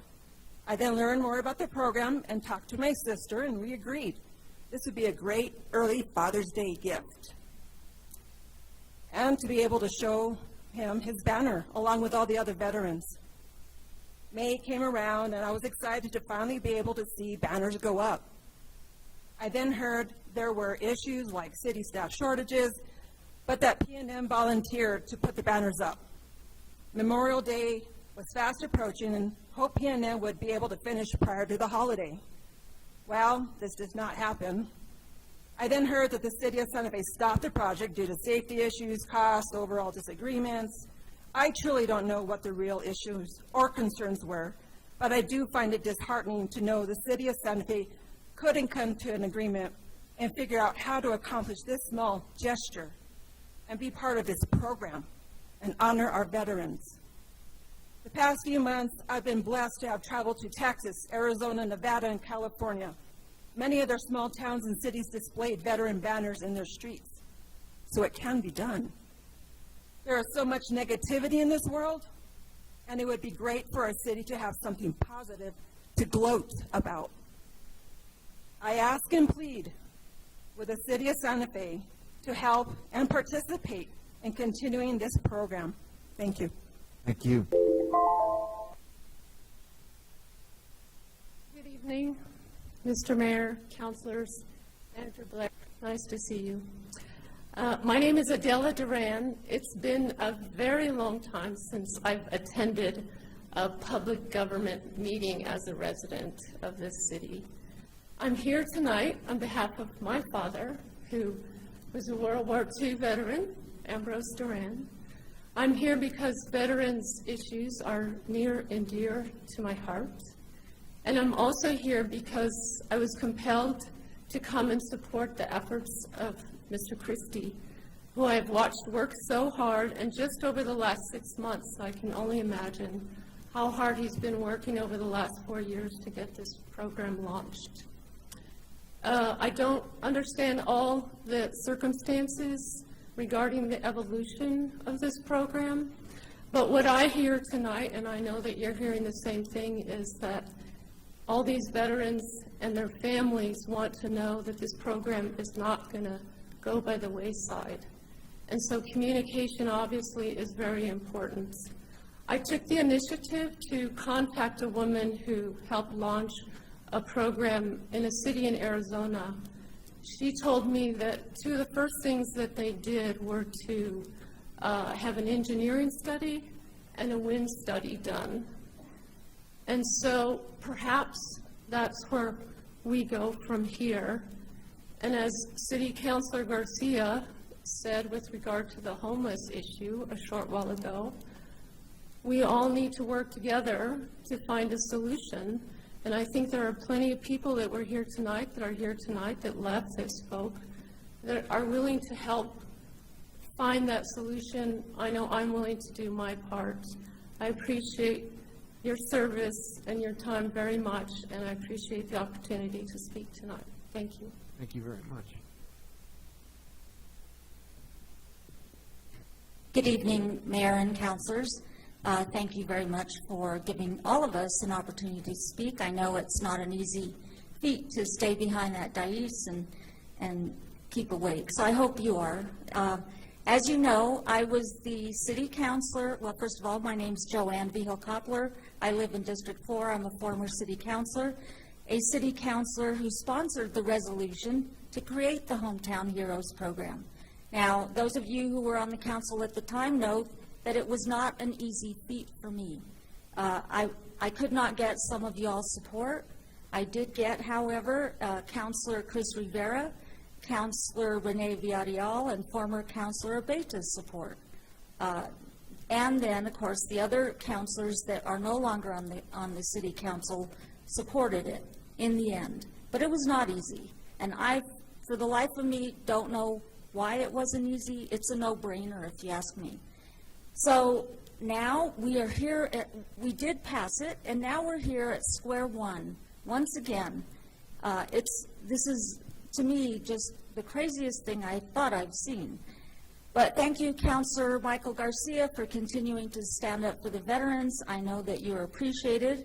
But this administration has moved from removal of our local cultural traditions, our historical statues, to removal of veterans banners. You know, I wonder where it's going to stop. I hope it stops now. The buck stops with you all. This program has been one of the things that the city has done right. You and I, when I was on the council, we did the right thing. And I was always very proud of that, and I know you all were too, because the public, City of Santa Fe people loved it, and you've heard that tonight. Our veterans fought for our nation, and now it's unconscionable that they have to come here and sit tonight and stand and fight for banners. You all need to do the right thing. You need to hang those banners, and you need to hang them now. That is the only position that would be acceptable, and I think you heard that tonight. Thank you. Thank you.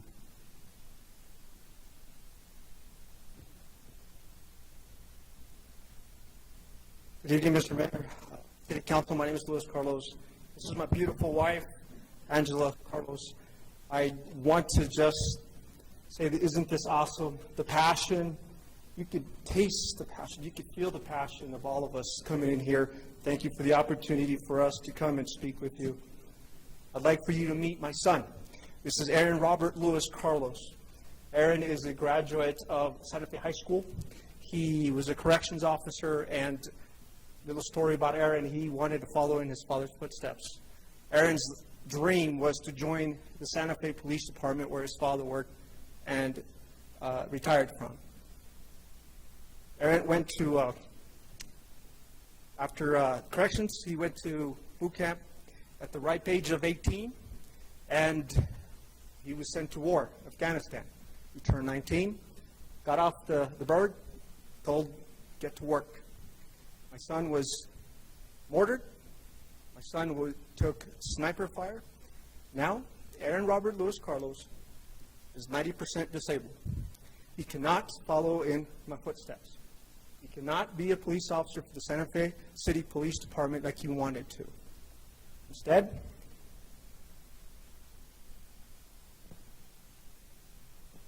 struggles. We struggle as a family. Aaron fought the global war against terror, against ISIS.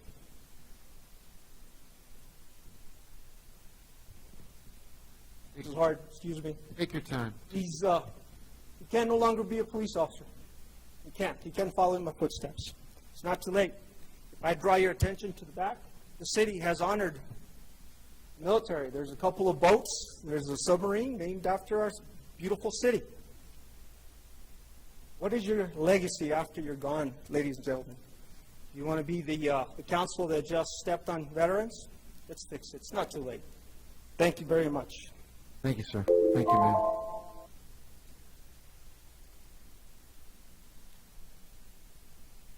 Words over page 467, Camilo Dominguez. You know, prior years, when you were in the office, even prior years, you used to have 3 minutes to be able to speak. 3 minutes. Now you gave them 2 minutes, and at one point you gave the people 1 minute. I challenge you to speak for 3 minutes and see if you can do it and get the thoughts that you want to do. And I challenge the counselors to make a motion to change it from 2 minutes to 3 minutes to let these people finish what they're saying, give an opportunity to say what they want to say. But no, you want to limit the speech, and that's what you do. Mayor, I see you as an anti-soldier, anti-veteran person. Why? I've seen 5 things that you've done against veterans. You made a promise 2 years ago that you're going to remove the Don Diego de Vargas. Then you're going to remove the Soldiers Monument, and then the Kit Carson's Monument. You remember that, Mayor? We have it in tape, videotape. Anybody wants to see it? It's on videotape. Just look at Eli Bransford, and he has it all that on videotape on YouTube. We have that. And now you're attacking these banners, okay? And now you're also attacking the college. Did you know, Mayor, that that college used to be a Burns hospital? Did you know, Mayor, that that hospital took in Army, Air Force, Coast Guard, every soldier that was injured in war, they came to this hospital so they could recuperate. And now you're doing this disservice to them too. That's 5 things, Mayor, that you've done against veterans and soldiers. It's horrible. It's terrible. You should be ashamed of yourself, Mayor. I know you're not. I know you're not.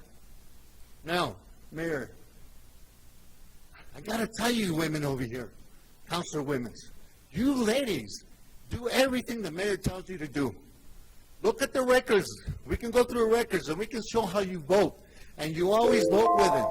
You always vote for it. You women are submissive to that mayor. Thank you.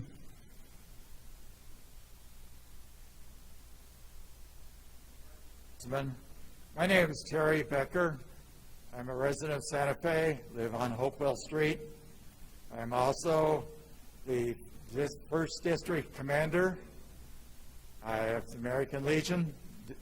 I'm also past commander of Post 12 Santa Fe. Wish to say that I am a veteran of the United States Navy, Vietnam. I was a gunner's mate technician, 2nd class. I went to school here in what was Sandia Lab in Santa Fe, down in Albuquerque. I was part of W Division. I was a keeper of the Dragon. I spent a tour in Vietnam aboard the USS Coral Sea. My duties, I was also in Da Nang. My duties on board the ship, I was also part of a demolition team of 6 members. It was a suicide mission that I had no problems in carrying out. But fortunately, I didn't have to.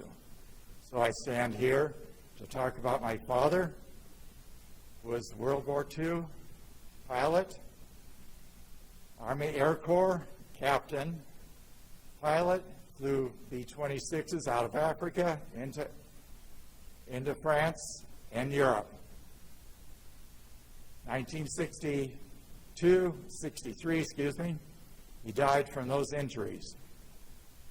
I have a banner that's been flying for 3 years honoring him. That's the only way I can honor him now, because he is not here.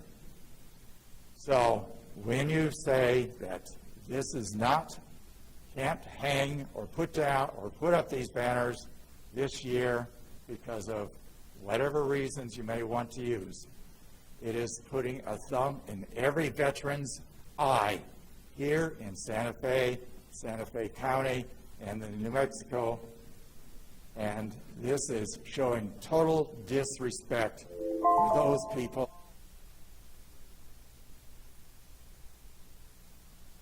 Thank you, sir.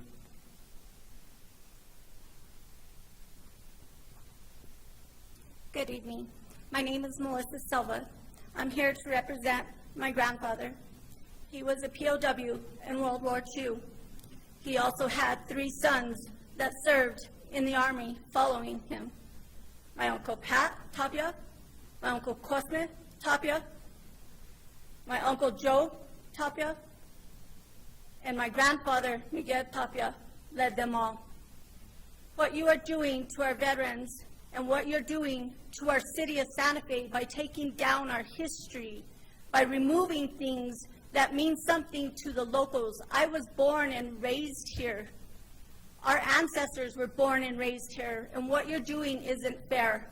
My husband, retired Air Force. My son is currently serving in the Air Force. And what you are doing by disrespecting our military, because that's what you're doing, you give them a little and you take away. They have enough hard times trying to deal with the past and what they saw overseas, what they saw at war, what they face on a daily basis. And now they have to come in front of you guys and ask you to reconsider placing these flags where they belong. These flags belong to be flown and to be proud of our cities and our people that have represented all of the different Army, Air Force, Navy, Marines, Coast Guard. You guys, as a city council, need to stand and realize that our people, our locals, have done a lot, and you guys need to start respecting the locals and our veterans. Thank you. Mayor, City Council, thank you for this opportunity. My name is Manuel Seiss. I'm a proud Navy and Army veteran, served in Vietnam. I come from a long line of veterans. My grandfather, World War I, my dad, World War II, myself, Vietnam, my daughter and my son, Desert Storm. These banners, when they were up, my grandkids would see my father's and my wife's father and want to know all about it. I've got people all over California, Arizona, everywhere, where I send them pictures of these banners, and they want to know how they can get it going. Barstow, California actually started doing it now. These people are proud. They're proud of the veterans. They're proud of their family. I also served as a police detective here for 35 years here in Santa Fe, along with a lot of these other people that are here, police officers, and work for the city. We're a proud community. We're a community that likes to serve our people. And to see these things coming down, it hurts us.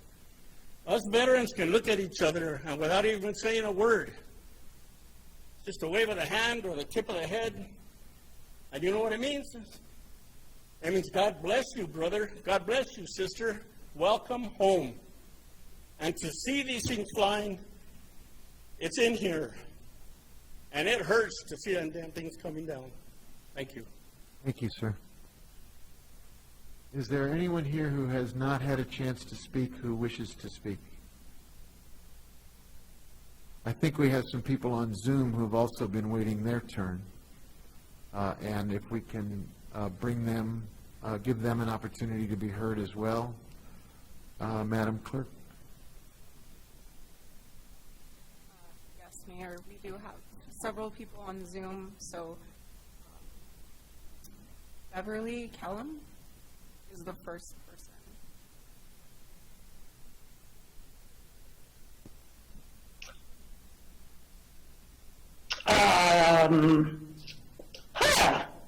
I'm Beverly Kellum. I feel a little bit off topic right now because of all the veterans who have spoken, but I was here to speak on behalf, I'm the Deputy Director of the Interfaith Community Shelter at Pete's Place. I just want to point out that almost every single complaint I've ever heard about people who are experiencing homelessness centers on a few issues: trash, needles, loitering, and I'm sorry I can't even bring myself to say the word, but can you imagine, even for the moment, having no place to even use the restroom? To the people who would stand in opposition to a safe outdoor space for people who are homeless, I would just like to point out the following. Regardless of where they are, safe outdoor spaces provide restroom and other hygiene-related services for people. They allow people to be clean, to wash their hands, which is something that most of us take for granted. Safe outdoor spaces provide a place for people to be during the day, instead of sleeping and using the restroom in a bike path tunnel or in the dugout at a Little League field. Safe outdoor spaces have trash cans and safe needle disposal services, and safe outdoor spaces create options for service providers to offer real help to real people to get into the services that they desperately need. Mental health services, substance abuse services, housing services.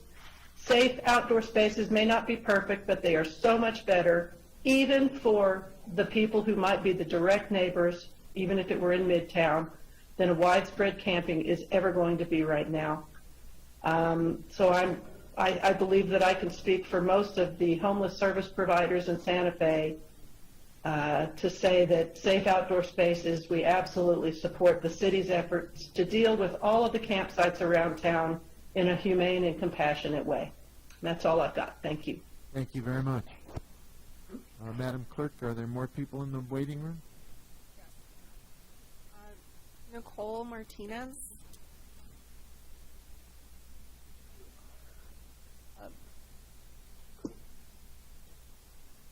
Good evening, Mayor, Council. My name is Nicole Martinez. I'm the Executive Director of the Mesilla Valley Community of Hope in Las Cruces. I oversaw the implementation of Camp Hope, a sanctioned outdoor space that's located behind the Community of Hope, and which is still in operation today, going on 11 years. 11 years, and there's still a need. Because the time is limited, I'll just highlight for you why we continue to operate Camp Hope. One of the first reasons is because of the reduction of crime that we have seen on our property. We sit on land that's owned by the City of Las Cruces with 5 social service agencies within a stone's throw of each other. With the implementation of Camp Hope, we've had fewer sexual assaults reported, fewer violent crimes, less defecation and trash on the property, and much less property damage than before we had the camp.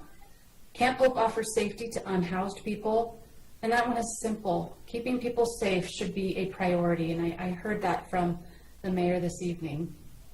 Camp Hope not only keeps people safe, it connects them to services daily.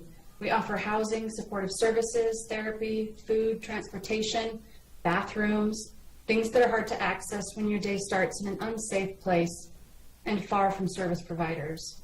There are staff members checking on the camp Monday through Friday between the hours of 8 and 5, and residents have continued to make the camp work with limited oversight. The benefits of having the camp have far outweighed the timeless and tireless reasons to not do anything. Santa Fe does have unsanctioned encampments, so this is really an opportunity to give those living outside an opportunity for sanctioned encampments or safe outdoor spaces, for safety, for services, and for empowerment. And I hope your council seizes this opportunity. Thank you. Thank you very much, and thanks for waiting so long to have your turn to speak. Stephanie Beninato. Thank you. Can you hear me? Yes. Good. As far as banners, no good deed goes unpunished. And again, I don't see how it's disrespectful to take the banners down. It's a private program, and the city was eating the program, and you certainly have offered another location. I appreciate the people who wanted to try to find a compromise, who thought people should come forward with solutions, etc. I certainly would like you to honor my daughter, who's a native New Mexican, who serves in the U.S. Officer Corps in the CDC. Right now she's in Ethiopia. She was in Afghanistan in 2019, and she was in Liberia when Ebola broke out. But you won't do that. You're going to just honor warriors. And as for the homeless encampments, I think you should find a place in every district. I think District 4 has more just because it was the later developed. And sorry, Ron Trujillo, but your suggestion up across from Canyon Road Park, there's also Cristo Rey School there. So I don't think that would really work very well. I would like the city to look at the scheduling for the pools. We are really wasting both facilities, especially the $2.5 million we paid for Salvador Perez.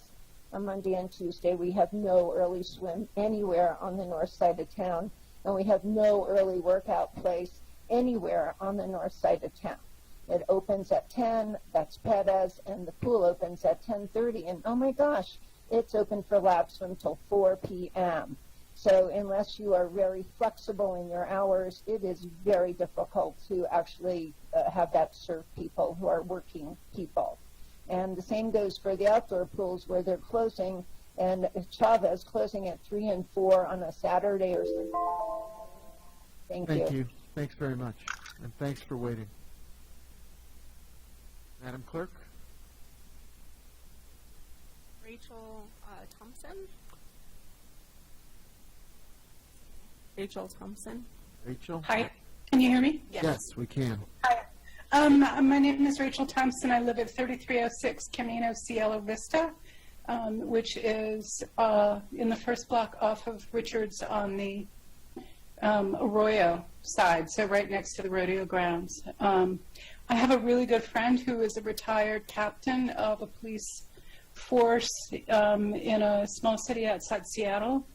And she lives in Seattle, so she has two perspectives on this issue of homelessness. And she's just said that having whatever we want to call them, safe outdoor spaces is far, far preferable to letting people camp where they will. I mean, from a health and safety perspective and a public perspective is just so much better, even if it's not a solution.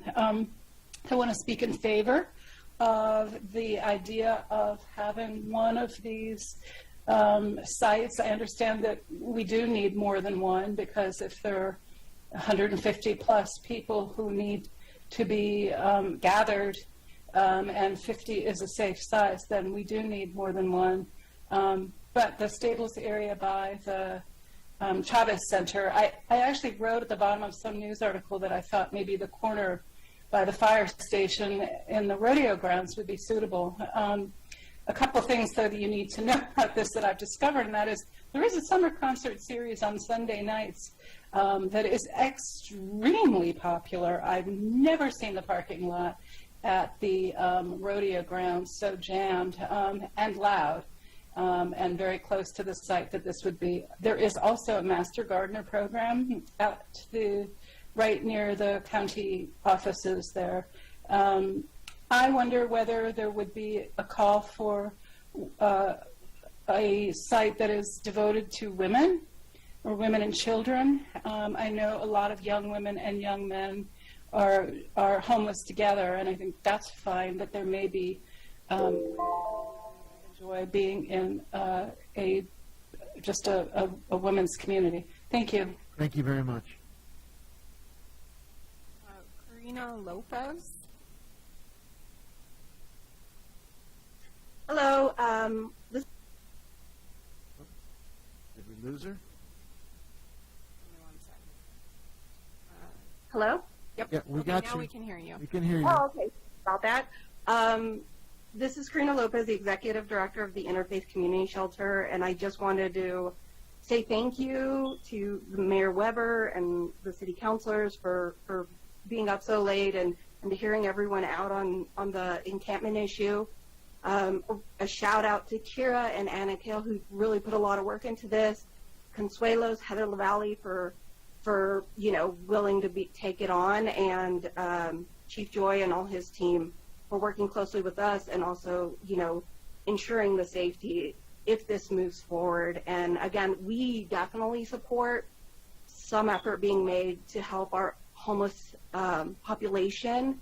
And I hope that people don't just take location into account in as far as like the north side or, up by Canyon Road or the south side, because when we look at the services that something like this would provide, it is about location, but close to services, bus access.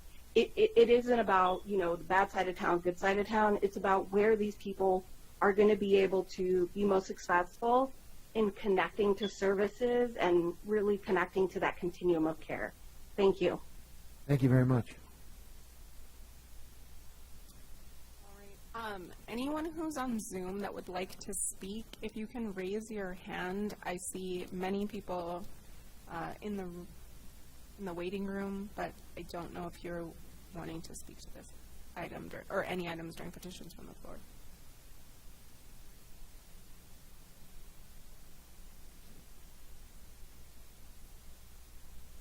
Okay, perfect. Ashley Kessler? Hi, good evening, Mayor Weber and City Council members.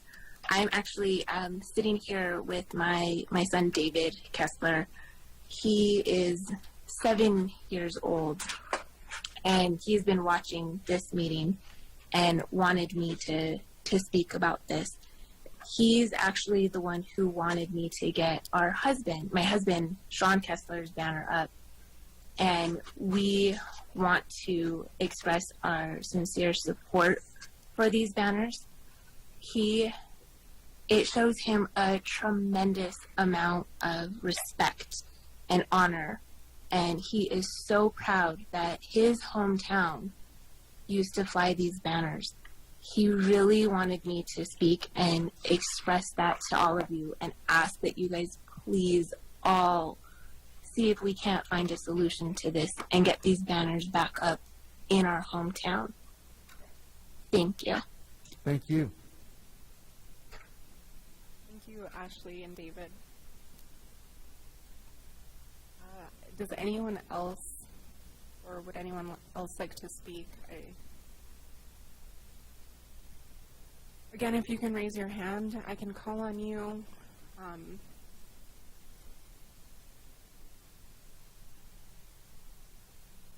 Mayor, I have a lot of people in the attendee room, but no one is raising their hand.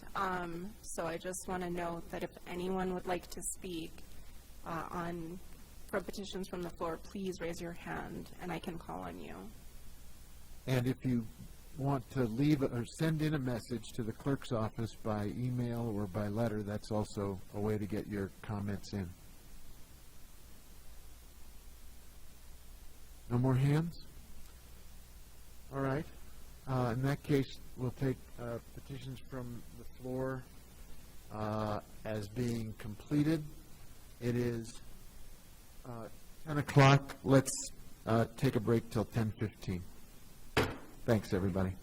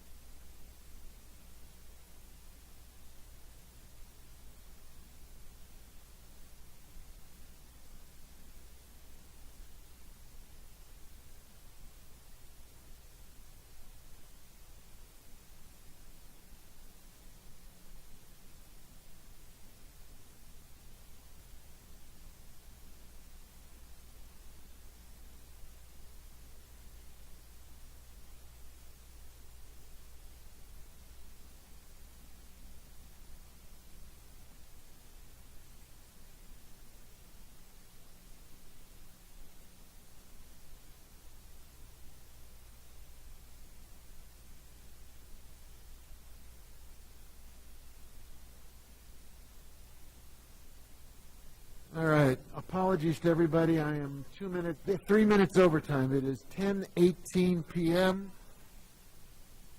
Folks, we're back in order. And Madam Clerk, if you would return us to the regular order of business, please.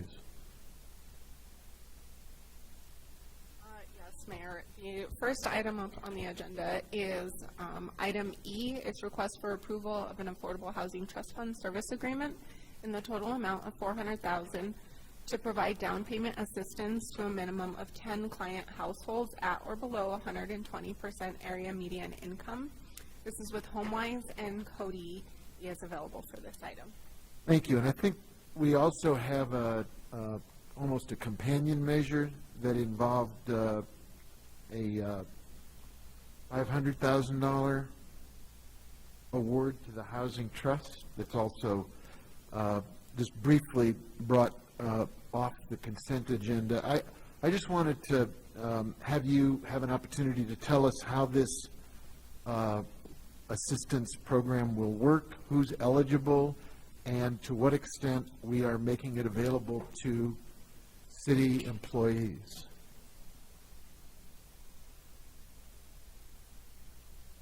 I'm not sure the mic is on.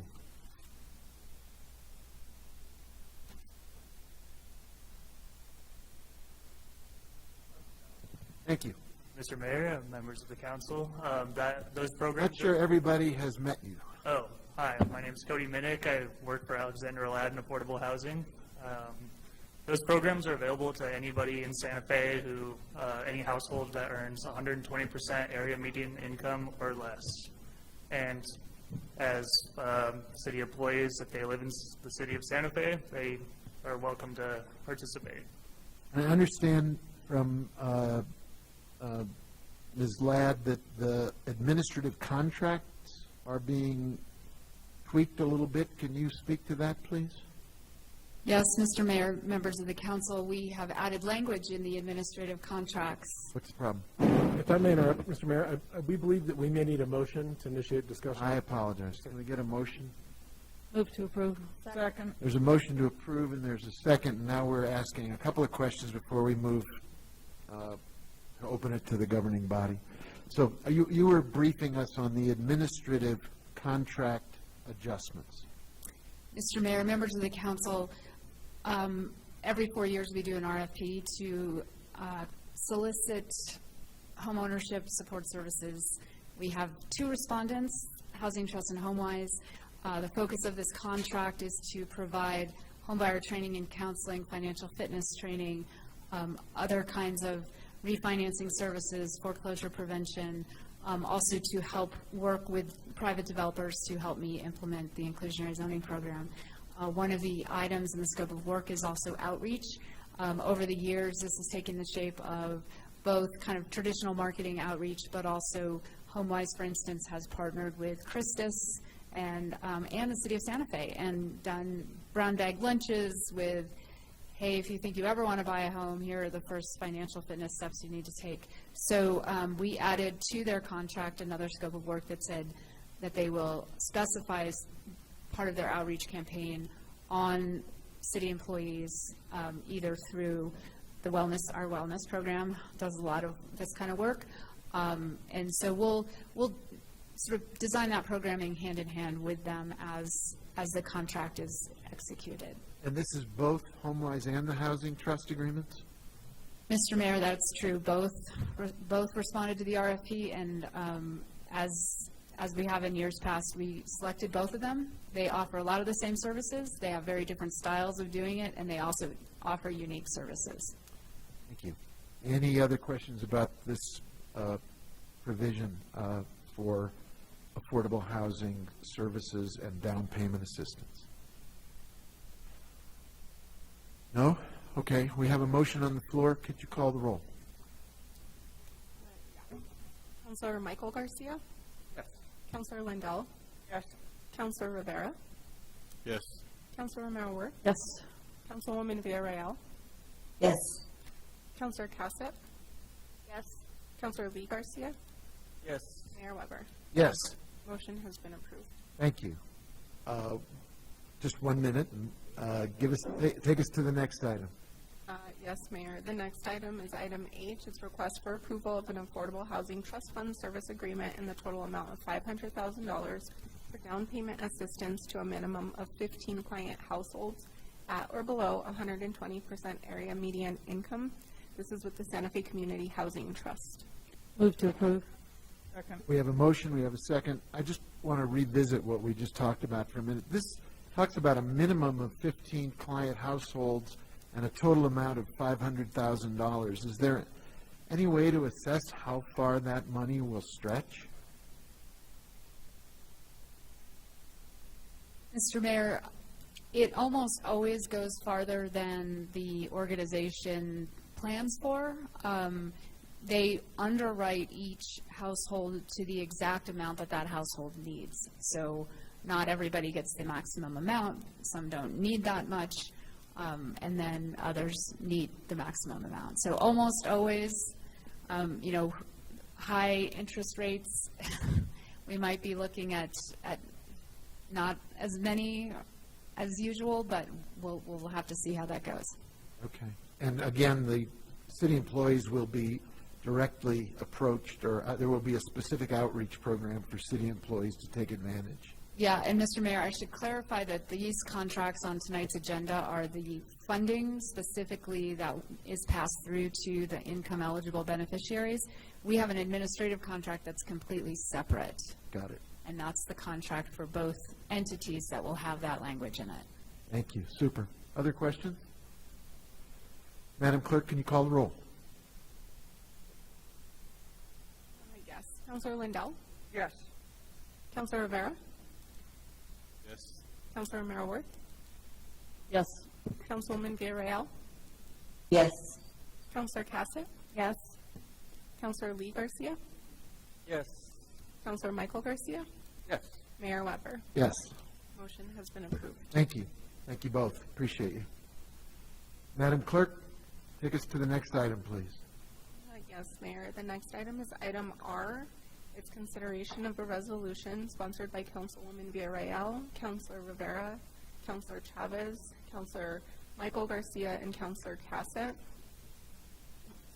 It's a resolution supporting the permanent preservation of the Caja del Rio cultural landscape and wildlife area. Can we get a motion? Move for approval. Second. There's a motion, there's a second. Councilor, do you want to, how would you like to proceed? I see Councilwoman Villarreal has stayed with us. Thank you for that. Do you want to speak to this before we go to, I know there's an amendment on the docket that would be discussed, but do you want to speak to the merits first, Councilwoman? Are you talking to me? Yes. Yes, I was. Couldn't you hear me? I can't tell. The screen thing It's weird. kind of funky. Yeah. With the hybrid. Actually, I was going to go ahead and have Councilor Rivera go first. I hope my brother, Councilor Villarreal over there. I hope you're feeling better from your COVID. Seriously, I know it really. I'm tired It's and terrible. medicated right now, so Yeah. So you would like Councilor Rivera to take the floor? first, and then I'll fill in after. Good. Councilor Rivera, you have the floor. Yeah, thank you.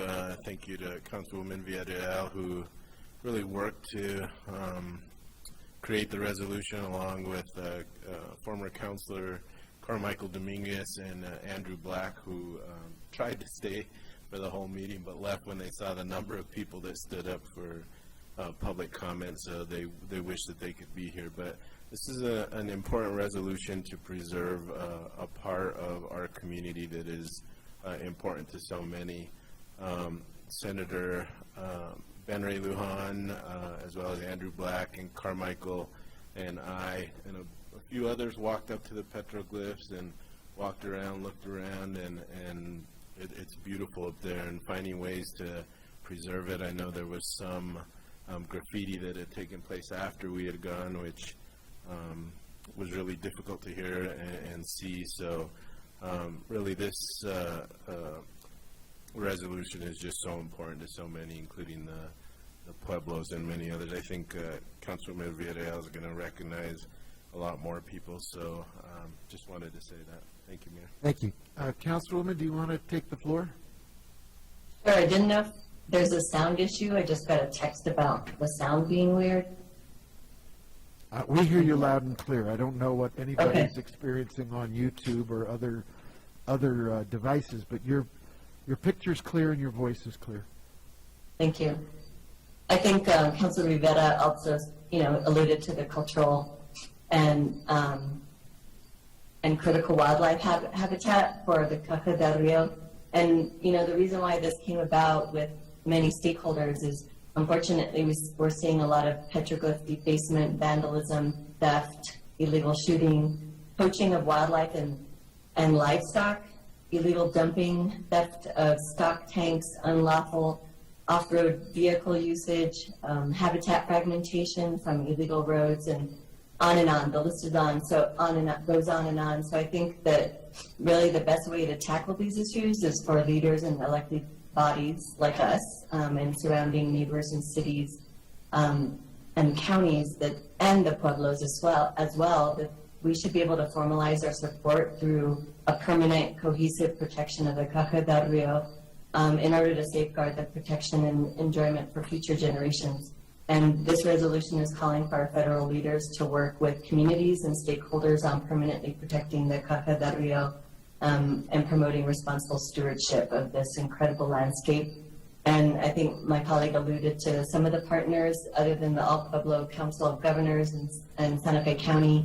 It's also supported by organizations such as the Native American Fish and Wildlife Society, Hispanics Enjoying Camping and Hunting Outdoors, also known as ECHO, Earthkeepers 360, the National Wildlife Federation, New Mexico Wild, the League of Conservation Voters, Nuestra Tierra, Partnership for Responsible Business, and the New Mexico Wildlife Federation. I already said that. No, actually, New Mexico Wildlife Federation, not just National Wildlife Federation. And of course, to thank our colleagues for sticking it out, former Councilor, the fact that a former Councilor, Carmichael Dominguez, has helped us through this process, and Andrew Black, it's been such a rewarding process. So I'll stop there and we'll answer any questions. I think there's an amendment as well. Thank you. Thank you. Councilor Mayor-Worth. Thank you, Mayor. I don't have any questions, but I do have an amendment to offer. And I don't know, I guess I'll move the amendment. All right. I'll make a motion to adopt the amendment. Is there a second? Second. Okay. And then I'm happy to speak to it. Basically, it adds one whereas clause and one be it further resolved clause. I think what's happening with this resolution is very important, and I think this amendment is compatible with what's being proposed and what the objective is. This whereas clause acknowledges that the Caja del Rio is also an important city and county utility corridor. You all may know that we have critical water infrastructure that supplies the water to the city and county of Santa Fe, and this whereas clause acknowledges that infrastructure, and the be it further resolved clause just makes it clear that we're not limiting the future city and county near and long-term utility infrastructure development in the area, and that's what this does. Okay, thank you. Other comments about the amendment that's in front of us? Councilor Rivera, you've got a question. Did you get a second? I don't know. Yes, we got a second. And if I could just add, I did work with Andrew Black on this, as well as our water utility people, just to, so I was just going to jump in quickly. Councilor Rivera, you mentioned your visit to the site. I had the great fun of going up with Andrew and getting a tour, and it's history. It's remarkable. Not only the petroglyphs, but just how much of New Mexico history has taken place in that one location. I think the preservation of that is incredibly important, and the fact that it may have been spurred by people doing defacing those petroglyphs is unfortunate. I also think that the addendum that Councilor Merriworth is making is worth simply putting into the resolution as a future reminder, because frequently we all agree among ourselves, but if it isn't memorialized in writing, we really don't know that it'll be seen by others in the future. I also spoke with Andrew Black about it. I think he is a real honorable man going between different players in this situation, and he felt very comfortable with this as a way of making sure that while we really focus on the preservation of the site, we don't do anything that jeopardizes our infrastructure in the future, and didn't see it as incompatible at all. Just put that out there. Any other comments about the amendment as proposed? Yes, Councilwoman Villarreal, you have your hand up. Trying here. I just had a question about, because we saw this at the, at 5 o'clock or a little bit before. So the first part, I understand the whereas, it says, we didn't read it, but into record, but whereas on the northeast edge of the Caja del Rio, there is a heavily used city and county utility corridor along and in the vicinity of the Buckman Road that includes, among other critical infrastructure, 13 deep water wells and a river diversion, 2 large water transmission pipelines, and a natural gas pipeline. And so that I understand. The second part for the new or proposed be it resolved says that while the city opposes additional development in the Caja del Rio, particularly in roadless areas, the existing utility corridor and well field near the Buckman Road are critical to city and county resilience. And the city does not intend with this resolution to limit further city and county, future city and county near the long-term utility infrastructure development. But I don't understand the last part. It says in this heavily impacted area. Are they saying, is that saying because this is a heavily impacted area because of all the things I read of the reason for its protection, or what are I don't understand the language about heavily impacted area. I guess I took that to read it's an area of great importance to us. But I'm not sure it's critical for getting the message across. Okay, so let's see, the resolution to limit for future city and county. I mean, I'm happy to scratch it if it's... Yeah, that doesn't make sense to me. I'd like to scratch that last part.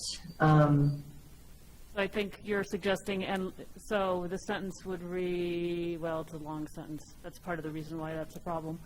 The city does not intend with this resolution to limit future city and county near and long-term utility infrastructure development, period. Yes, that makes more sense to me. Any objection to that? I don't have a problem with it. What do we do here? We amend the amendment? Mayor Weber, yes. So, motion to amend the amendment. All right. I'd move to strike in this heavily impacted area from the amendment. There's a second. There's a second from Councilwoman Villarreal. Is there a discussion of the amendment to the amendment? Can we call the roll? Yes. Councilwoman Villarreal? Yes. Councilor Cassett? Yes. Councilor Lee Garcia? Yes. Councilor Michael Garcia? Yes. Councilor Lindell? Yes. Councilor Rivera? Yes. Councilor Merriworth? Yes. Mayor Weber? Yes. The amendment to the amendment was approved. Okay, we now have an amendment as amended. Is there further discussion of the amendment as amended? Councilman Villarreal, any more comments on the amendment? No? Can we call the roll on the amendment as amended then? Yes. Sorry, you know how comical I can be. All right. Councilor Merriworth? Yes. Councilwoman Villarreal? Yes. Councilor Cassett? Yes. Councilor Lee Garcia? Yes. Councilor Michael Garcia? Yes. Councilor Lindell? Yes. Councilor Rivera? Yes. Mayor Weber? Yes. Motion has been approved. We have a main motion as amended. Is there further discussion of the main motion as amended? If not, can you call a roll on the motion on the floor? Yes. Councilor Rivera? Yes. Councilor Merworth? Yes. Councilwoman Villarreal? Yes. Councilor Cassett? Yes. Councilor Lee Garcia? Yes. Councilor Michael Garcia? Yes. Councilor Lindell? Yes. Mayor Weber? Yes. Motion has been approved. Thank you. Thanks. Thank you, everybody. Could you take us to the next item then, please? The next item is our first item on the discussion agenda. It's consideration of a resolution. It's sponsored by Councilor Michael Garcia and Councilor Lee Garcia. It's a resolution specifying that the down payment assistance program included in the fiscal year 23 budget be available to all full-time city employees. And I believe Bernadette Salazar, HR Director, is available for this item. And also, I think Alexandra Ladd is present as well. Can we get a motion? Motion to approve. Is there a second? Second. We have a motion to approve and we have a second. Councilor Garcia, which of you would like to speak first? Thank you, Mayor. Once again, I think we've gone down this discussion path time and time again, and I believe that the resolution as presented just speaks for itself. We're looking to include all full-time city employees in the down payment assistance program, and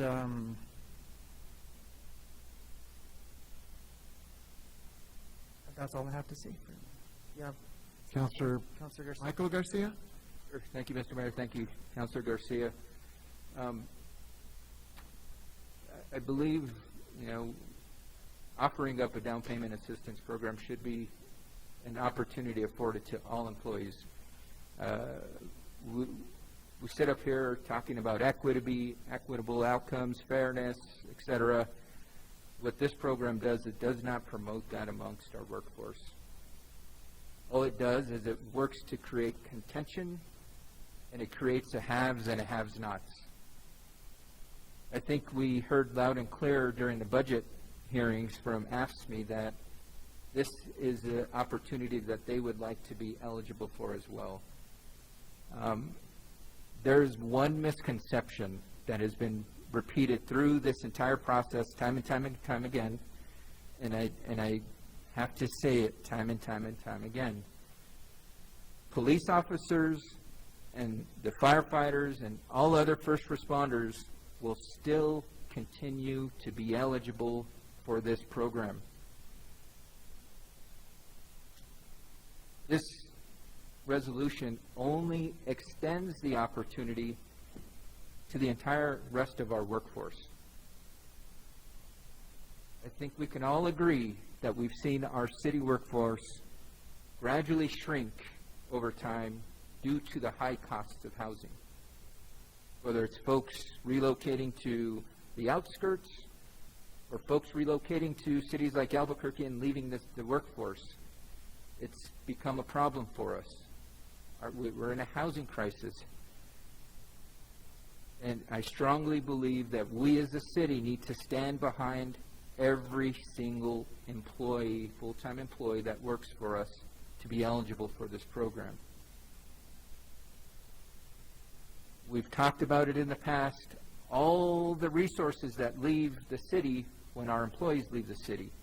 Can you imagine if we offer up that opportunity for those resources to come back instead of just saying, well, please come back? We actually offer a tangible benefit for them to come back and live in the city should they want to. Think of all the workers that can benefit from this. Land use, constituent services, parks and rec, environmental services, folks that are critical cogs to the machine that is our city, folks that provide critical services to our city. It's been talked about through all the committee hearings that, sure, there are other down payment assistance programs available, But that's not what we're trying to accomplish with this resolution. We're not trying to accomplish outreach, what has been offered in the other opportunities. We're trying to offer eligibility. We're trying to offer hope for folks who want to live here and work here. So with that being said, I know that it's the way the resolution currently stands, there's not support. I think everybody but Mr. Mayor's voted against it. And so with that, I'd like to offer an olive branch, because during the committee hearings, it was spoken a couple times that this is a one-year deal. We'll offer it up to all city employees next year. Let's do this one-year pilot process and offer it up to everybody else next year. I'm open to that. And so I've submitted an amendment to change the fiscal year as it stands in this resolution, to change it from fiscal year 23 to fiscal year 24. That way, it allows us as a city to begin to plan not only for allocation of resources for the expansion of this program, but it allows the city to plan for the hopes of the employees that now would be eligible. So with that, I've submitted an amendment in writing to our city attorney and our legislative liaison, and I think that's part of our rules. It's got to be submitted in writing prior to the discussion. And so with that, I don't know how we move forward, Madam City Attorney. Mayor I'd Weber. like to go ahead. If you want to finish your sentence, I'll wait. I'd like to move forward with the proposed amendment that I have. Mayor Weber, Councilor Garcia, I just saw your email as you were describing it. I'm looking at our caption for the resolution that's on the agenda, and it specifies the FY23 budget. So I think if you wanted to reintroduce a resolution, Sure. I mean, I'm happy to then do this. that would probably be the way to address or approach that. I would also want to look at our budget rules, because there isn't a FY24 budget yet. So I don't know that we can specify the uses this far in advance. Do you know what I mean? So we haven't gone through the budget process, so there isn't funding allocated for that purpose yet for 2 years from now. Does that make sense? Go ahead. You have the floor. Sure, I understand your reasoning, but there are, for example, a contract we're talking about here in, later on in the agenda where we're talking about future expenses being accounted for. So I don't see anything that would prevent us from saying, in fiscal year 24, we would like to accomplish this. Again, it's a resolution, it's a will of the body, it's not law. We're not held to it, it's just the opinion, formal opinion of the governing body that we would like to move forward with planning for this.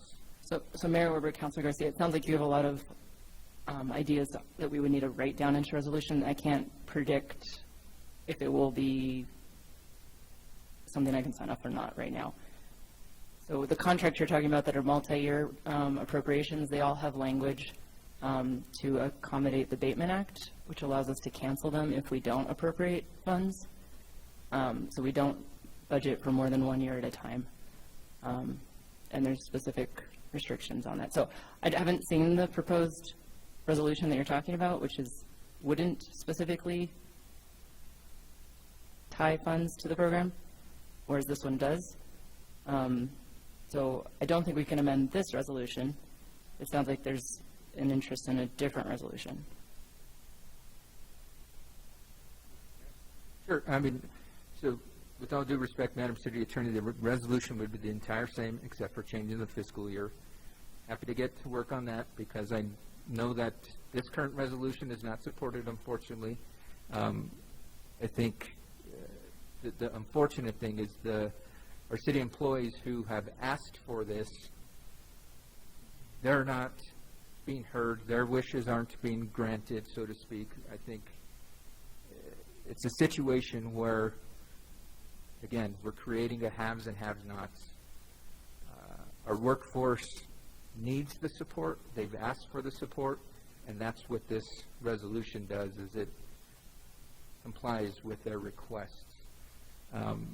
With that, if we're not able to move forward with the amendment, I'm happy to yield the floor, Mr. Mayor. Thank you. Any other comments about this resolution as it's written? I have a councilor member with you moved your microphone, which looked like you wanted to speak. But I'm not seeing you asking to be recognized. All right, I would like to address this because Councilor Garcia addressed me directly. A couple things are worth pointing out. Number one, we're about to vote later tonight on an 8% increase for our AFSCME employees. That is, as far as I know, the most significant single pay increase in quite a while. And the notion that we're somehow treating our employees poorly, discriminating against some employees, creating haves and have-nots, I think is not supported by the facts. It is within this governing body's responsibility, as we heard over and over and over again this, during the speeches from the floor, to set priorities. We have heard consistently that public safety is a priority. That doesn't mean we're discriminating against people who aren't involved with public safety. It simply means that public safety and health today is a critical priority, not just in Santa Fe, but across the country. The whole staffing report said it is very difficult to attract, retain officers and other people for the ARU facility as well. I heard Councilor Garcia say he will do anything he can to attract and develop more police officers because that's a priority. As he responded to the presentation on staffing, he was very effusive in his willingness to support and grow our police force because while we have enough positions, we don't have enough officers. We heard that there are many ways to attract and retain police officers: pay, equipment, cars, technology, training, and prioritizing a program to provide down payment assistance. I also want to, and that to me is part of what our priority has to be. It's a policy decision. It's not discriminatory. It's not setting employee against employee. It's simply recognizing that when it comes to the matter of public health and safety, we as a governing body believe that as a pilot project, a priority for our first responders absolutely matches the needs of our community. But we're not alone. I recently received a request from a national organization for me as mayor to support Senate Bill 2981 and House Resolution 3172, the Homes for Every Local Protector, Educator, and Responder, known as the HELPER Act, bipartisan sponsorship in the Congress. The HELPER Act creates a home loan program within the Federal Housing Administration to help our law enforcement officers, firefighters, EMTs, paramedics, and pre-K through 12 teachers by making home ownership more affordable. First responders dedicate their lives to protecting and serving their fellow Americans. The COVID-19 pandemic has only made it clearer the ongoing challenges that these brave first responders face. It's time we honor them for their service. To that end, the HELPER Act program will function similarly to the home loan program managed by the Department of Veteran Affairs, another group that deserves priority. This program, as a pilot program, says we are creating a priority to help our first responders live in Santa Fe. If it works, and we have the budgetary resources to expand it next year, I'm all in favor of doing that. But we don't know what the macroeconomic prospects are. There's a lot of talk about a recession, so we can't pre-encumber funds that we don't have. What we need to do is add to our package of offers that we make available to our first responders to fill those slots in the police department so that we not only have positions, we have filled positions. And this adds to our capability to compete for that very scarce, challenging resource of first responders. It is not a them versus us. It is not a division. It's not a put down of our other employees. That's the point I was trying to make with the $900,000 of mortgage assistance that we are already voted through, that we are going to use various tools to help all of our employees be able to live in the city, including a robust 8% pay increase. And we can add more money to the package that we heard tonight from Ms. Ladd and her relatively new employee, that this is something that matters to us as a governing body. This particular project, this particular pilot has set in its initial proposed version the notion that we have a priority. That is what governments do. They create priorities and they implement them. If they work, they grow them. It is a very, I think, a pioneering idea. It is probably overdue. If we'd done this many years ago, we probably would have more police officers living inside the city. And we actually went through the exercise of a straw poll of both police and fire union members to see how many would be interested, and the response was very strong, very positive. It is not a random assertion that many people are interested with no factual backup. We actually have preliminary data of how many officers, how many firefighters, how many EMTs would move or buy a home in Santa Fe if we helped them. We should help them. Well, I want to see if anybody else wants to speak. Councilor Cassett, you have the floor. I actually did one other, as we start to think about these types of programs, and I think that I brought this up in the Quality of Life Committee about the mechanism by which we're helping people with housing, and given the levels of housing in the area. And one thing that I'd like for us to explore, rather for staff to be exploring, is not only down payment assistance, but also I think we talked about rental subsidies or housing subsidies and what other cities are doing. And I think that that is part of this conversation as we move forward into next year, as we are launching this pilot. But just some of the other things that I want to make sure are on our radar as we're continuing to shape this. So I think just more of a comment of that. Who knows if next year we're going to look at this program and see that it was successful and that we wanted it to move forward, but I do want to continue to explore both the success of this program as well as what some other models might look like as well. So just wanted to put that comment out there. Thank you. Thank you. Councilor Lindell. I do want to say on this that, we're trying this as a pilot project. We just heard a thorough report tonight on our policing and our staffing. And this is a finite amount of money that's allocated to this from the budget. If you add more people into the program, you will dilute the opportunity for police officers to have this down payment assistance. It's $750,000, and I've worked with down payment assistance in a previous life when I worked at HomeWise, and it only goes so far, and it typically gets used quickly, and our focus with this money has been declared to be first responders.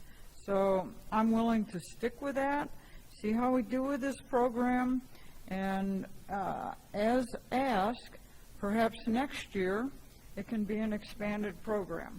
Wouldn't that be terrific if we could allocate more money and bring it to a bigger population?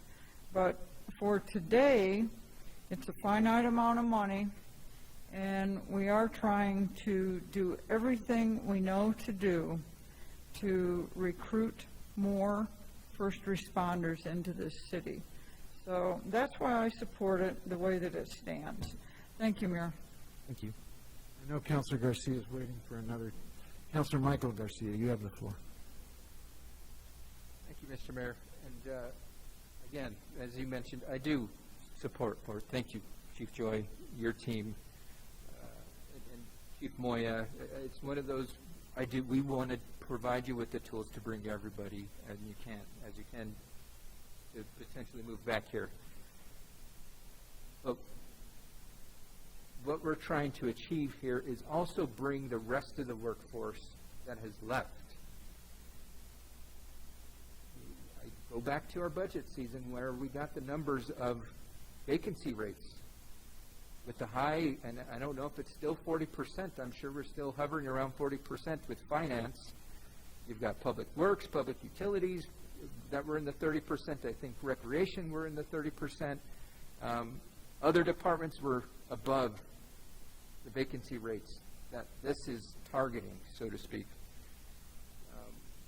I think we need to really look at the vacancy rates across the entire city because we are struggling to fill positions. It's not just police officers. We're struggling to fill positions throughout our entire workforce. It was spoken that employees are getting an 8% raise. Well, that barely, if by the numbers, and they probably are even gone higher, barely covers the cost of inflation. So I honestly think it sounds good, but when inflation is hovering at 8.5%, folks are just breaking even. So it sounds good, but you got to look at the numbers. When you look at the numbers, not as grand as it seems. It was spoken earlier about the priority for our first responders. We can all agree. First responders were there and helped us get through the pandemic. But what about the essential workers that helped the city get through the pandemic? What about those trash truck drivers that were picking up trash in the height of the pandemic while everybody else was home? They were putting their lives at risk. I know during that point in time, we were locked down. Everybody was afraid to go outside. But the trash truck drivers were there with our garbage, and we're saying, well, I'm just shocked. I'm shocked by the pushback. I think if there was a will, there is a way. And I completely understand the argument of $750,000 is not a lot. We can come to a creative solution where if what we've allocated is for first responders, well, let's figure out some additional resources where the first 750 is first responders only. Nobody else is eligible. And we figure out where we have other resources to come up with a pool of resources for the rest of the workforce. Again, if there was a will, there is a way. We went through, I think it was in finance, where we were given the GRT numbers, and we're exceeding what we had anticipated, and we were talking about, well, we've got to put it in reserves. Great. But what if we took $500,000 of those excess $1.5 million that we're getting every month, $500,000 from one of those months, and say, hey, we wish we could do more, but this is a pilot. Once we figure out what the sweet spot is, we'll allocate, hopefully, the appropriate amount of resources. Again, if there was a will, there is a way. It was talked about a straw poll. Was asked to do a straw poll? Because I'm sure it would come back very favorable. I'd like to, City Manager, can we put ask me if their workforce, how much of their workforce would be open to participating in a down payment assistance program? Because I'd love to know those numbers. Again, it all comes down to how can we best support our entire workforce? And I completely understand the purpose behind the project. But when we see workers outside of the first responders' proposed core of this project that are going to be leaving, and we know it's going to happen, we're going to have folks leaving. I'd like to maybe ask Ms. Salazar, how many folks are leaving our city, our workforce, because they can't afford to commute every day, especially with the high gas prices. They used to be able to make it work, but now that gas is pushing $5 a gallon, they can't make it work. They're going to work somewhere else. I wish we would have the will to push the way forward and support our entire workforce. I'll yield, Mr. Mayor. Thank you, Counselor. Any other comments at this time? We have a motion and a second. There is a olive branch offered that we can take up at another time, but for the moment, could you call the roll on the motion? The motion is to adopt the resolution, so a yes vote is in favor and a no vote is opposed. Counselor Cassett? No. Counselor Lee Garcia? Yes. Counselor Michael Garcia? Yes. Counselor Lindell? No. Counselor Rivera? Yes. Counselor Romero Worth? No. Councilwoman Villarreal? Yes. Mayor Weber? No.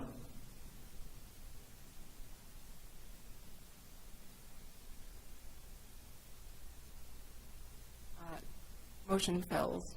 We're tied 4-4. 4-4 tie is a fail. Thank you. Could you take us to the next item, please? Yes, the next item on the agenda is item B. It's request for approval of a budget adjustment reallocation in the Streets Division within the Public Works Department in the amount of $96,500 to fund the chip sealing of Cerro Gordo Road. Mark Brooks, our project administrator, was the sponsor of this item. There a motion? Move to approve. Second. We have a motion, we have a second. Is there discussion? Madam Clerk, can you call the roll? Yes. Counselor Lee Garcia? Yes. Counselor Michael Garcia? Yes. Counselor Lindell? Yes. Counselor Rivera? Yes. Counselor Romero Worth? Yes. Councilwoman Villarreal? Yes. Counselor Cassett? Yes. Mayor Weber? Yes. Motion has been approved. Thank you. Can you take us to the next item, please?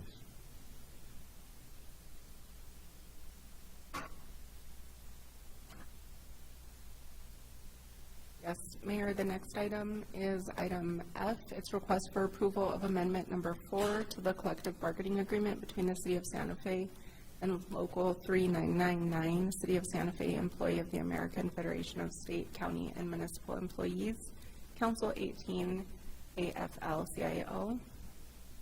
And can we get a motion? Move to approve. Second. Second. We have a motion in several seconds. Bernadette, you're poised to tell us something. What do we need? Mayor, sorry, before we move on, I had Councilor Lindell with the motion and Councilor Michael Garcia with the second. Is that It was correct? Oh, Councilor Councilor Rivera. Okay, perfect. And then Councilor Villarreal as well. Okay. Did you want to address this briefly before we proceed to discussion? Or are you standing for questions? Mayor Weber, I'm standing for any questions. Okay. Are there questions for Ms. Salazar? Is there discussion of the item? If not, can we call the roll, please? Yes, Councilor Michael Garcia? Yes. Councilor Lindell? Yes. Councilor Rivera? Yes. Councilor Romero Worth? Yes.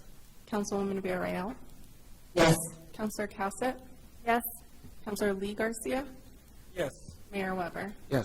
Motion has been approved. Thank you. Now, I believe we have an item we moved onto this calendar. Yes, we did.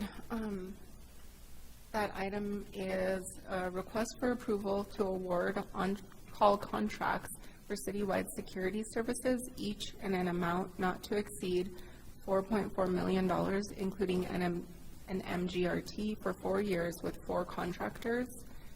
Sam Burnett is available for this item. Can we get a motion before we go to discussion? Is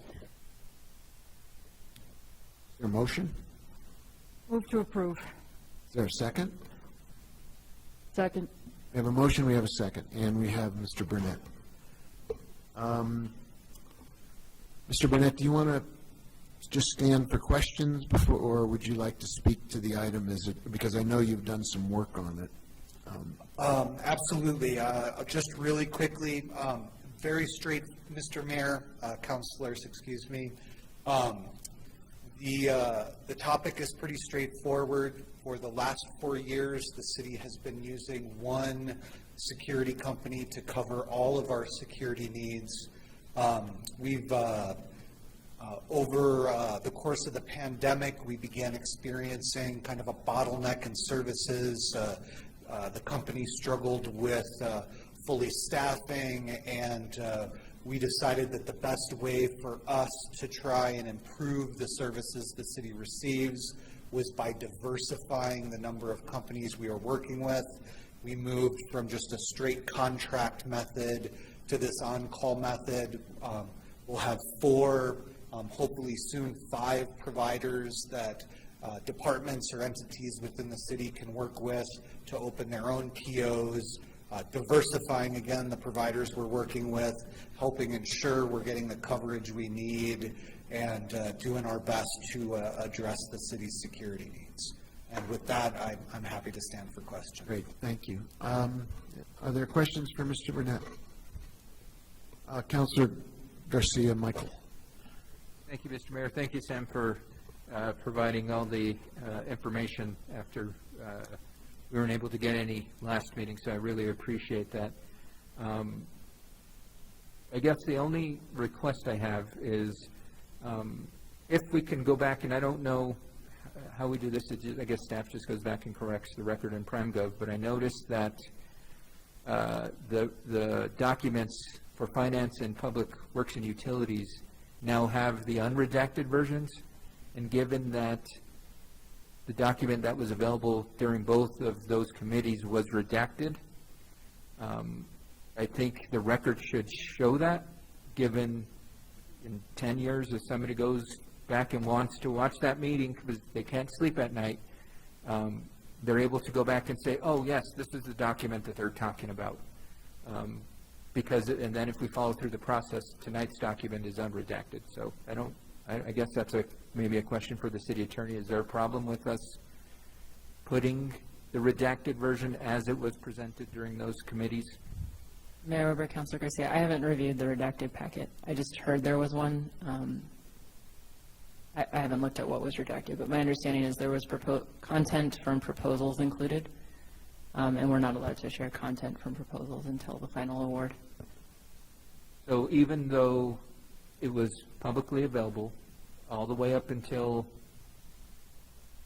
at least Monday night, why couldn't we put back what was already out there live for public consumption? Mayor Weber, Councilor Garcia, I did circulate the ethics opinion from the State Ethics Commission. It would be an ethical violation for the city to continue knowingly posting anything that's prohibited from being posted. Okay. Thank you for that clarification. I just was trying to stay consistent with the way it was presented to us, but if we can't move forward, then I understand that.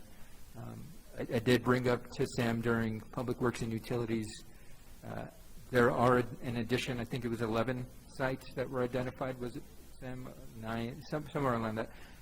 It would be great if, Sam, you can reach out to us or somehow figure out what might else be priority sites, just based on challenges. I know that at any given time of year, there might be more people visiting an area, might need more security, that type of stuff. And I'd like for us, maybe as a governing body, to understand how we go about that process to say, can we have this security now provide services to this area, or what does that process look like? And I know we chatted about that in Public Works and Utilities, but we can have a better understanding. And it doesn't need to be in the meeting if we can do it offline.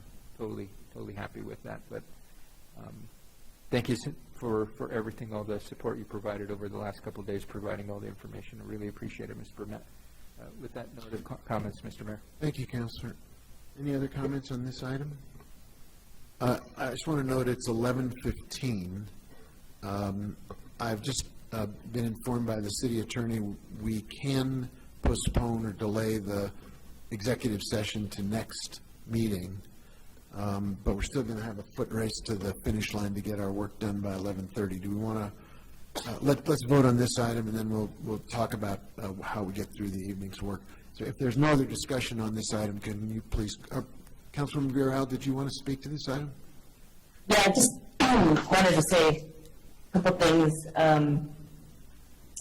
I realized that the attorney's office said that if there was something not written in the RFP, we can't bring up issues that were not stated in the RFP. And, you know, I've been, since the beginning, since I've actually sat on council, I've talked about the need to really look hard about some of these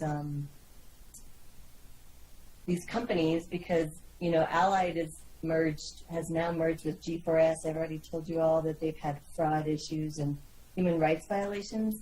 So I'm just frustrated that staff is not thinking about these things in the RFP.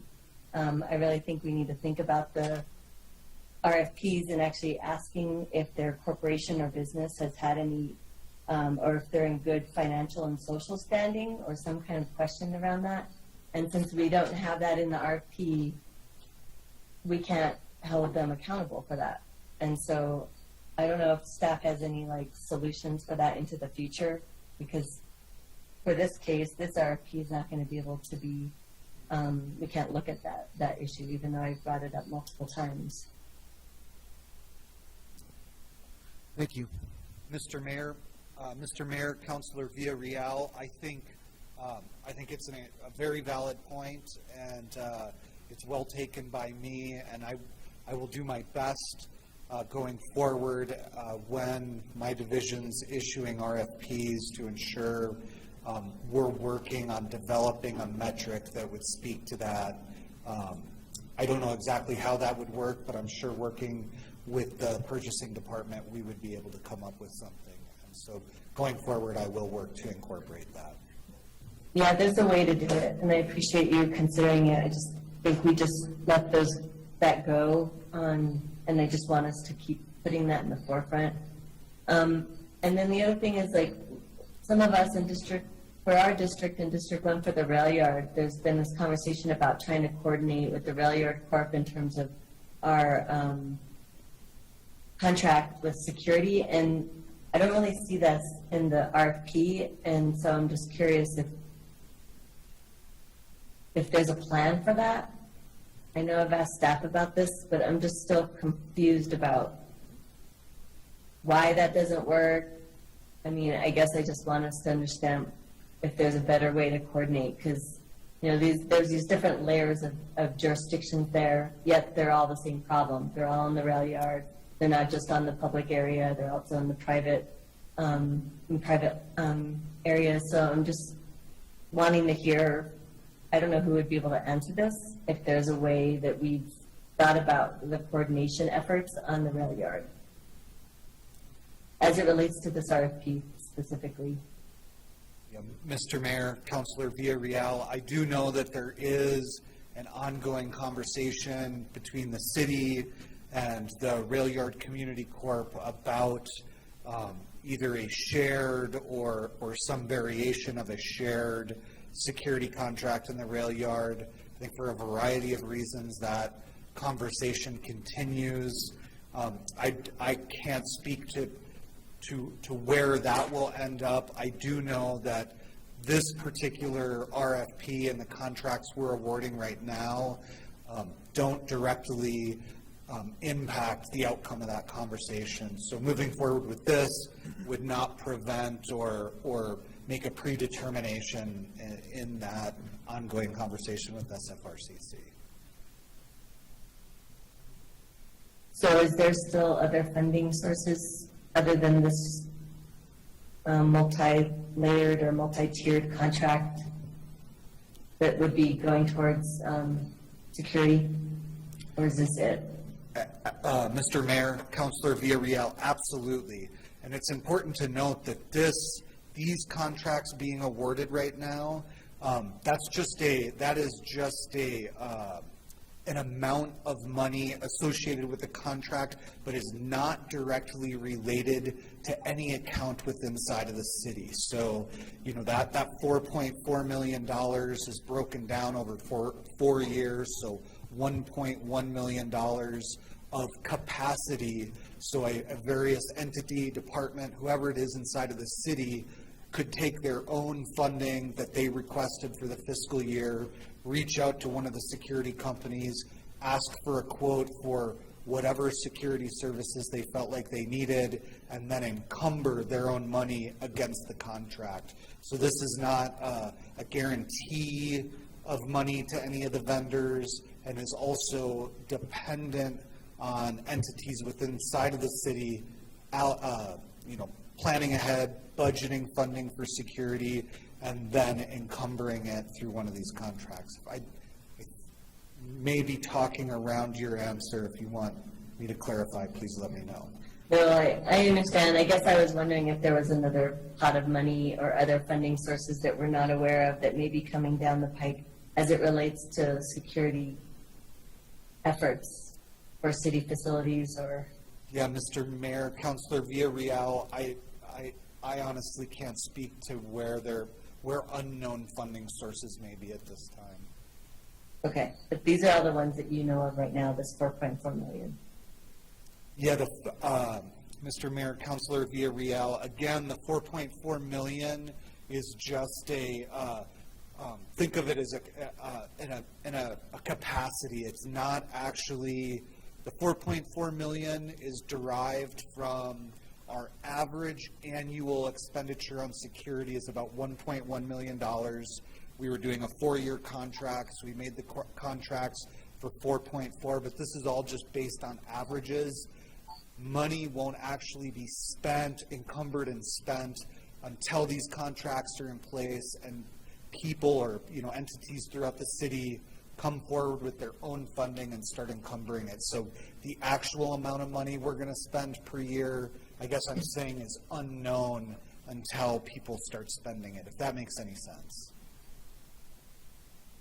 Yes, it does. And then you said the Allied was specific to the airport, and that's why they made it into the pool, even though we've been dissatisfied with their service. Is that correct?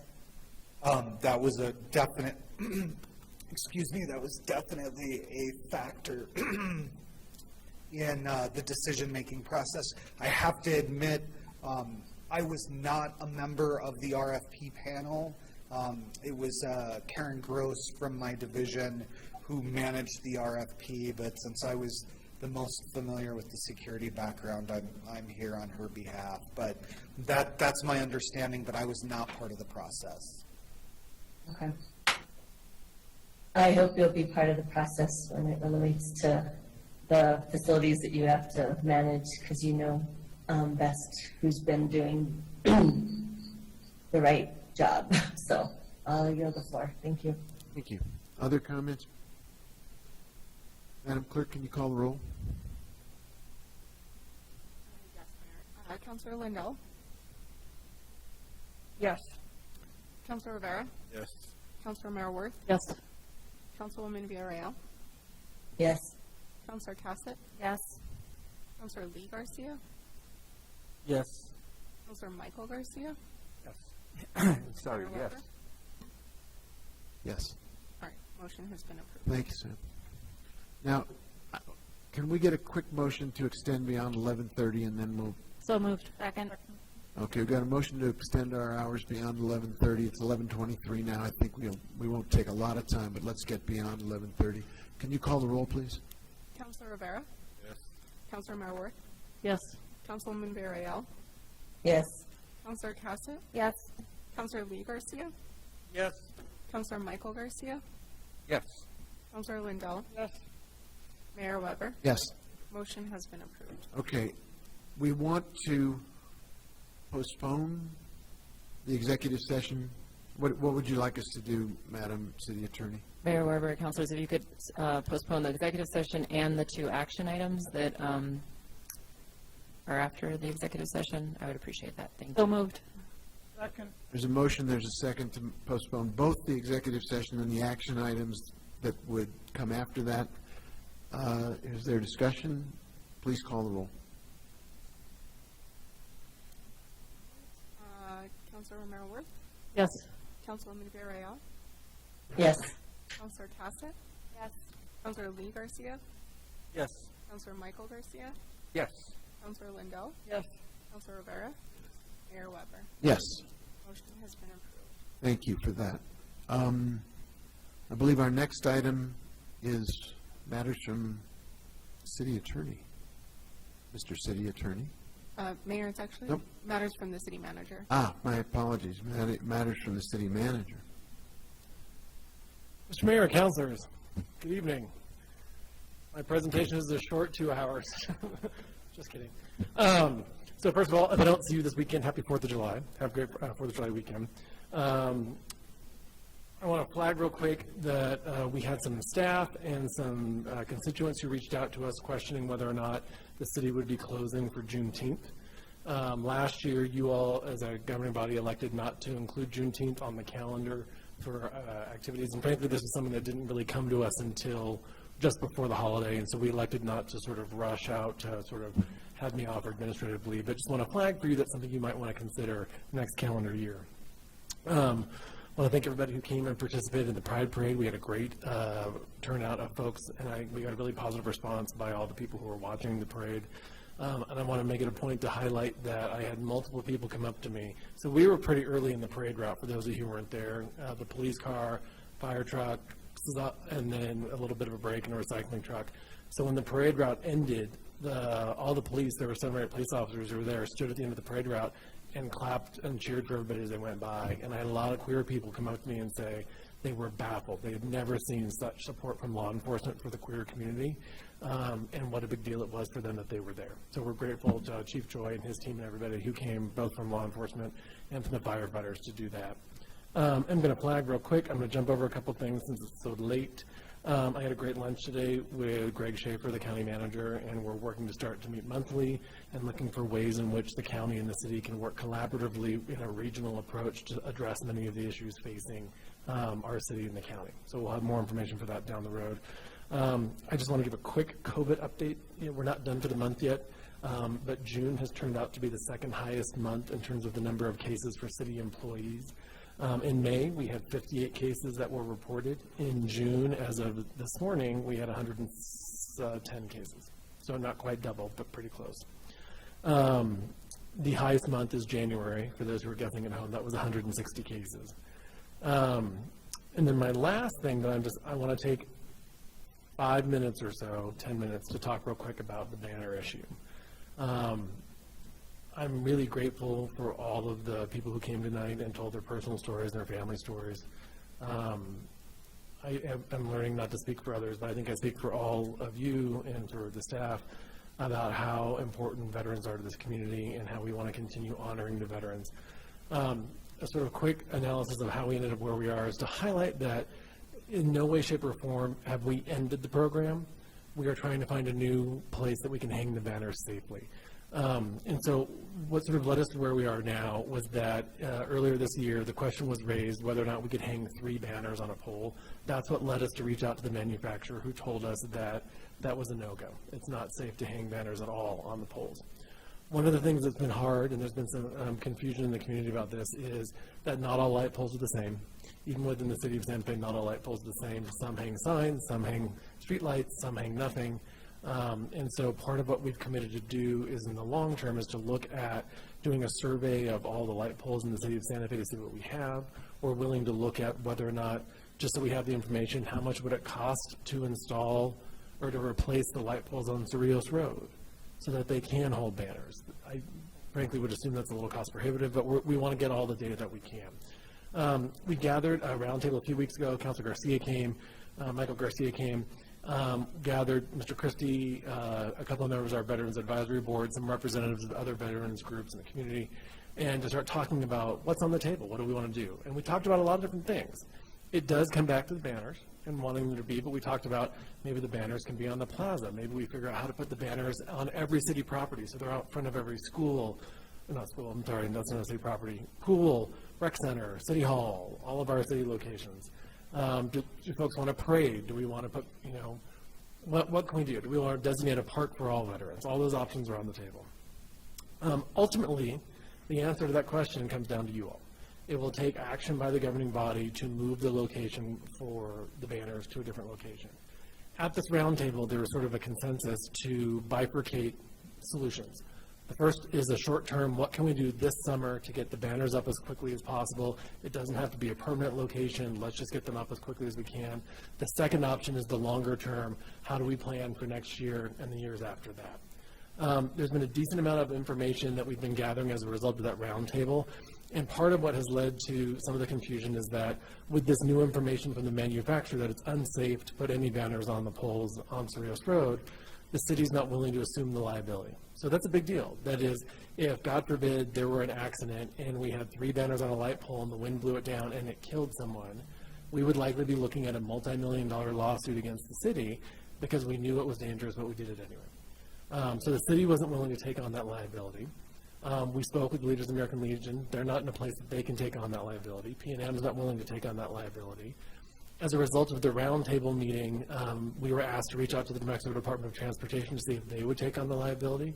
We've not heard back from them yet, and frankly, I don't think we will, because I don't think they're willing to take on the liability either. And so part of this is about not trying to relitigate Cerrillos Road, but it's what some of the other options are. So we've begun to do a little bit of research about what's happening in other communities. It was raised, the question's been raised at these meetings, well, if 5,000 towns are doing it, why can't we do it in Santa Fe? And the answer is there's a lot of different ways to do it. A lot of the communities that we found so far are using the decorative light poles, which are sort of the light poles that exist at the rail yard now.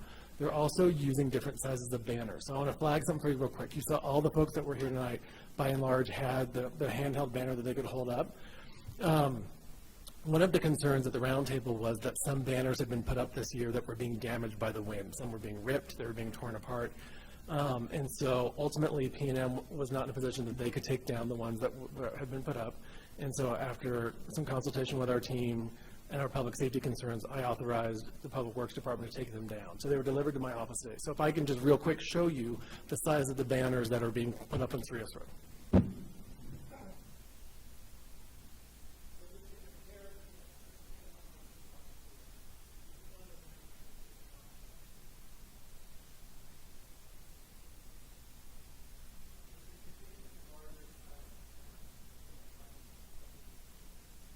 Can't hear you, John. I can't hear you. Now I don't see you. You just walked outside of the frame. Counselor, sorry about that. What I was saying is that the banner that I have here that I'll show again to the crowd is one of the banners that was taken off of a light pole this year from Cerrillos Road. And it's just really to illustrate that, A, this is a significantly larger size banner. And so to imagine 3 of these on a light pole on Cerrillos Road is a significantly larger wind load than would be if 3 of the smaller banners that we saw tonight were on a banner. So just to illustrate that, okay? And then, give me a second, so I don't want to be disrespectful and put it down. Give me a second.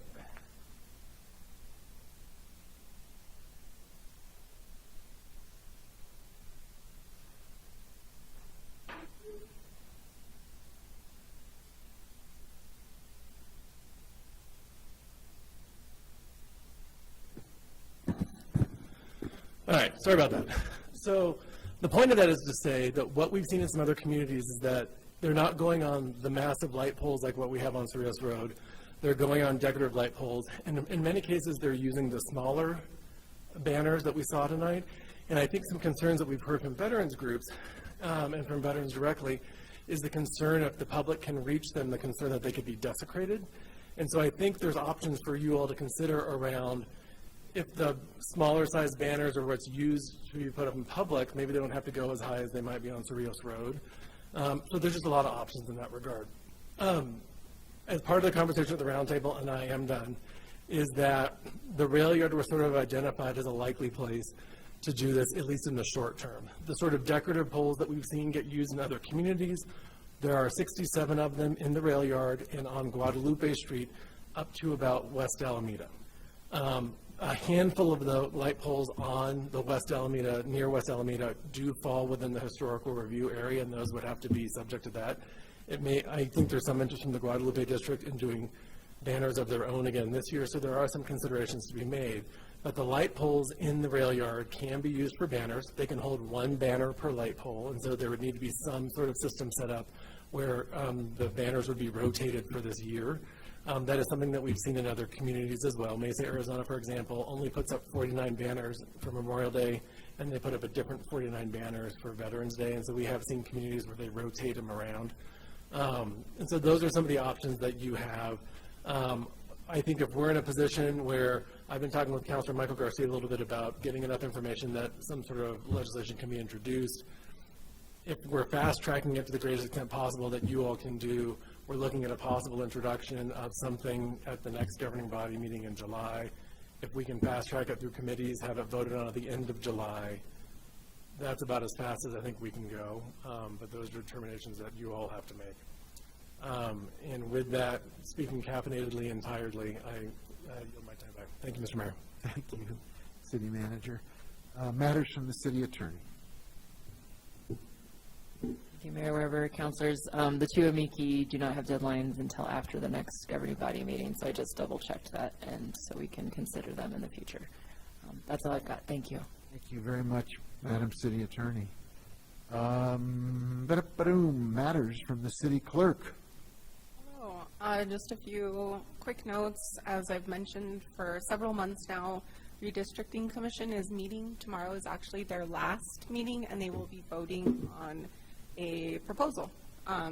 They are the commission that votes to make the final decision, and then we will present that decision to the governing body for information only on July 13th. So I do just want to note that they have been meeting for several months now. The last 4 meetings have been at a variety of locations across the city, and tomorrow is the last meeting in which there will be a final vote on a new plan. And then I also just want to note that I will be bringing forward presentations in July and August, both for a community engagement process. I've mentioned this. I'm working with a contractor, and we've actually developed a 12-page guide that really navigates us through how we do community engagement and what our outcomes are for community engagement. It also provides some education on the differences between community education, community engagement, and then other types of community involvement. And then the language accessibility study that we've all been pretty excited for should be presented in August as well, with recommendations for what we are doing and what we have not been doing as well. Switching really quick gears, we do have a movie in the park on Friday night at Swan Park. It is Space Jam. We have been moving around parks across Santa Fe, so that's the one we have on Friday night. We also tentatively, we are postponing, the pool party on July 2nd and ribbon cutting due to weather. It's supposed to rain that morning, so I've been polling counselors for dates. It looks like we will be having a formal ribbon cutting sometime next week, either on Wednesday or Thursday, and then we'll have a community pool party on July 30th. That will include pizza, prizes, music, the fire truck spray down, and the community splash. And then just want to note that we have been running successful communication campaigns for fireworks safety across many platforms with really great engagement. We've also been running some paid advertisement for those as well. So just a few quick updates. I know what time it is. Thank you. I think we're all a little tired tonight. We do have next communications from the governing body. Councilor Rivera, I will start with you, sir. I have nothing, Mayor. Thank you. Councilor Michael Garcia.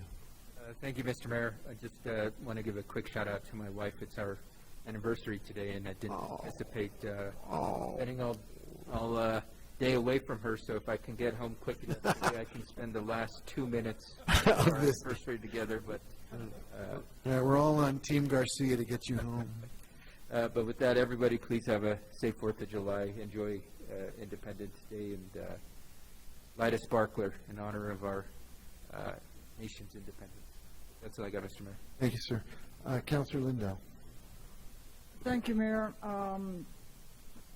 A big shout out for how great Pride was. It was an astounding amount of fun, and the participation was unbelievable. You round that corner onto the plaza, and it's one of the great moments. Just unbelievable. Happy 4th of July to everyone. I wish my dear partner, Maria Sanchez, a happy 4th of July. It'll be our 26th anniversary, and she continues to give me the grace of undeserved forgiveness on a daily basis. So I'm thankful for that. Thank you, Councilor. Councilor Merrill.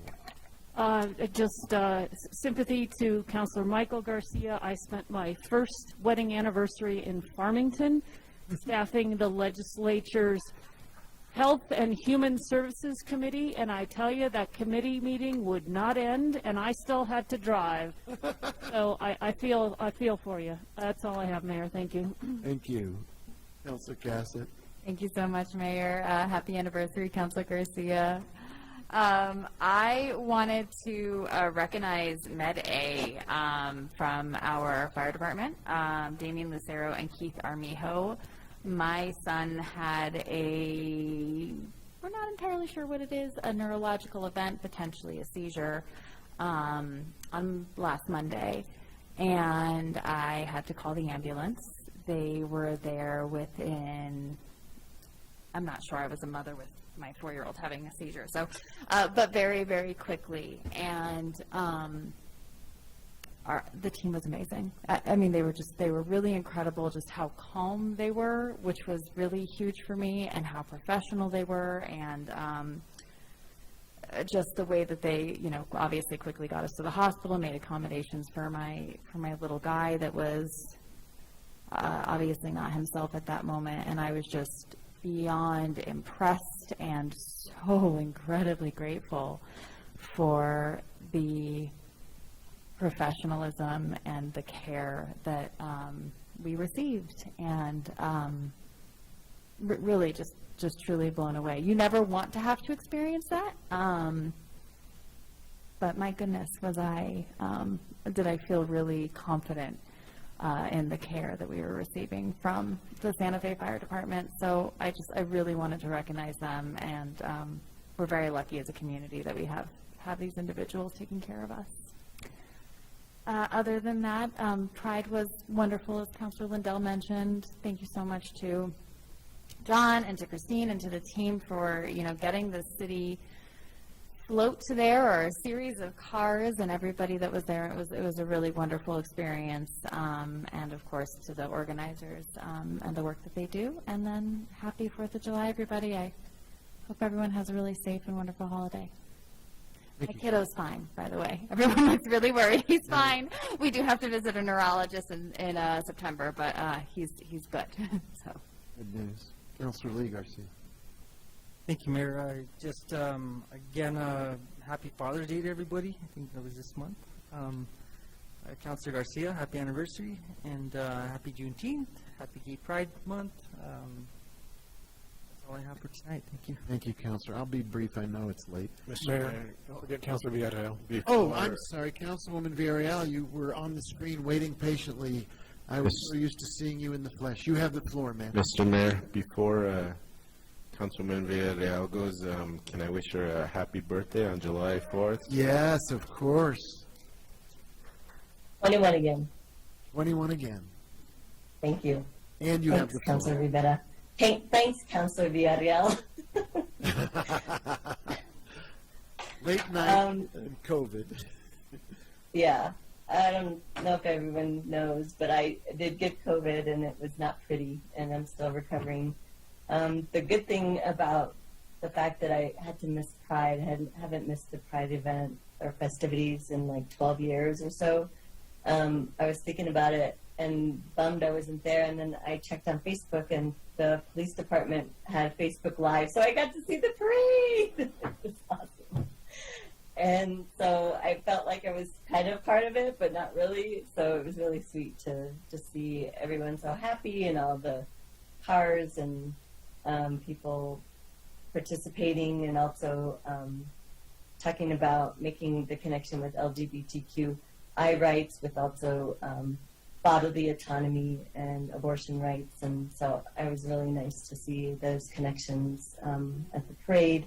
So I wanted to just congratulate the Human Rights Alliance. It seems like they had a successful Pride event, or events, I should say. I know they got rained out on one of them, but overall I think it was very successful. And thank you to staff, particularly John Blair, for making, having the city have a presence, like a real presence with staff. And I think that tradition will continue. I think it was beautiful. And for those of you that couldn't make it, Juneteenth was amazing, even though, again, the rain came. We were blessed with rain, but so many excited people to be able to participate and be seen at the plaza celebrating Juneteenth. And yes, if we would have known that that was going to be a holiday that we needed to make sure to like explicitly state on the calendar, because I think, at least for me, I assumed it was, because it's a federal holiday. So we'll make sure to make that change for the calendar next year. And I think that's it. Thank you for those of you reaching out to send well wishes while I'm still trying to recover from COVID. And happy that we were able to get a hybrid in place to be able to make that happen so that I could still participate. And I think that's it. Everyone have a happy 4th and safe time, and hopefully we won't have to be putting out any fires during that time. Thank you. Thank you, and get well. I will be brief. Pride was amazing. John, thank you for all your hard work. You really took us to a different level as a city with the participation of so many different components of city government, so many people marching together, having fun, handing out things to the people in the crowd, and a lot of happy people at the end of a hard week with Supreme Court decisions that left many of us very disturbed. We had a large contingent this evening around veterans. I had the great honor of spending Monday morning with the Secretary of Veterans Affairs, Mr. McDonough. And I have to tell you, number one, he is a remarkable individual, a really committed man who cares deeply about our veterans. He spent the morning first at the cemetery with great respect for the people and families represented there. And then we went over to the Vet Center and met with the staff of the Vet Center.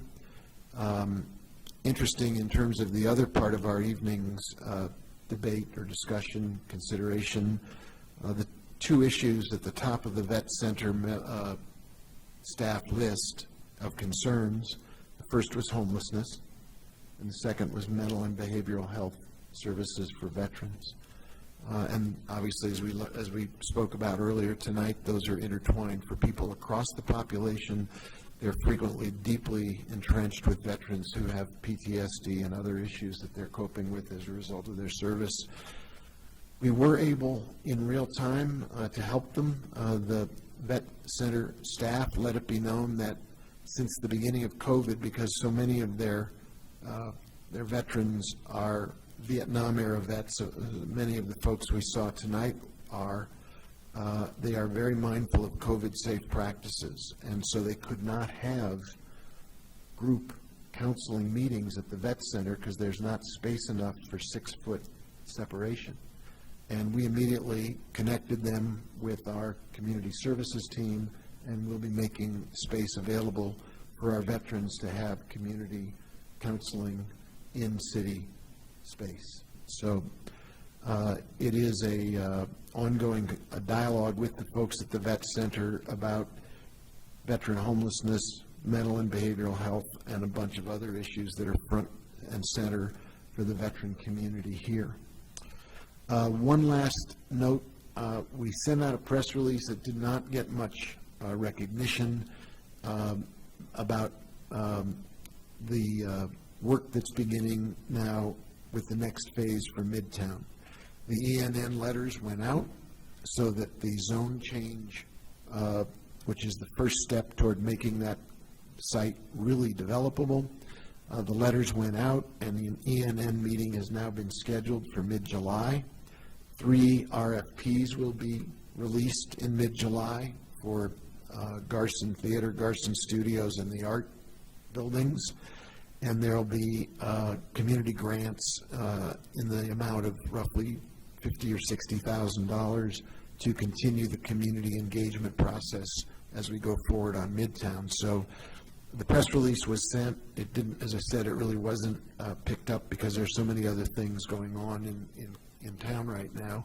But please stay tuned to the zone change. Soon after that will be the process of a master planning engagement, and then these RFPs. That is my quick report on governing body communications from me. Could you take us to the next item, and we'll keep moving? Yes, Mayor. The next item is introduction of legislation.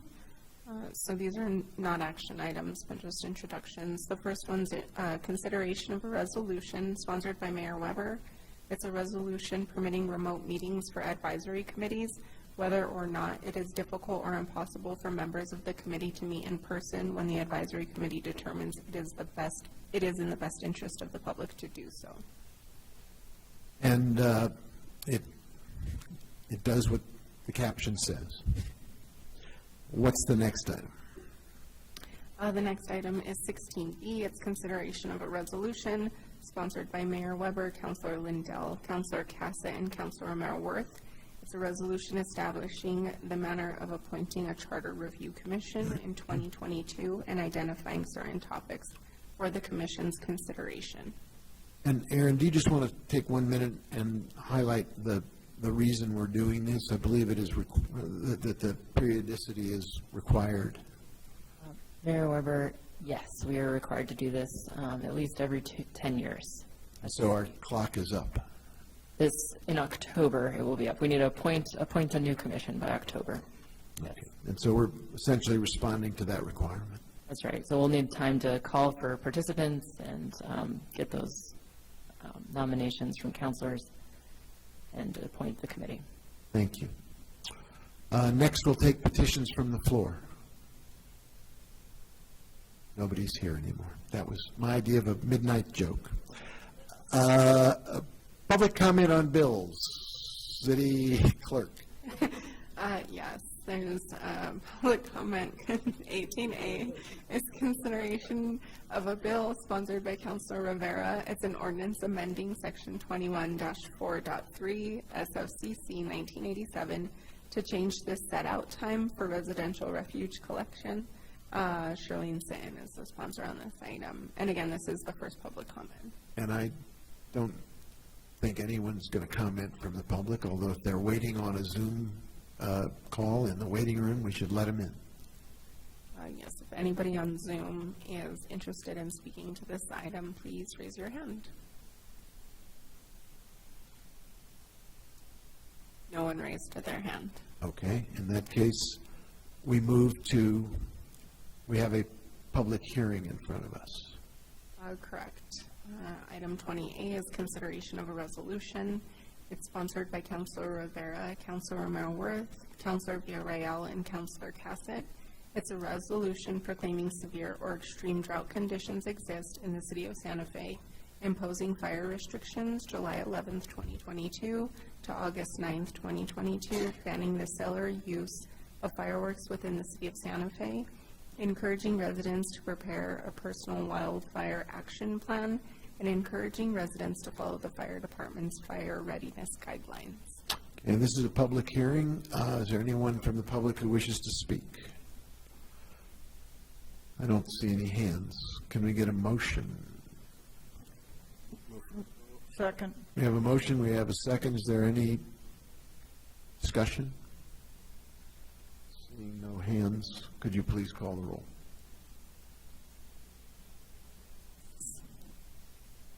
Councilwoman Villarreal, Yes. Counselor, Yes. Counselor Lee Garcia, Yes. Counselor Michael Garcia, Yes. Counselor Lindell, Yes. Counselor Rivera, Counselor Merrill-Worth, Yes. and Mayor Weber. Yes. Motion has been approved. Thank you. I believe the only remaining action is one of the item C previously identified as appointments to the Planning Commission. You are correct, Mayor. The last item on the agenda is appointments for the Planning Commission. We're appointing 3 members. Mr. Marinado, his appointment is with a term expiring in June of 2024. Mr. Lucero with an appointment term ending in June of 2024. And then Mr. Jay Toya, he's a reappointment with a term expiring in June of 2024. Councilor Cassett? Just quick question. I know confirming. Let's get a motion, then we can discuss. Move to approve? Second. There's a motion to approve in a second, and Councilor Cassett has the floor. Thank you. Mr. Toya's District 3, Mr. Lucero's District 4, and Mr. Mirando, the districts weren't listed on here. Do we happen to know? If not, I'll email Jason. You don't have them on me. I'll ask Jason. Sorry about that. No problem. Thank you. Any other comments or questions? Madam Clerk, can you call the roll? Yes. Counselor Cassett? Yes. Counselor Lee Garcia? Yes. Counselor Michael Garcia? Yes. Counselor Lindell? Yes. Counselor Rivera? Counselor Merrill-Worth? Yes. Councilwoman Villarreal? Yes. Mayor Weber? Yes. Motion has been approved. Thank you, everybody. It was a long night, and appreciate everybody's good humor, and happy anniversary. The anniversary. We are adjourned in honor of the